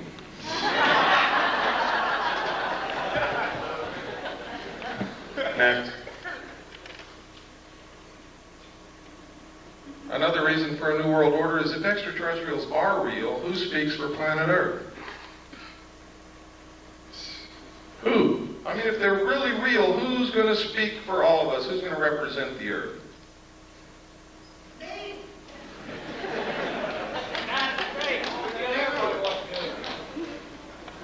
Next.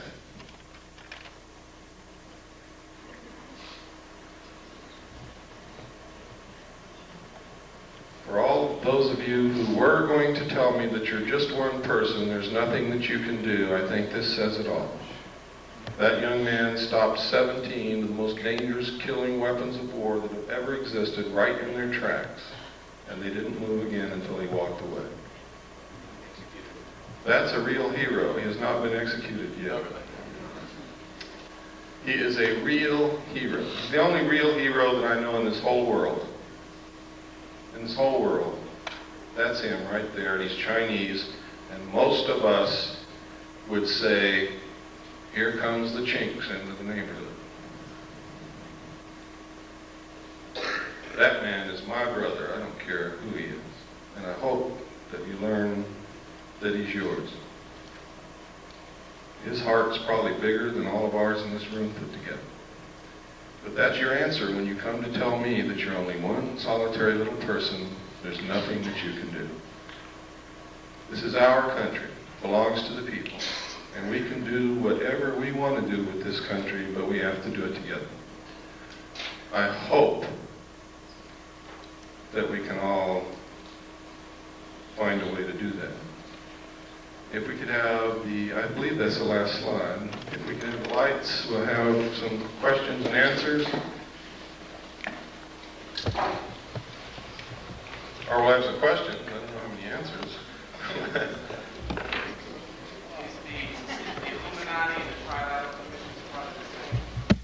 Pardon?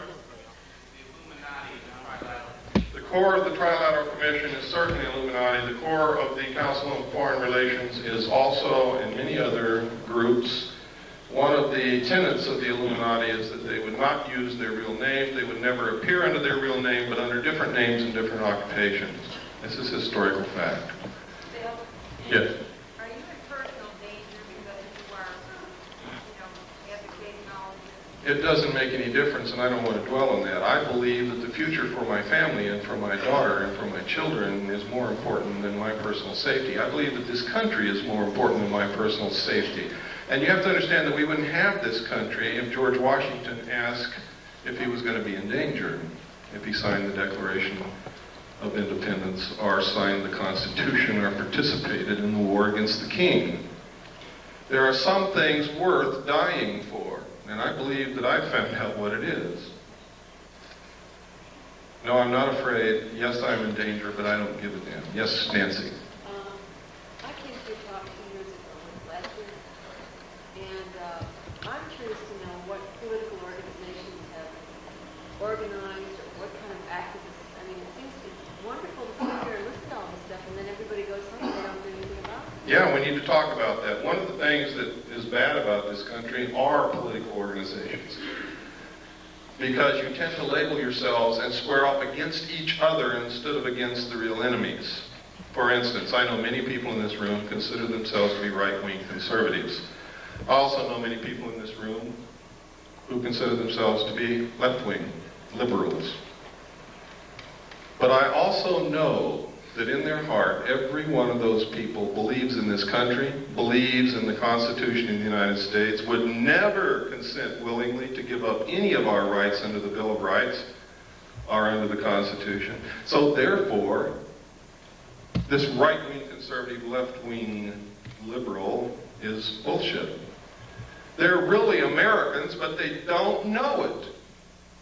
They don't realize that they're just really Americans. Why label yourself something other than that? I'm an American, I'm a constitutionalist because that's what this country represents. The Constitution is this country. Destroy it and this country ceases to exist instantly. Therefore, I have no other political viewpoints, period. None other whatsoever. If it's allowed in the Constitution, I'm for it. If it's not, I'm against it, period. That's my political viewpoint. I would hope that it would be yours, because any other viewpoint is anti-American, anti-constitutional, anti-United States. I hope that if you think you're a right-wing conservative, that you'll stop doing that. I hope that if you think you're a left-wing liberal, I hope that you will stop doing that. I hope that you will become an American again, because that's what we all started out as, Americans, and all of a sudden we became something else. I'm black, Whitey's out to get me. I don't want them blacks in my neighborhood, they're scumbags. They're Americans, folks. Pardon? I just did. No, I asked you specifically what has been done by the people who are interested in the project. Have the senators, been contacted on that? The only thing that you can do is throw the people in Congress out. People, we've been telling you this over and over and over again for years. Somebody's not listening.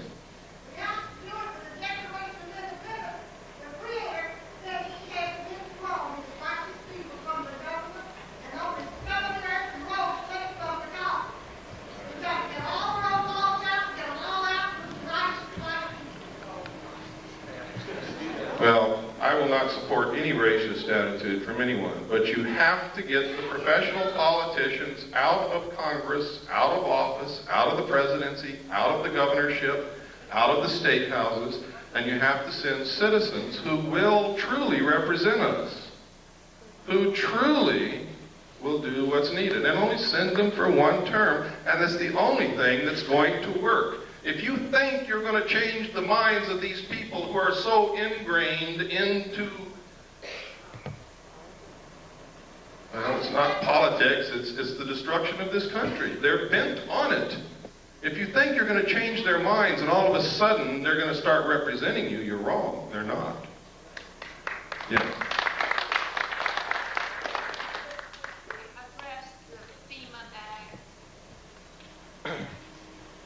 I don't think I have time to go into it. The problem with the things that I talk about is there's never enough time to really talk about it. And I know that some of you are sitting there and you have questions and you want answers, and I can tell you that the answers are out there. Part of what needs to be done is you have to quit relying on people like me and others and help us. You have to become one of us who search and dig and educate. If all of you could go out of here and educate 10 people, each one of you, and then they could go educate 10 people, and it doesn't have to be in one day. You could take 6 months to educate those 10 people, and they could take 6 months to educate 10 people in a very short period of time. Everybody in this country would understand what our real problems are. The real problems are we're not paying attention. We're not running this country. We don't know what the problems are. We don't know what's going on. We've left our business and gone on vacation. We are fighting amongst each other while the real enemy is destroying the country.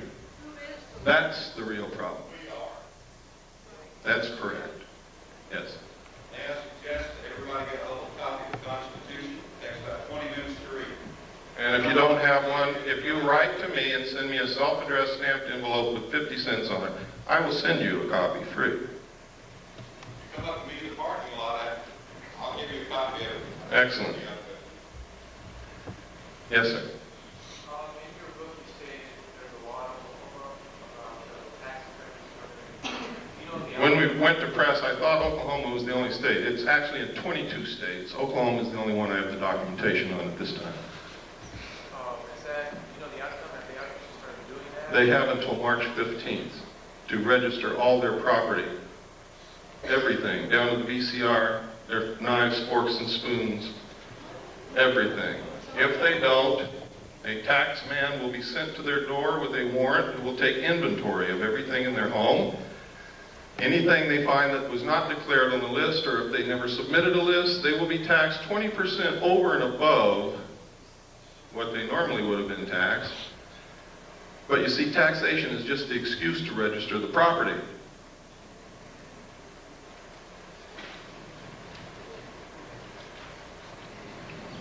For those of you who want to order a copy of my book, I'm not a salesman. I didn't bring books with me. I never do that. I don't bring tapes with me, but we have them. Part of what I want you to do is get active. To get active, I'm not going to bring you the books or the tapes. If you want them, the order form is outside on the table. Pick one up, write to us. We'll send you a packet of information. If you order the book, send for the book, we'll send you the book. We'll do whatever we can to help you. Yes?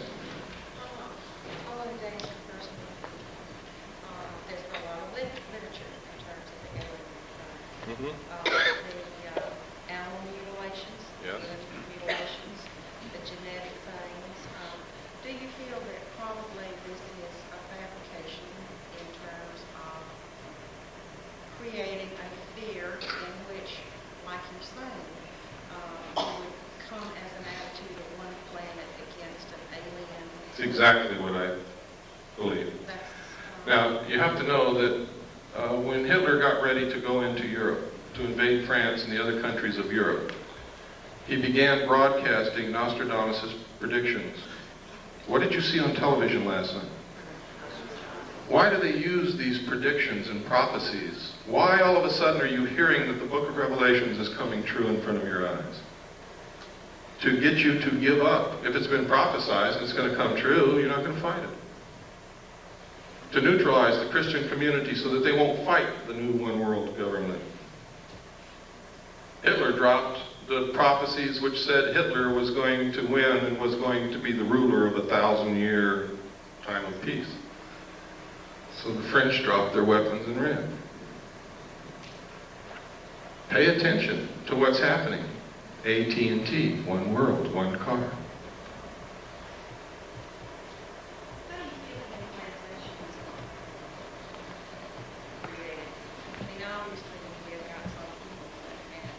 Ma'am, if I really don't have the answer to that question. The abductees say that it's alien extraterrestrial beings. You start doing research and you find out that the intelligence community has done so much work into mind control and implantation and being able to control individual human beings with this technology that you begin to wonder if it's really aliens or if it's really us. And then you look in the UFO community and you find out most of these people are connected directly to the intelligence community, are active agents that have been caught or have confessed. And you have to wonder what in the hell's going on. Which ones are Pardon? Which ones are a list of I can tell you that Richard Doty is, John Lear is, Bob Lazar is. You've seen evidence that Bud Hopkins is. I can tell you Whitley Strieber is, because there's no other place he could have gotten the information that he wrote in his book, Majestic, except from the same top secret documents that I saw, only he's never been in a position with a clearance to see them. He's an author. I could go on and on. Yes, sir. What about personal property? If this new war, world order will go like you suggested tonight, what about personal property, like land, home? Private property will be abolished. You will use what the state gives you. Remember I said totalitarian socialist state. In a socialist government, everything belongs to the state. Will there be any places in the world that will have that kind of situation? The question was, will there be any place in the world where they won't have that situation? Let me say this again, as George Bush. Read my lips. New world order. New world order. There's places you could go and probably escape for a time because it's not number one on their agenda, but they're going to get there sooner or later, believe me. What about changing the bank? That's coming. I foresee a cashless system where you use a card or a laser tattoo on your hand And I'm not trying to connect this with any religious prophecy. This is what I know is coming. This is what they have planned. I've talked to bankers who already know this is coming, and they're prepared for it. They're already withdrawing $100 bills from circulation now. Next will be $50 bills. They're doing it now.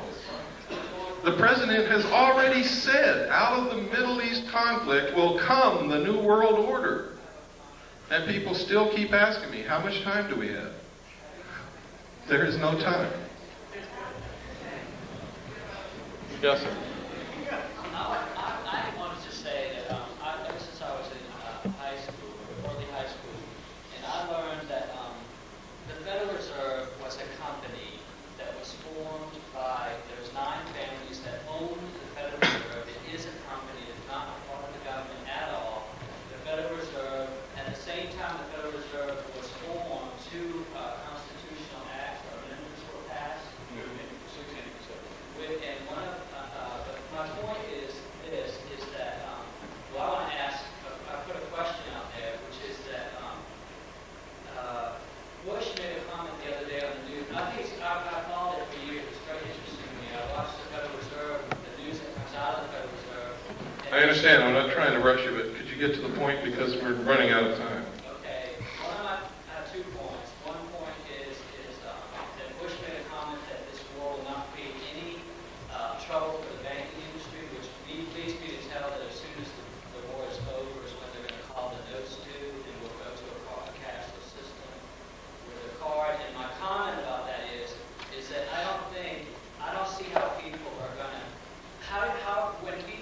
when you go to somebody and say, okay, give me your money and here's your card, this is where you are today, you're negative $500 or you're plus 2,000, whatever. The people are so attached to their monetary value in life that I find it really difficult to see American people to battle that. In other words, that in lieu of, oh, give me the card, let me be able to sell my future and give me this card, and it's okay if I can't have a card right now.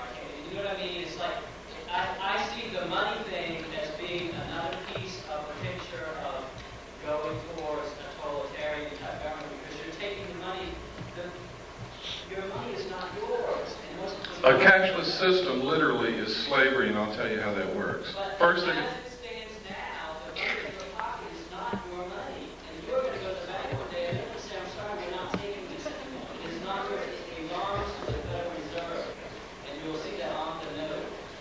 the Federal Reserve notes in your pocket are actually instruments of debt. And one way that they're going to get your property away from you is you can't pay for something with a debt. So you don't own what you think you own right now anyway, legally, under the Constitution.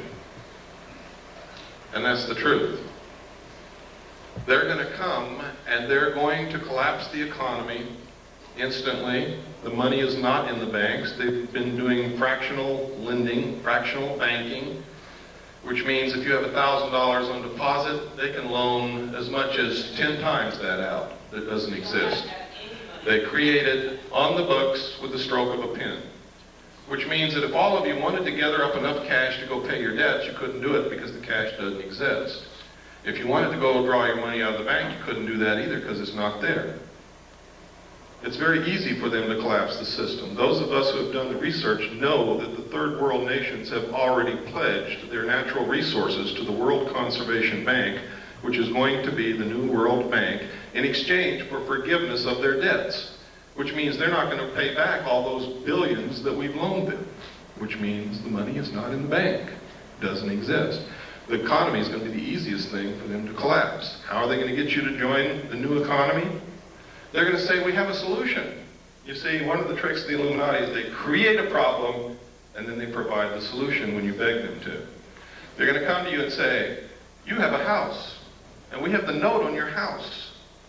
If you'll accept our new economic system, we'll refinance your house and let you keep it. You also have a car. We'll do the same with your car and your furniture and your kids, because you probably owe the hospital. Okay? See, when I was a kid, it was a disgrace to be in debt. Nobody was in debt. There was no such thing as credit cards, and if you even mentioned debt, People got angry with you. Now, in just my lifetime, and I'm 47 years old, they've changed all that to where everybody is in debt, and it's accepted, and if you're not in debt, you can't get a hotel room because if you don't have a credit card, they won't let you in. And that's the truth, and that's how they're going to do it. And you're going to say, well, I want to keep my house, I want to keep my car, and I want to keep my kids, so I'll join. And they say, fine. For every dollar you used to have, we're going to give you 10 cents, and we'll start all over. They're going to devalue the money at the same time and eliminate the middle class. And there will be two classes of people, the rulers and the rest of us. This has all been public knowledge for years, but people have ignored it, and they've called anybody who tried to educate them a conspiracy nut, an idiot. But you can see it coming through true right in front of your eyes now today. Every day you can see this happening. You can no longer call these people conspiracy nuts. I didn't believe it either until I started looking into it, and by God, they're right. Yes, sir. Yes, I just want to share with everyone something I had read in a current Laser magazine, and under development, there is a barcode scanner that will not be able to be seen with the human eye, but will be seen with infrared technology. So that you could have a barcode scanner on yourself and no one. That's right. It's an invisible tattoo, but it can be scanned. I'd like to say also that the reason I left California, took my family and left, I went to vote in the last election, and I saw on the voter registration form, next to my name, the Universal Product Code. I packed up my family and I left California. I now know, and I just left California, I was just speaking in Pasadena, I have seen them, it's true. The driver's license in California now have the Universal Product Code on the driver's license. It's not far off. The UPC, yeah. The barcode, for those of you who don't know what Universal Product Code is. Yes? It's been used in over 700 cities in Europe for over 7 years now, where they inject plastic under the skin in the right hand or the forehead. It's going to be the new world. It's going to be your accountant. It's not going to be any more cash. There will not be any more swap meets. There won't be any selling your mattress to your neighbor when you buy a new one. Everything will be registered. They're already starting it in Oklahoma and 21 other states. You will register all your property. If they come to your home and something's missing, you're a criminal. There will be no black market. You will not be able to work. You will not be able to buy. You will not be able to sell. You will not be able to get medical care. You will not be able to do anything except with your number through the computer. This is the truth, folks. I'm not making this up. If you have a banker that knows you well enough to be honest with you, he will tell you this. I don't know, man. I don't know. But I do know that Star Wars is not what they're telling you it's for. Star Wars is the satellite computer link-up between the nations to make the one world banking and economy system work. And it's paid for by American tax dollars. If they want to imprison you in a 2-square block area, all they have to do is zero out your computer account outside that area. And you won't be able to live if you walk off your 2-block square area. If they don't want you to leave your city, they can do the same thing. Your card will only be good in your city. Yes? Is it possible that they have developed this kind of system that is very similar to what's talked in the Bible as a psychological effect to get people to sort of... Of course.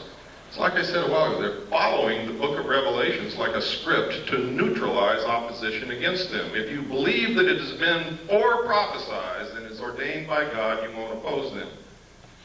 I'm a Christian, and I'm not buying it. I'm going to oppose them. And I don't think that God or Jesus Christ would be very pleased with me if I didn't, even if it was God bringing it to pass. Because they're not going to like it. Let me take 3 more questions, and then unfortunately we're over time. I'd like to stay and talk to you more, but we really can't. I have a brief question. Okay, and your hand has been up for a long time. I'm sorry. Go ahead. I really came here for some answers, and this is the one question I really would like to know because you've been going through such a learning experience through your research. When you saw that large ship come out of the ocean spread, it came up. This day, do you personally think that came from outer space of this Earth? Personally, I don't think it was built on this Earth, knowing what I know about the state of aircraft technology and about submarines. But what I think doesn't make a bit of difference. It's what I can prove that counts. And I can't prove that there's anybody here from outer space, although there's a lot of evidence to support it. What I can prove is that there's a lot of manipulation to put us in a one-world government and destroy this nation and enslave all of us in a cashless economic system. That I can prove. And that's what we better be looking at. Yes, sir. You seem to think a lot of people earlier that seem to be involved in MUFON and some of the other organizations. Every time that people in India, they all seem to be ex-military people that seem to have an incredible amount of insight. Is it basically just staff military people that are just here to tell you whatever you want to hear? I don't know. I know that MUFON is not doing what they claim to do. I know that evidence has disappeared when it's been sent to MUFON. I know that physical evidence of UFOs is one of the hardest things in the world to collect, and when they collected a liquid that dripped from a saucer in Gulf Breeze, Florida, and sent it to MUFON, it disappeared. That's what I know about MUFON. I know that if aliens are really here, and the government wants to keep it a secret, all the publications dealing with the information and all the organizations investigating this would be infiltrated and controlled by the government to suppress the information. I know that if aliens are not real and the government is perpetrating this hoax, then they're doing it through those organizations and publications and through people like me that innocently was passed documents through my hands and tried to come out and talk about it.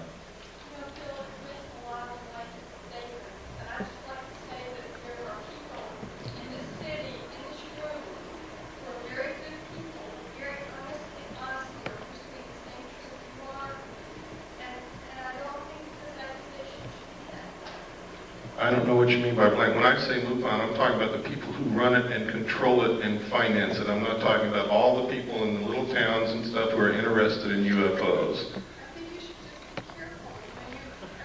It's too late to be careful. I'm fighting a war and I need people on my side. And damn it, if somebody's on the battlefield in front of me, I'm going to run right over them. I am sorry, but that is exactly what I'm going to do.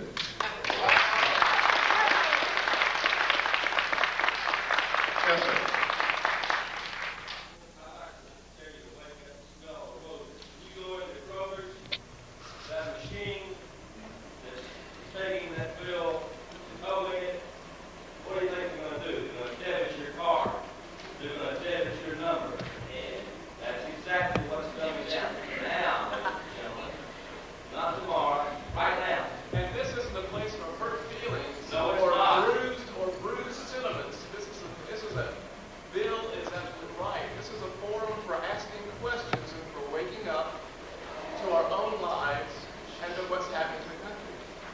I also know that not everybody's going to agree with me, and I don't expect you to, nor do I want you to.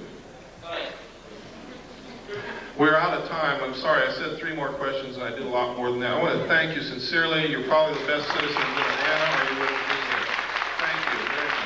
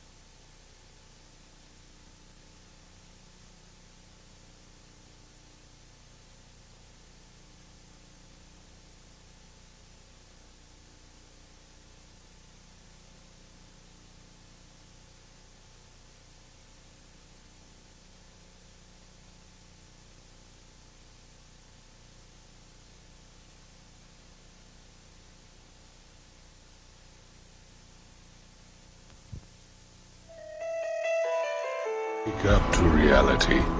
Nothing ever goes as planned in this accursed world. The longer you live, the more you will realize that the only things that truly exist in this reality are merely pain, suffering, and futility. Listen.